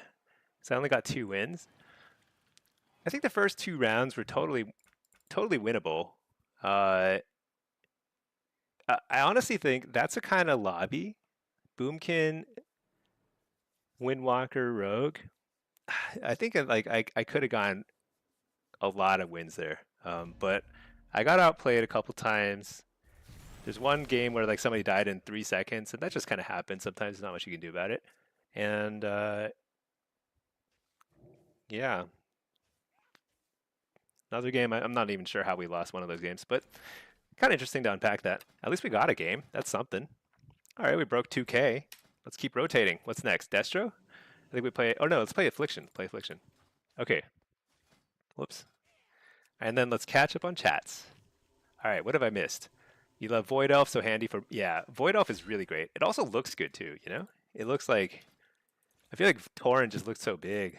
I feel like it's easy to hit me. The melee can hit me so easily. I don't like that. Um, Pack, you went Void Elf and DF. Oh, I didn't know that. Maybe you went Void Elf before I did. I don't know, but I like to think that I was early to the trend. Let's see, Petty 19. Can I ask how you feel about the affliction buffs? Oh, I think super good. Should you try dots and blitz or stick to Destro? I think affliction is very likely to be good in blitz, no matter what. Even if the buffs didn't come tomorrow, it would still be good in blitz, and it's going to be probably excellent in blitz starting tomorrow. Uh, Along with Destro, they're both very good, very similar kind of utility in blitz. I think it's going to be really good season for Warlocks in general in blitz. In shuffle, it's to be determined. I think affliction with the buffs for very experienced affliction players, it'll be really good. The sky's the limit. And for most people, I think the jury is still out in terms of like how challenging it'll be to get your damage out when you're under fire. So I probably will continue to recommend demo to most newer warlocks because it's harder to get completely shut down. Whereas with affliction, you can get literally completely shut down, and that can be very frustrating, I think, for newer players. But the potential is there with affliction already, and I think it'll be way threatening tomorrow. We're going to play a ton of affliction, and I'm going to record my affliction video guide as soon as I can after we figure out some build stuff. You respect the Tauren cope. So I do want to emphasize I do a lot of fishing. So I like a lot of things in this game. I like PvP. I like to do M+. I occasionally dabble in raids. Um, and I like to fish. I like to show this stat off because I think it's actually really impressive. So I have caught in my life 43,467 fish and other things. That's a lot. And that's not botting. That's just me sitting at a pool or river and just fishing. I'm gonna go fish right now. It's awesome. Let's just go to my little fishing spot. Sir Scooter, how important do you think races for PvP are? High ELO versus 1800 goals. So at 1800, zero impact, almost zero. Doesn't matter. I would say play whatever you want. If you think something looks cool, if you want to play Volpera, I think Volpera look cool. I kind of pick on them sometimes, but I actually think they look cool. Just play Volpera. It's totally fine. It will not make it any harder or easier to get to 1800. Now, at the very top end of play, like if you're talking about high ELO, I think race, as with everything else, like those little edges tend to matter a little more. Um, so like if you see AWC, people are not playing Volpera at the AWC. Sadly they're not. They will be playing, whatever they think they need in that particular matchup or with that particular comp. Um, if assassination rogue and feral druids were super strong, you would see a ton of not druids. You'd see a ton of dwarves running around because they would, you would need them to break the bleeds and everything. But that's just the meta. The meta changes all the time. Don't chase the meta. Play whatever you want, race wise. You play whatever you want, spec and class wise too. I am strongly against flavor of the month re-rolling. I play Warlock whether it's like S tier or C tier, it doesn't matter because it's always viable. Every class and spec is always viable. That's what those tier lists fail to communicate. Like everything is viable because Blizzard does a decent job balancing. And I like to reiterate this because like people still have like Burning Crusade in their mind. Back when Blizzard would let certain classes and specs be literally non-viable for an entire expansion for like 3 years at a time, which is insane. That no longer happens. Stuff gets balanced. Yes, there will be some stuff with a little bit of an edge, but you can absolutely get to 2800 or whatever rating you want, playing whatever you want. Everything is viable. So just play what you want. And especially with races. Races really are a very, very, very small edge. Let's see, Manatee. As a newer lock player, you want to lock into one spec. Yeah, demo, 100%. Jinxie, sorry, maybe I should work on my chat commands, but I have a demo PvP guide. Actually, it's the pinned comment in my Twitch and YouTube chats. You can I would check it out. That's aimed at like newer players. So if you're new to Warlock, just follow that build and just jump in and prepare yourself to get your face beaten in by melee because that's what Warlocks do. But you'll be okay. You'll just give it some time. It takes a little bit of practice, but you'll figure it out, and it's perfectly viable if you're aiming for 1600 to get your catalyst charge or 1800 to get to your elite set appearance or whatever. Totally doable these days, especially as demo. But if you're gonna play Blitz, like Battlegrounds, if you like Battlegrounds, I would recommend go Destro or Affliction, and you will have a much easier time climbing. So demo totally viable in Blitz too. I played a ton in Blitz, but definitely a little bit more challenging. Let's see. Petty, it's going to be better than Destro or Affliction or Demo. Destro is so every spec has its advantages. Destro is probably the best in like coordinated 3v3 because it's simply how should I put it? It has the most burst on demand. So if you're able to coordinate kidney shot smoke bomb, classic combo is Warlock Rogue. Destro works super well with that. It's like, oh, kidney shot smoke bomb. Okay, let's send a chaos bolt. Let's send a havoc coil, double coil, whatever. And you can really line things up, and it's super, super scary. However, in solo shuffle, anything goes. Destro, demo, AF, they're all pretty good, but AF will be a little harder to play. Sphere in every spec but AUG, yeah. Unfortunately, I think AUG is in a weird spot. Like it goes through stretches where it's like super OP and super, super underpowered. That's the one exception to the balancing discussion that I just had. I'd say like sometimes there are times where augmentation is literally just it just struggles in every form of content, PvE and PvP. It's very hard for Blizzard to balance. Because like when AUG is good, it makes good players that they play with mega good. It's like exponential multiplier there. Okay, let's see. Pack never shows off his rank 1 titles, but always the million fish caught. Yeah. Dude, I mean, think of how hard it would be to compete with me on the fish caught. How many gladiators or like how many experienced PvPers do you think have caught even like 5 figures worth of fish? When I get to 6 figures of fish, I'm just going to keep this. This is going to be up all the time. I'm like literally never even going to close this window. When I get to 100,000 fish. All right, let me reload my UI. Thing is bugged. So I have a guide out for Destro. I actually launched that. Was it today? I launched it today or yesterday. I forget. All the days are running together in my head. I have a PvP Destro guide out. Oh yeah. Oh shoot, my Destro guide is what's pinned. So my demo guide's not pinned. You can find it on my YouTube channel, Smelly Stinky, @SmellyStinky or youtube.com/@SmellyStinky or whatever.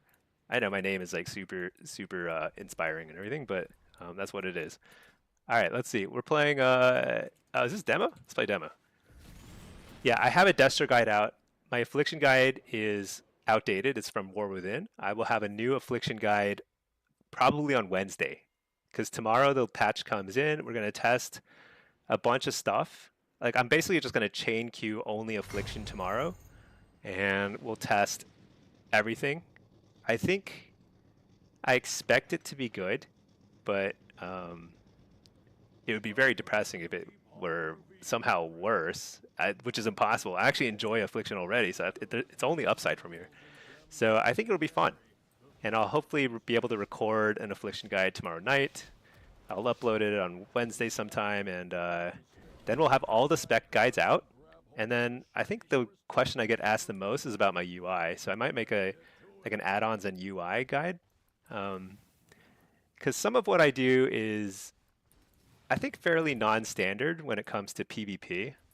Like a lot of PvP streams, you'll see really, really different UI approaches, because there's a lot more emphasis on like tracking diminishing returns and stuff. Oh, that guy's defending. I didn't even see him. He's like green. He's like stealth. Super stealthy. Wait a second. I see incoming. Oh, that guy's going up there. Okay.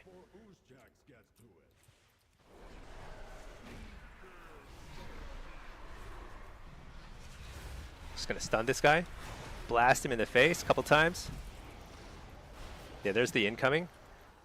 He's got help, right? No? Dude, what's my spec? I don't have burning rush. I forgot to respec. Shoot. That's not good. So you need burning rush when you play Blitz, because it's objective based. You got to be able to get to the right place at the right time very quickly, and that is not happening here, sadly. So that limits my options in terms of what I can do. I can't go run off and fight for other stuff. So I'm going to play defense. When you're in a less mobile situation, you kind of have to just adjust.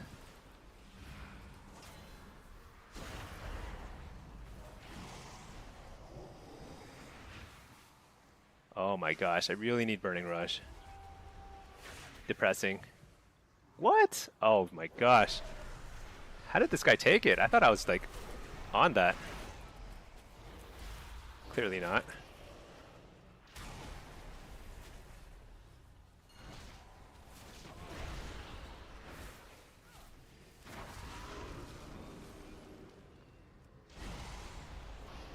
I don't think we can stop him. He's a monk. There's no stopping that. But I can kill this guy. And this guy. Where's my pet, do you think? I feel like my pet goes off on his like little adventures sometimes, and I have no idea where he went. There he is. Okay. We're down a cap. That's okay. It's not the end of the world. Pretty far from it. Not having burning rush is pretty annoying, because I can't contest. Like if somebody has a flag, I can't catch up to them, you know? Oh, I should have stayed hidden for a second. That's too obvious.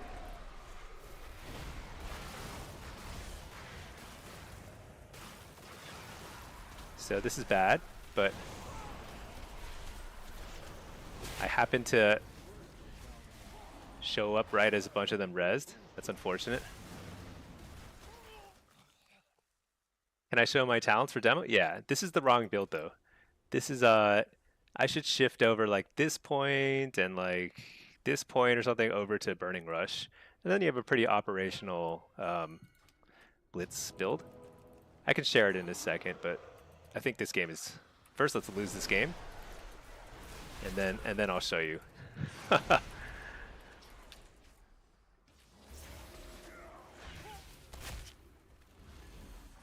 Dude, gotta be kidding me. So without burning rush, I can't really stay in the cart.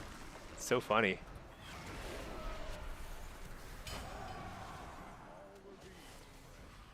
I think we're gonna lose this cart too.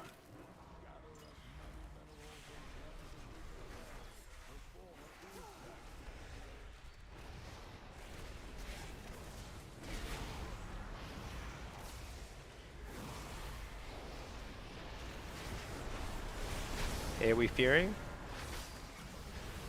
Dang. Got a DK on me. Super annoying.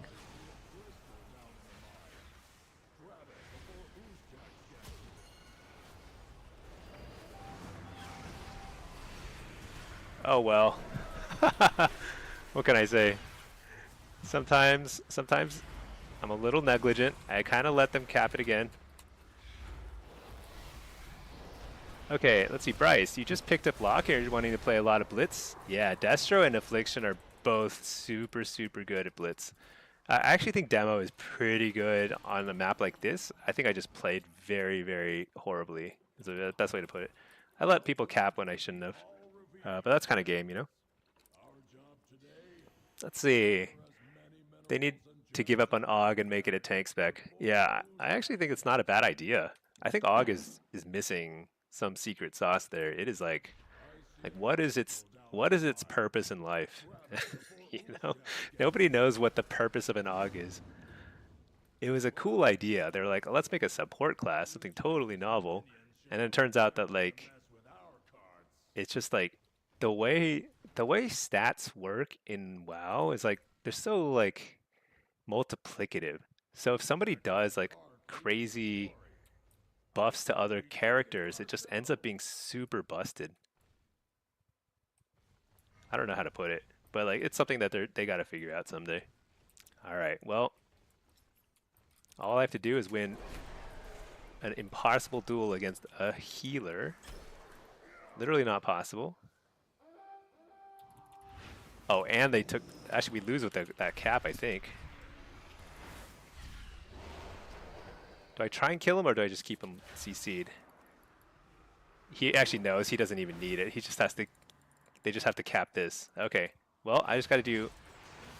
Look at the sea of green. What is this nonsense?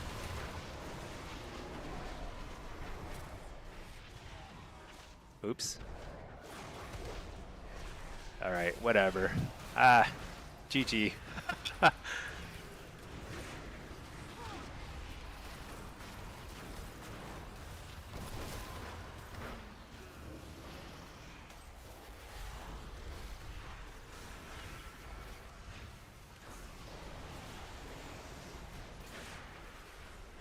Wait. Did they not cap it? Oh, there they go. They capped it. Wait, how come they didn't... Wait, what's going on? Why are they not capping it? Okay, they finally capped it. Alright, well, did what I could, that's for sure. Can't win them all. I find myself saying that a lot these days. There's a lot I can't win, it turns out. Pack. Og is a bard that can't sing. Yeah, it's a nice idea though, right? But the problem is that healers they're already a support class. So adding a support class that's not a healer is like it just doesn't. I don't know. They got to figure that out. I think they just should just make Og either a tank or DPS and just or another heal spec, whatever, and just call it a day. You know? Let me reload my UI. Filthy, got your 1800 set the other night. Oh, thanks to you guys. Hey, that's awesome. First expansion ever playing Warlock. You play on controller too, dude. I find that so wild. How does anybody play on a controller? That's really impressive. There's only like 4 buttons, right? I mean, you got like 6-ish buttons on a controller. How do you target stuff? I guess you have to tab target everything, right? I mean, dude, that seems insane. That's awesome though. Congratulations. 1800 this early on is very, very good. Very well done. I think, well, I'm glad to be of service. I think my videos I put all my secrets in them, you know, all my thoughts on talent points, they go in there. So hopefully they're helpful. Um, but that's just all there is. All I got. If you're in the for AUG, the issue is it's the only support class. It's basically yeah, if it's necessary, yeah, it's necessary if it's good, and it's pointless otherwise. Yeah, yeah, it's a weird thing. I didn't play any PvE back in Dragonflight, but I heard it was very frustrating because AUG was a uh, required for every M plus run, which that sounds super annoying, right? Like you can't really push higher keys unless you had an AUG. M plus though is a kind of funny thing though. People make a huge deal out of the meta in PvE, People do it in PvP too. Like tier lists are like the most popular content on YouTube because people love to know what the meta is. They're like, oh, this is S tier. I'm gonna go re-roll it now. It doesn't really matter, is the funny thing. Like you can play anything and it's all fine. Everything is fine. But especially in M plus and in raids, if something is perceived as like lower tier, like you just can't even get an invite. You can't even play the game. It's insane how broken that is. So I'm hoping. Let's see. Uh, oh yeah, Pinky's making a good point. Apparently, I didn't update my stream settings. It says lazy Sunday. Whoops. It's not a lazy Sunday. Okay, let me see. Juan, you know, you're actually disappointed about the green fire and the codex. Turns out, uh, out of Destro. Wait, hold on. How do I change the stream name? I'm just gonna call it. I'm just gonna type in something here. Uh, Destro PvP guide out now, and then AF tomorrow, because we are super pumped about AF buffs tomorrow. All right, there. I'll update there. Okay, Juan. So the codex of winter turns out Destro nothing changes when it's supposed to affect all specs using flame and shadow flame.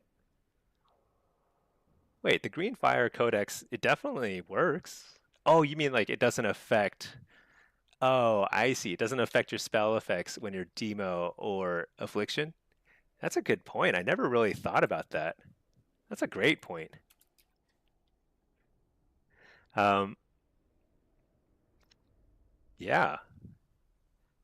Actually, it's hard for me to think of like what would change because the thing is like a lot of spell effects are already green and black, like shadow flame stuff, or purple and black. I guess it could change the purple and black stuff from Soul Harvester, Affliction, and Demo, make it more greenish. I guess that would be pretty cool. I never thought about that. Oh well, Destro get their little special green fire effects. Pack, why is Pinky not running twos? Pinky is she's chilling. She's like actually she's doing she's being very supportive these days, letting me stream. She's actually doing the kids' bedtime right now while I'm playing video games, you know. So it's kind of how it is. Normally on weekdays, I usually have to stream a little bit later in the day because you know, kids' bedtime and I've got work and stuff. It just so happened that today I was a little bit had a little more like flexibility. I basically finished some work stuff a little earlier than expected, so that was nice. But oh, Pinky is having major FOMO. Yeah, Pinky and I, we started playing some twos. Look at this. Check this out. Our 2v2 rating is, we're at 1,000, but we went 11 and 1 yesterday. Pinky, Pinky's my wife, for those who don't know. Pinky plays a priest. We've been playing, so Pinky and Stinky, we're at a fearsome twos. We play, uh, we play exclusively together. We're what do you call it? An exclusive relationship. She's my wife, and so we yeah. So twos and threes, I usually don't take super seriously. I play with my wife, play some friends, and then I kind of scratch the competitive itch in solo shuffle and solo blitz and stuff. Putting little stinkers to bed. Yeah, they are little stinkers. They're very curious. They love it when I stream. They're like so curious about what I'm talking about because they don't play WoW, right? So it's very interesting. Let's see. Next 210. That's what you like about solo shuffle. You can queue and play regardless of spec. Yeah, 100%. And like your performance, like yes, you can get to 1800 easier if you play something that happens to be a little stronger at the moment. But generally speaking, most of the breakpoints are pretty achievable for most people. Now, where this breaks down is in 3v3 and 2v2, where the meta becomes way more pronounced and more important to your gameplay. It's harder to get into groups if you want to try and get into a 3v3 group and you're playing something that's off meta, very hard to get into a group. And I think that's a kind of unfortunate thing. But I fully believe when Blizzard finally creates the solo queue mode for M plus, it's going to be wildly fun. Like it'll be like I'll be queuing solo Blitz, solo Arena, and solo M plus all at the same time. It's going to be like a ton of variety of content, A lot of different sorts of challenges. It'll be fun to kind of switch modes and stuff. I like that. And M plus is so, again, like demo is probably, I'll probably get into groups very easily right now because M plus is like everyone's obsessed with the meta, and demonology is obviously very good in PvE right now. But like in War Within, sometimes it was a struggle, and that's like that makes no sense, you know. Just let people play. Let's see, Pinky, yeah, sweet, poor Pinky. Not all heroes wear capes. Pinky priest, yeah, yeah. Pinky does need a cape. That's a great idea. We should get Pinky a cape. Okay, let's see. Did I queue as a? Is this affliction? Let me reload my UI. All right. What are we rocking here? This is affliction. Doesn't it feel like I've been getting a lot of Eye of the Storm? Really bizarre. So I haven't really been thinking too strategically about Eye of the Storm, but it has changed massively since Midnight came along. It's almost impossible to explain how it worked before if you weren't familiar with this from War Within. It was so wacky and so different, and actually super fun. But now it's much better. It's much more like kind of like classic Eye of the Storm. There's 5 nodes, and what I haven't really figured out is like what is the standard strategy, and I just haven't really like been paying attention, honestly. But usually there's kind of like a more standard approach to things. Dude, the wings on this guy are like so invisible. It's weird. And the camera's super wigging out on this map as usual. But the question is like where does the highest concentration of activity occur? Because that's probably the way you want to play as Affliction here. You kind of want to find where the action is and head there. Let's see, Jinxie, you wonder how AF will come out of the updates. You personally don't think it'll be enough to surpass demo? Hmm. Yeah, I don't know how it'll compare to demo and Destro, because demo and Destro are very far ahead. They're so strong. They're super strong in solo shuffle. But AF is really good in Blitz and may pull ahead of Destro in Blitz. I feel pretty sure it will. And I think AF may be, if not better than demo in shuffle and arena, then like at least more doable. Because like right now it's pretty miserable. Uh, you know, we've made it work, but like it's not like it's somewhat unpleasant sometimes. All right, looks like they're sending a fair number of people this way, in this direction. So let's go this way. Let's intercept here. Let's help this guy defend.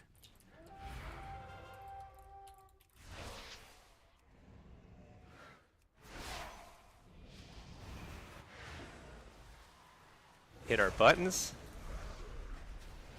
Hit our buttons hard.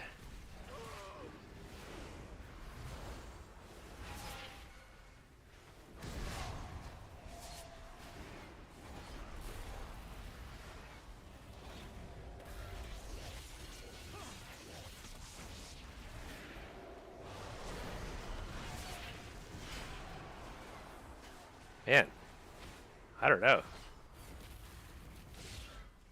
So the thing is like, so one of the interesting things about Blitz that takes some getting used to, and sometimes I forget about it, honestly, is there's no dampening in Blitz. So healers are always super hard to kill.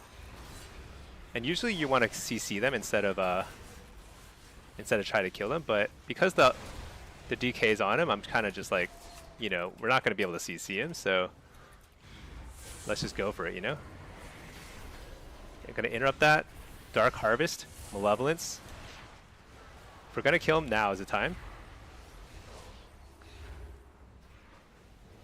Oh, he got interrupted. That's huge. Not enough, though. See? Like, they're very, very hard to kill. If I had Coil up at that time, I probably could have gotten the kill, but as it is, it's okay. The funny thing is, like, we're not dying. That's the funny thing.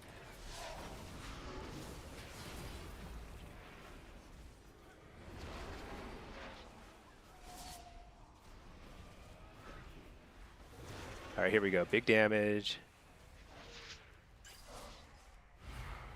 Maybe. Interrupt that at the last second.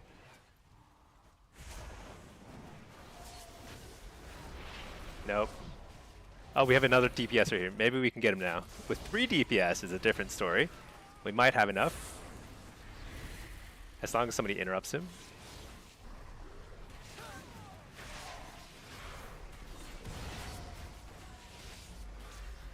Kill them both at the same time. Interrupt him. Malefic Grasp. Oh, we got him finally. That's a hard fought victory right there. Steal his little corpse. Was his name Butt Muscle? What was that? Butt Muscle?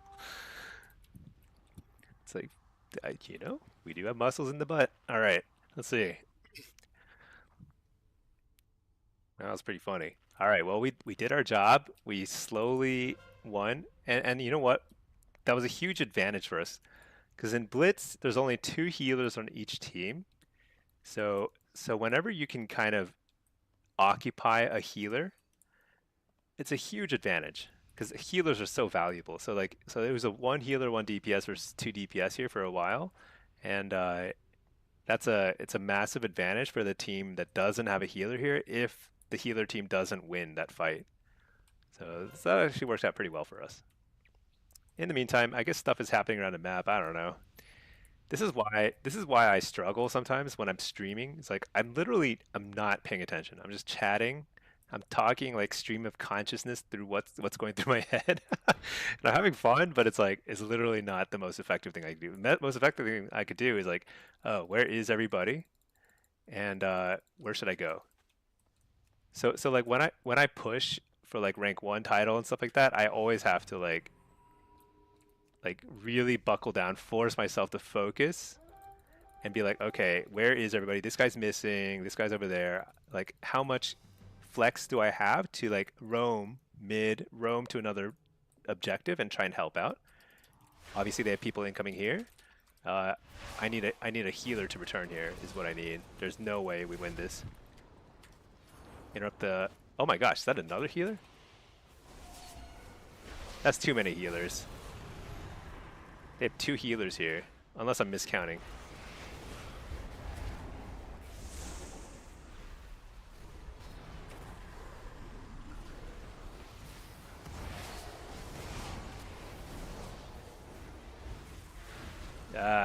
Yeah, I don't know. Goal is simply to die relatively slowly.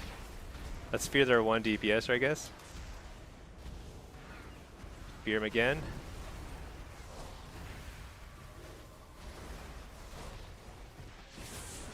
Oh, we're so toast. That Chaos Bolt is incoming. It's coming in hot. It's called Streamer Brain. Yeah, Streamer Brain is real.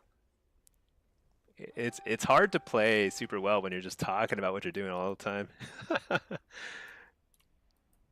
It is a challenge. All right. Oh, we didn't lose the base yet? So, I mean, I'm so dumb. Like, I should have actually, like, what I should have done is what's called body res. I could have just run straight to my corpse and reflect the fear. Again, I'm not trying to win. I'm just trying to buy time because we've got 2 of their healers here.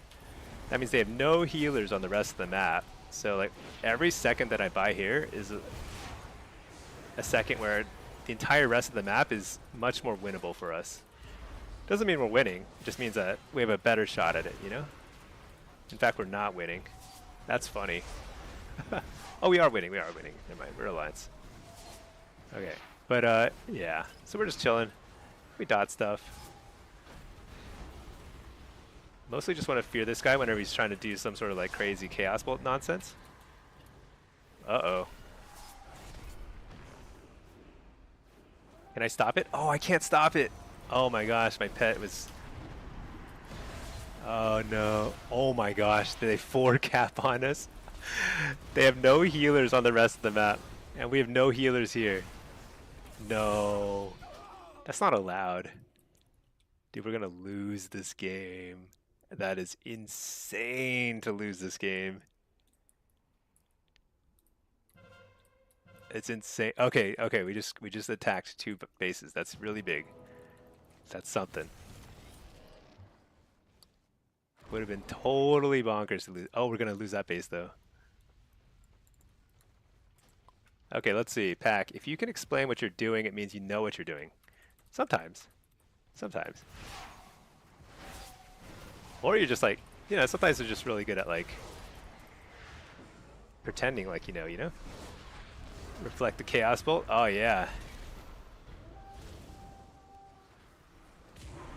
Am I crazy? Am I absolutely bad and horrible at this game or what?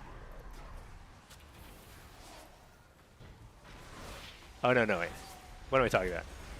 Wait, did I miss it? Did we have this base or not? I'm crazy. I don't know what's happening. I have the worst case of streamer brain ever.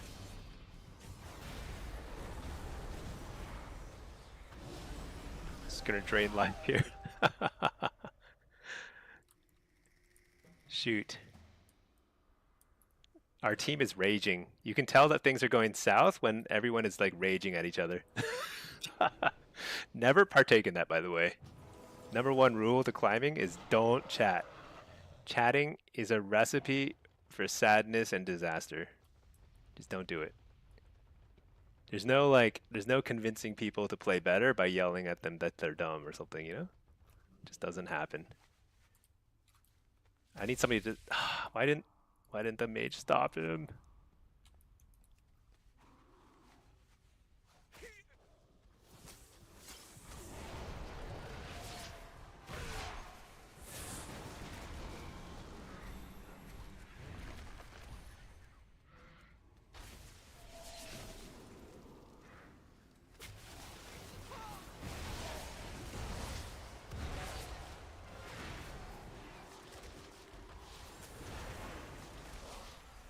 Also, why haven't I seen a healer uh, this game?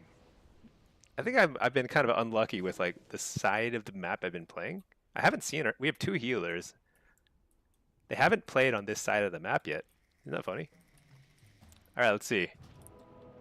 Let's see what we can do. Hey Juan, thought to kill the healer first and kill the DPS after. Always focus healers. Almost never. So in Blitz, so there are some team fight situations where it will definitely be easier to kill a healer first, depending on the team fight comp or something. But if you're in, let's say like you're in a pretty natural, like, I just reflected that Chaos Bolt. It's a pretty good start.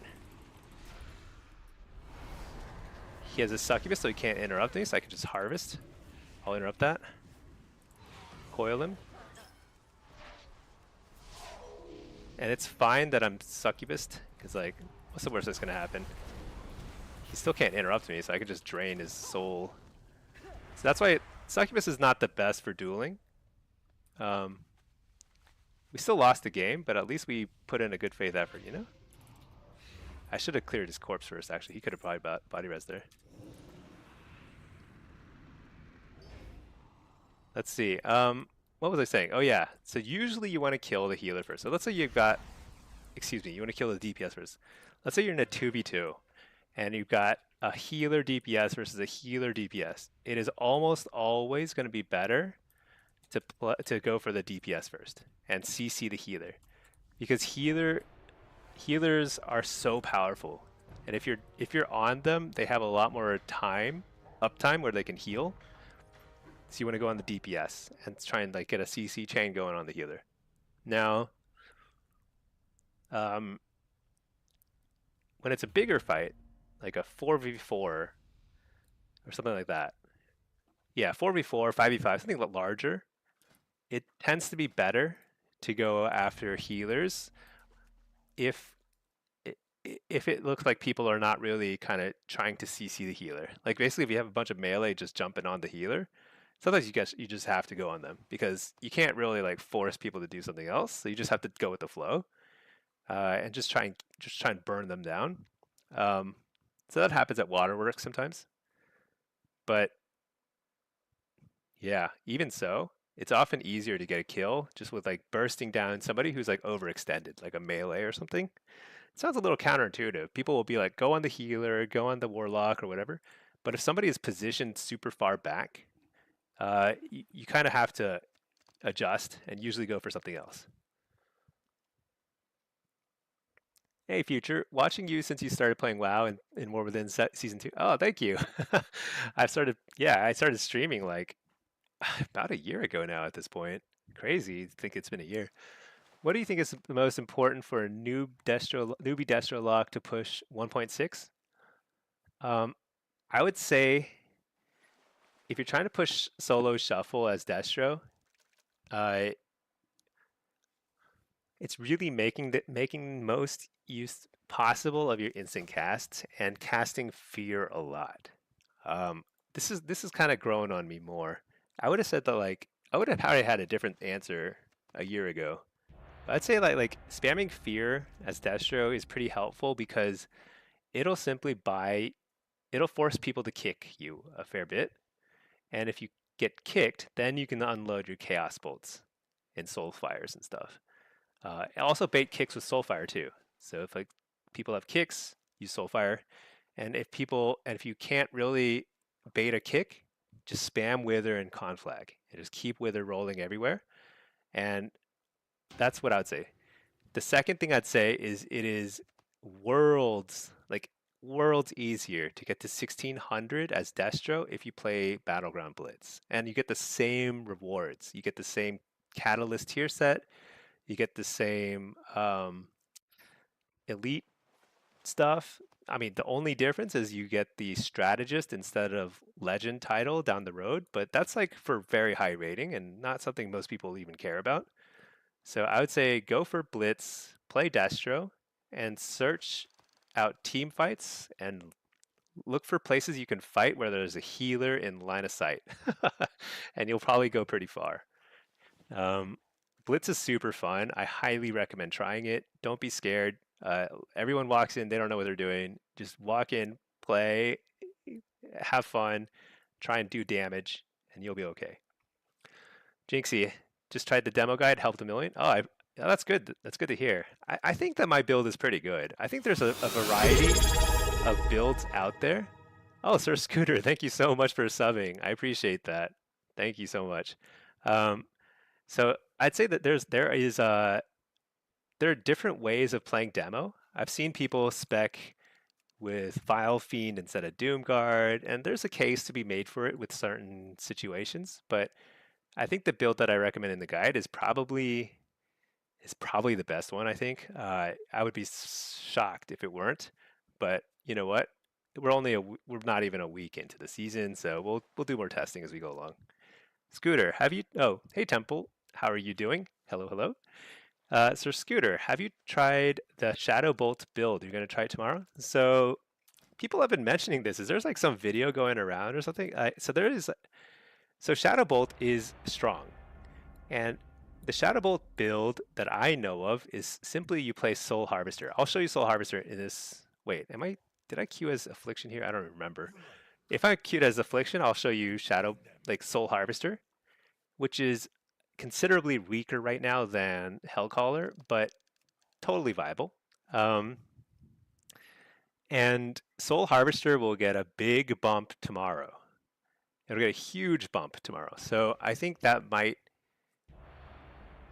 make it more viable than it is right now. Because I'd say it's like relatively not viable.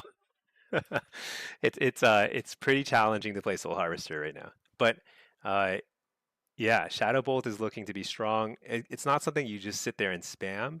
It's something you use with Nightfall procs, and you get Nightfall procs when you have a lot of agonies rolling around, and high haste. High haste, a lot of agonies. You get a bunch of. Wait, is it agony? No, it might be wither. Which one gives Nightfall? Shadow Bolt. Which one gives Nightfall? I think I'm losing my mind. I'm pretty sure it's wither. Agony gives shards, right? Where is Nightfall described? Wither damage. Yeah, wither damage. Okay. It's wither. Jinxie, Doomguard is strong? Yeah, it is strong. For sure. Jamikaze, you just started watching. Don't play lock, but love the chillness. Oh, yeah, that's good. You know, we're here for the vibes too, honestly. We just play for fun. Try and win, sure, but you know, it's okay if we don't. So we'll play some Soul Harvester. Blitz, Soul Harvester.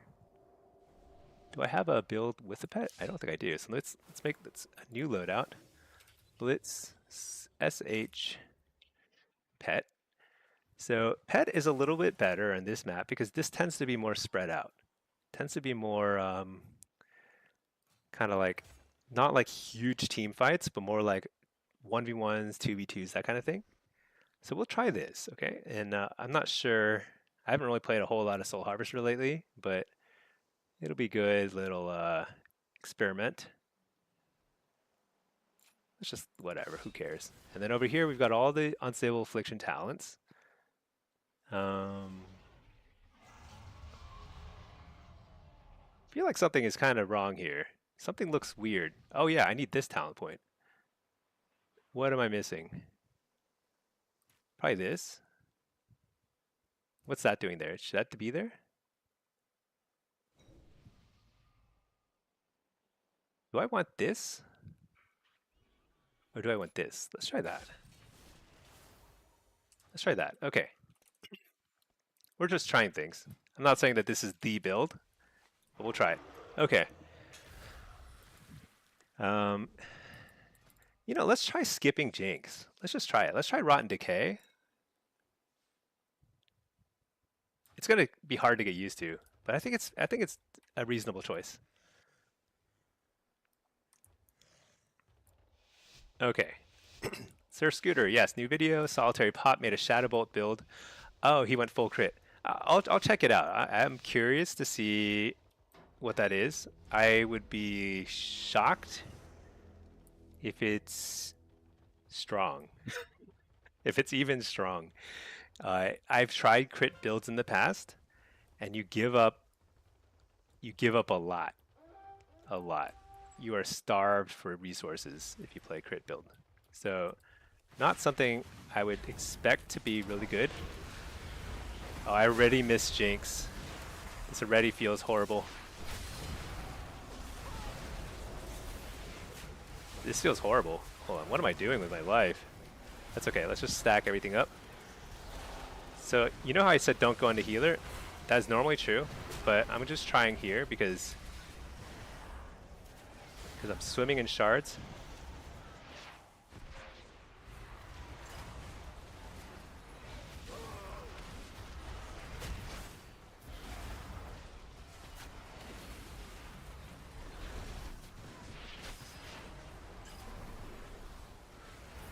Okay.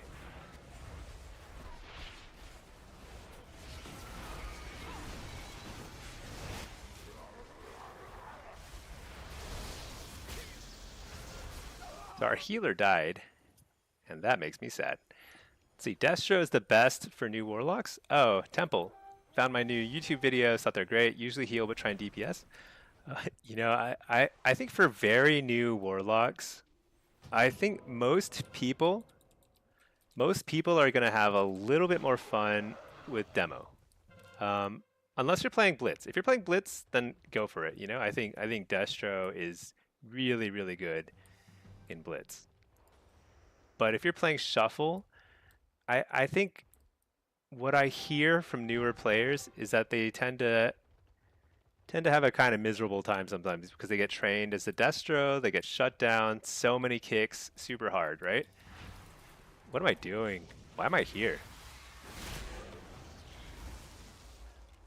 That's okay. I'm here. Here's what it is. Drain his soul. So I feel like I have too many soul shards. Isn't that weird? I feel like I have too many soul shards. Actually, let's leave this guy behind. He's fine. Let's get out of combat. Where is their Feral? He's over there. DKs, they've got a bunch of people mid. I'm just going to go ahead and not go mid. Looks like that's actually covered. I see somebody maybe heading towards Lumber Mill on the other side over there. Let's see, where's that hunter going? The demon hunter? There was somebody. I saw some sort of name over there. Maybe not. Okay. So next up, this is coming up in about 5 or about 10 seconds. It would help if I were a little bit of a stealth class, but I can be a stealth class. Check this out. Now I'm stealth. They have no idea where I'm going. They might have an idea, some rough idea.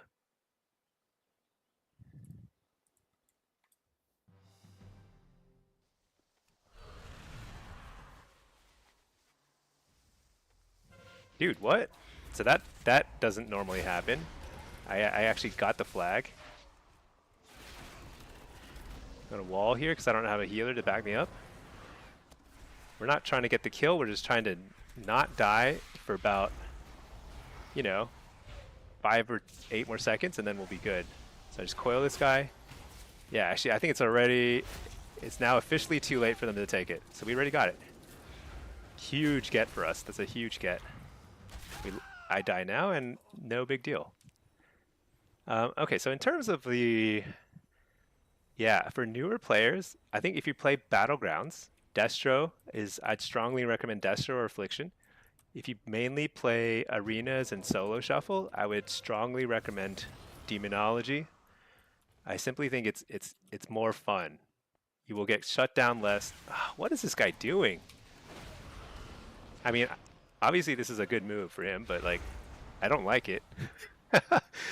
Because healers are very. So what I want to do. Nice. So I got a stun out of the way. So now he doesn't really have a way to steal the flag from me. The real question is like how many trinket charges does he have left? Does he have trinket? He does have trinkets. So he has trinket. We just got through one trinket. I'm just gonna drain his life a little. He's a healer. I'm not even gonna try and kill him. There's no way. I have to try and take this though before his friends arrive. I think his friends are arriving now. But oh yeah, his friend arrived. Dang. But you can see there, that's the setup. If nobody else came to back him up, then I would have taken the flag right there. Because you get through one of their, what the, dude, I've never had that happen. What in the world? This dude just didn't res me. He's like, I'm chilling. But what was I saying? Yeah, you got to get through their trinket, and then they have no other fear breaks. So you just then fear them after that. All right, let's see. Looks like we're good here. I will make sure. Yeah, looks like he's good. He's doing his thing. I'll go up here and help out there, and then hopefully we can close out the game soon. Okay, let's see. Futures, you're looking mostly for 2s or 3s. Shuffle is not fun with perma double melee. I understand. I understand that feeling. Oh, nice. We already had it. Okay, I think that's game. That might be game. You have a 50% win rate in like 150 rounds. You played 150 rounds already? I mean, I've been like playing a lot. That's a lot of rounds, dude. That's awesome. Congratulations. I would just say, wait, why do I get so many soul shards? Wait, what the? I need to read the soul harvester abilities. Do I get soul shards when I cast Dark Harvest? Oh yeah, Dark Harvest. You gain 1 soul shard every 1 second while channeled. Dude, am I an idiot? That's awesome. Is Soul Harvester actually gonna be like good tomorrow? Because I played it like a solid day or two a few days ago, and it just felt like Hellcaller was way ahead on damage and pressure. But it might just have been the lobbies. I also might have been playing it wrong because it looks like you get a ton of utility out of Shadow of Death here. Interesting. So okay, we'll test that tomorrow. We'll test it tomorrow. All right, I've been streaming for 4 hours. I probably need to actually eat some dinner. I need to do some stuff. Check in on Pinky, make sure she is doing okay. So I'm gonna toss this up to here. I know it's a little early, but I did get streaming a little earlier in the day than usual. I'm trying to keep these streams nice and tight so that I, keep people entertained. And then when I'm exhausted, I go off stream and just like start wiping everywhere, like in M0 or something. But for now, this is, the plan is tomorrow we're going to hit the ground running. We're going to get AFF buffs in the door. Oh shoot, do I take the Q? I take the Q, right? Yeah, I take the Q. Let's do it. One more game, and then I'll call it. But yeah, we'll wrap it after this solo shuffle. Um, the idea tomorrow is we get the buffs in, and then we go crazy. We just play nothing but affliction tomorrow, and then I will hopefully have a clear idea of a build I want to recommend to folks. I'll record the guide tomorrow night and launch the video. It'll be fun. Always watch Jazz. Oh yeah, Jazz and Bua. Yeah, I think it's an interesting thing that there are a lot of kind of like how would I describe them? Chill warlocks, you know, chill vibes. Something about playing warlock is sort of like good for the chill vibes. I think like a lot of people like Jazz and Infernian and stuff, they're all super cool. Oh, thank you so much, Open Hearter. I appreciate that. Love the chillness. Oh, thanks, Scooter. Yeah, I'm just gonna play this one lobby and then we'll call it. Oh, this will be a fun one. This is double hunter and a warrior. Oh, is this gonna be fun? Let's play Hellcaller because I'm determined to make Hellcaller work. They're chill. Yeah, they're super chill. Yeah, I like their content. You should definitely keep watching them too. Oh shoot, I forgot. I didn't switch. I didn't get Jinx. Okay, well we're gonna figure out if Jinx is good or not.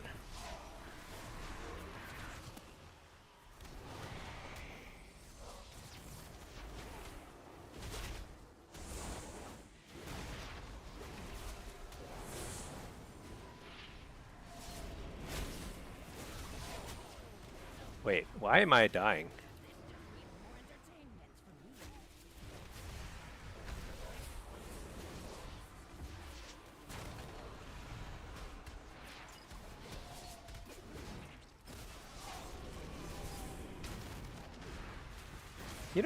You know what would help?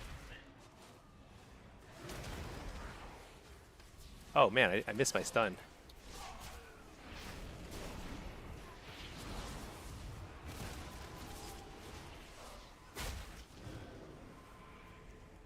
All right, here we go. I was kind of like asleep at the wheel there. Here we are. We're totally wide awake. Eyes super open. Let's fear this guy. Dot him up. He's gonna kick. I get the precog. And then I die. Just like that. Okay. I think I need Jinx. I was applying dots a little too slow. It definitely was noticeable. Let's get Jinx here for solo shuffle at least. And then let's try again. Double Hunter and Fury. Yeah, this is a tough lobby. This is a tough lobby for Affliction. And even tomorrow after the buffs, this will still be a tough lobby. But it's a good kind of like thing to test. I think I could have done better there. I just had a little bit of a slow start. Spell Reflect seems not super helpful. Well, Spell Reflect is very strong. It's just hard to use it right. Well, he used it right there. See, I was just wanted to show you how it can be helpful if you reflect Mortal Coil. And the thing is, it's a lot harder to tell when Spell Reflect is up. So it's more powerful now than it was before because it is harder to see. Interrupt UP, that's actually a lot of pressure. I like the way this disc plays though. He's like using his more defensive cooldowns. It's super helpful for me. Cause like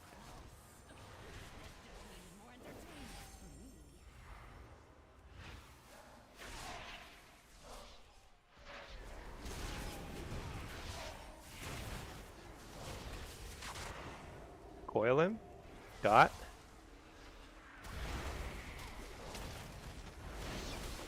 I'll just lay a port here because we've fully migrated from the other starting area.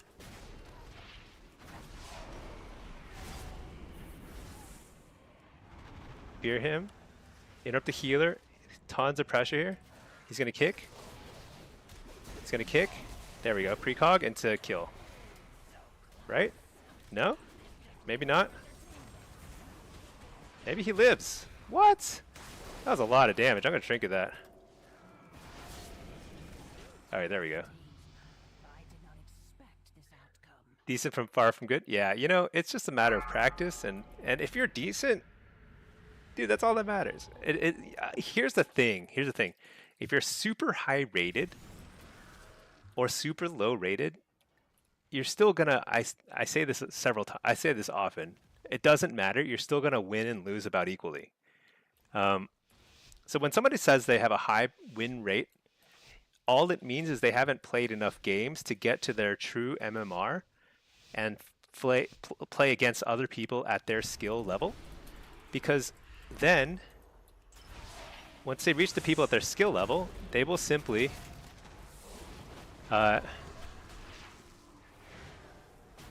win and lose equally at that point on. That's just how things work. Wait, what is that guy doing? Oh, okay.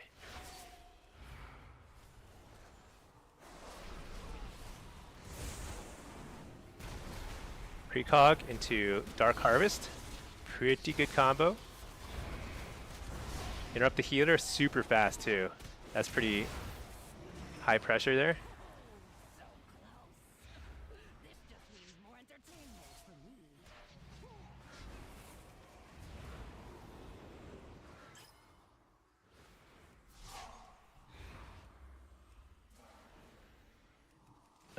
Come here.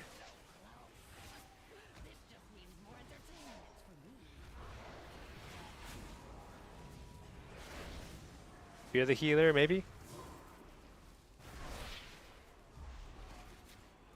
Oh my gosh.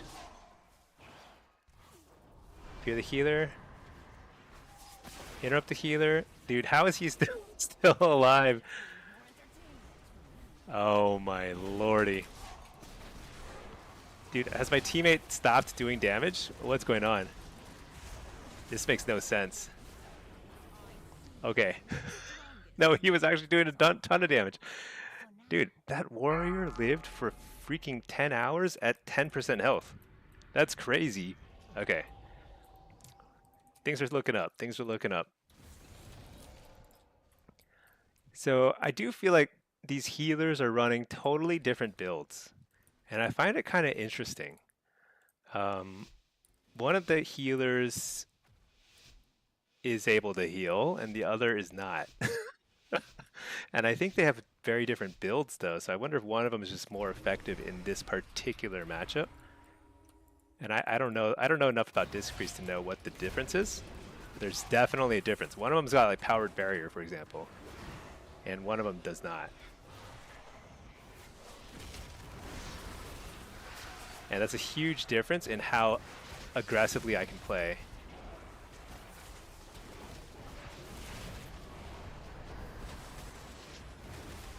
Like, I'm at low health already.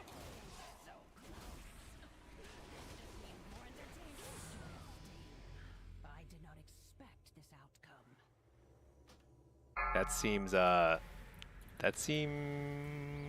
of interesting to me. Kind of interesting. All right. I mean, so in that sort of game, the kind of criticism I would often receive. I mean, I'm not. Nobody's actually saying anything bad here or whatever. Everyone's totally chill. But often you'll get criticized for like, I didn't use wall there. Like I died without using wall.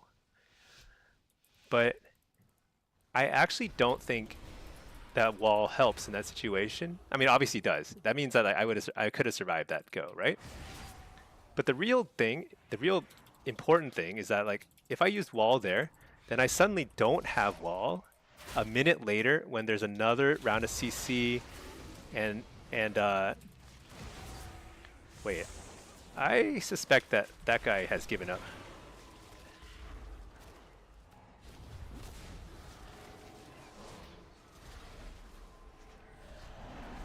Oh, we are blasting this guy.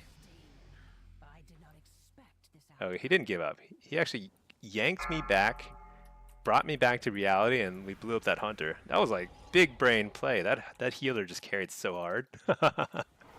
I was like way over here. Let's see, Petty, do you still have Affliction Warlock guide on your YouTube channel? So my last Affliction guide is from War Within. So on Tuesday, which is tomorrow, we're gonna get patch implementation. We're gonna get huge buffs for Affliction. I'm gonna test a bunch of stuff, and I'm gonna record a new Affliction guide. So tomorrow, check my YouTube channel around Wednesday sometime, NA time. By Wednesday NA, I should have a new video up, and it'll hopefully be pretty helpful. I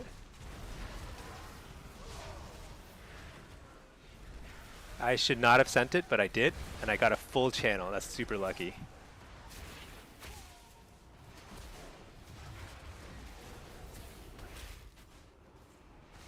This is pretty tough. This is very tough. I got a kite.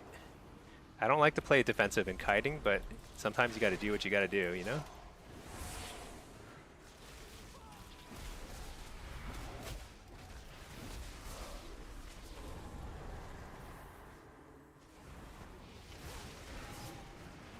Interrupt the healer. That's huge. I'm going to wall here. Hope for the best. Because I don't think I'm getting any more heals for some reason. Oh my gosh, he's so far away. Why was he over there? I didn't even know he was over there. Trinket coil just to try and live. Oh my gosh. This is desperate times.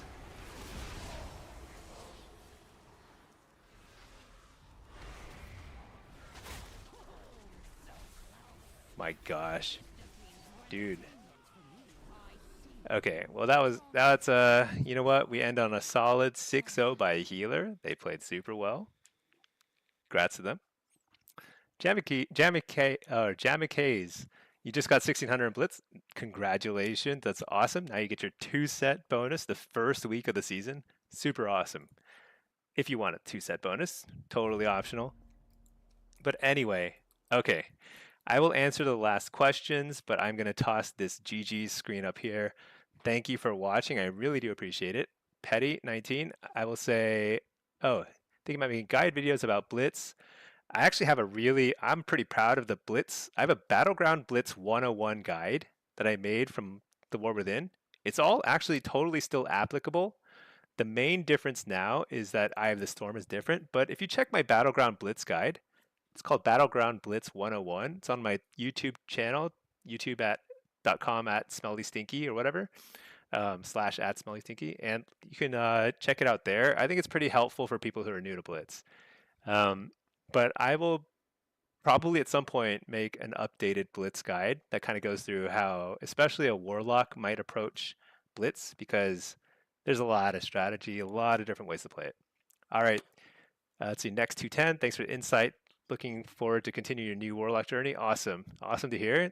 Excited for the AFF guide. I do hope pumps tomorrow too. We'll see. But appreciate it, everybody. Thank you for watching. Thank you for the subs. Thank you for just keeping me entertained in the chat. And I will see you all soon, I hope.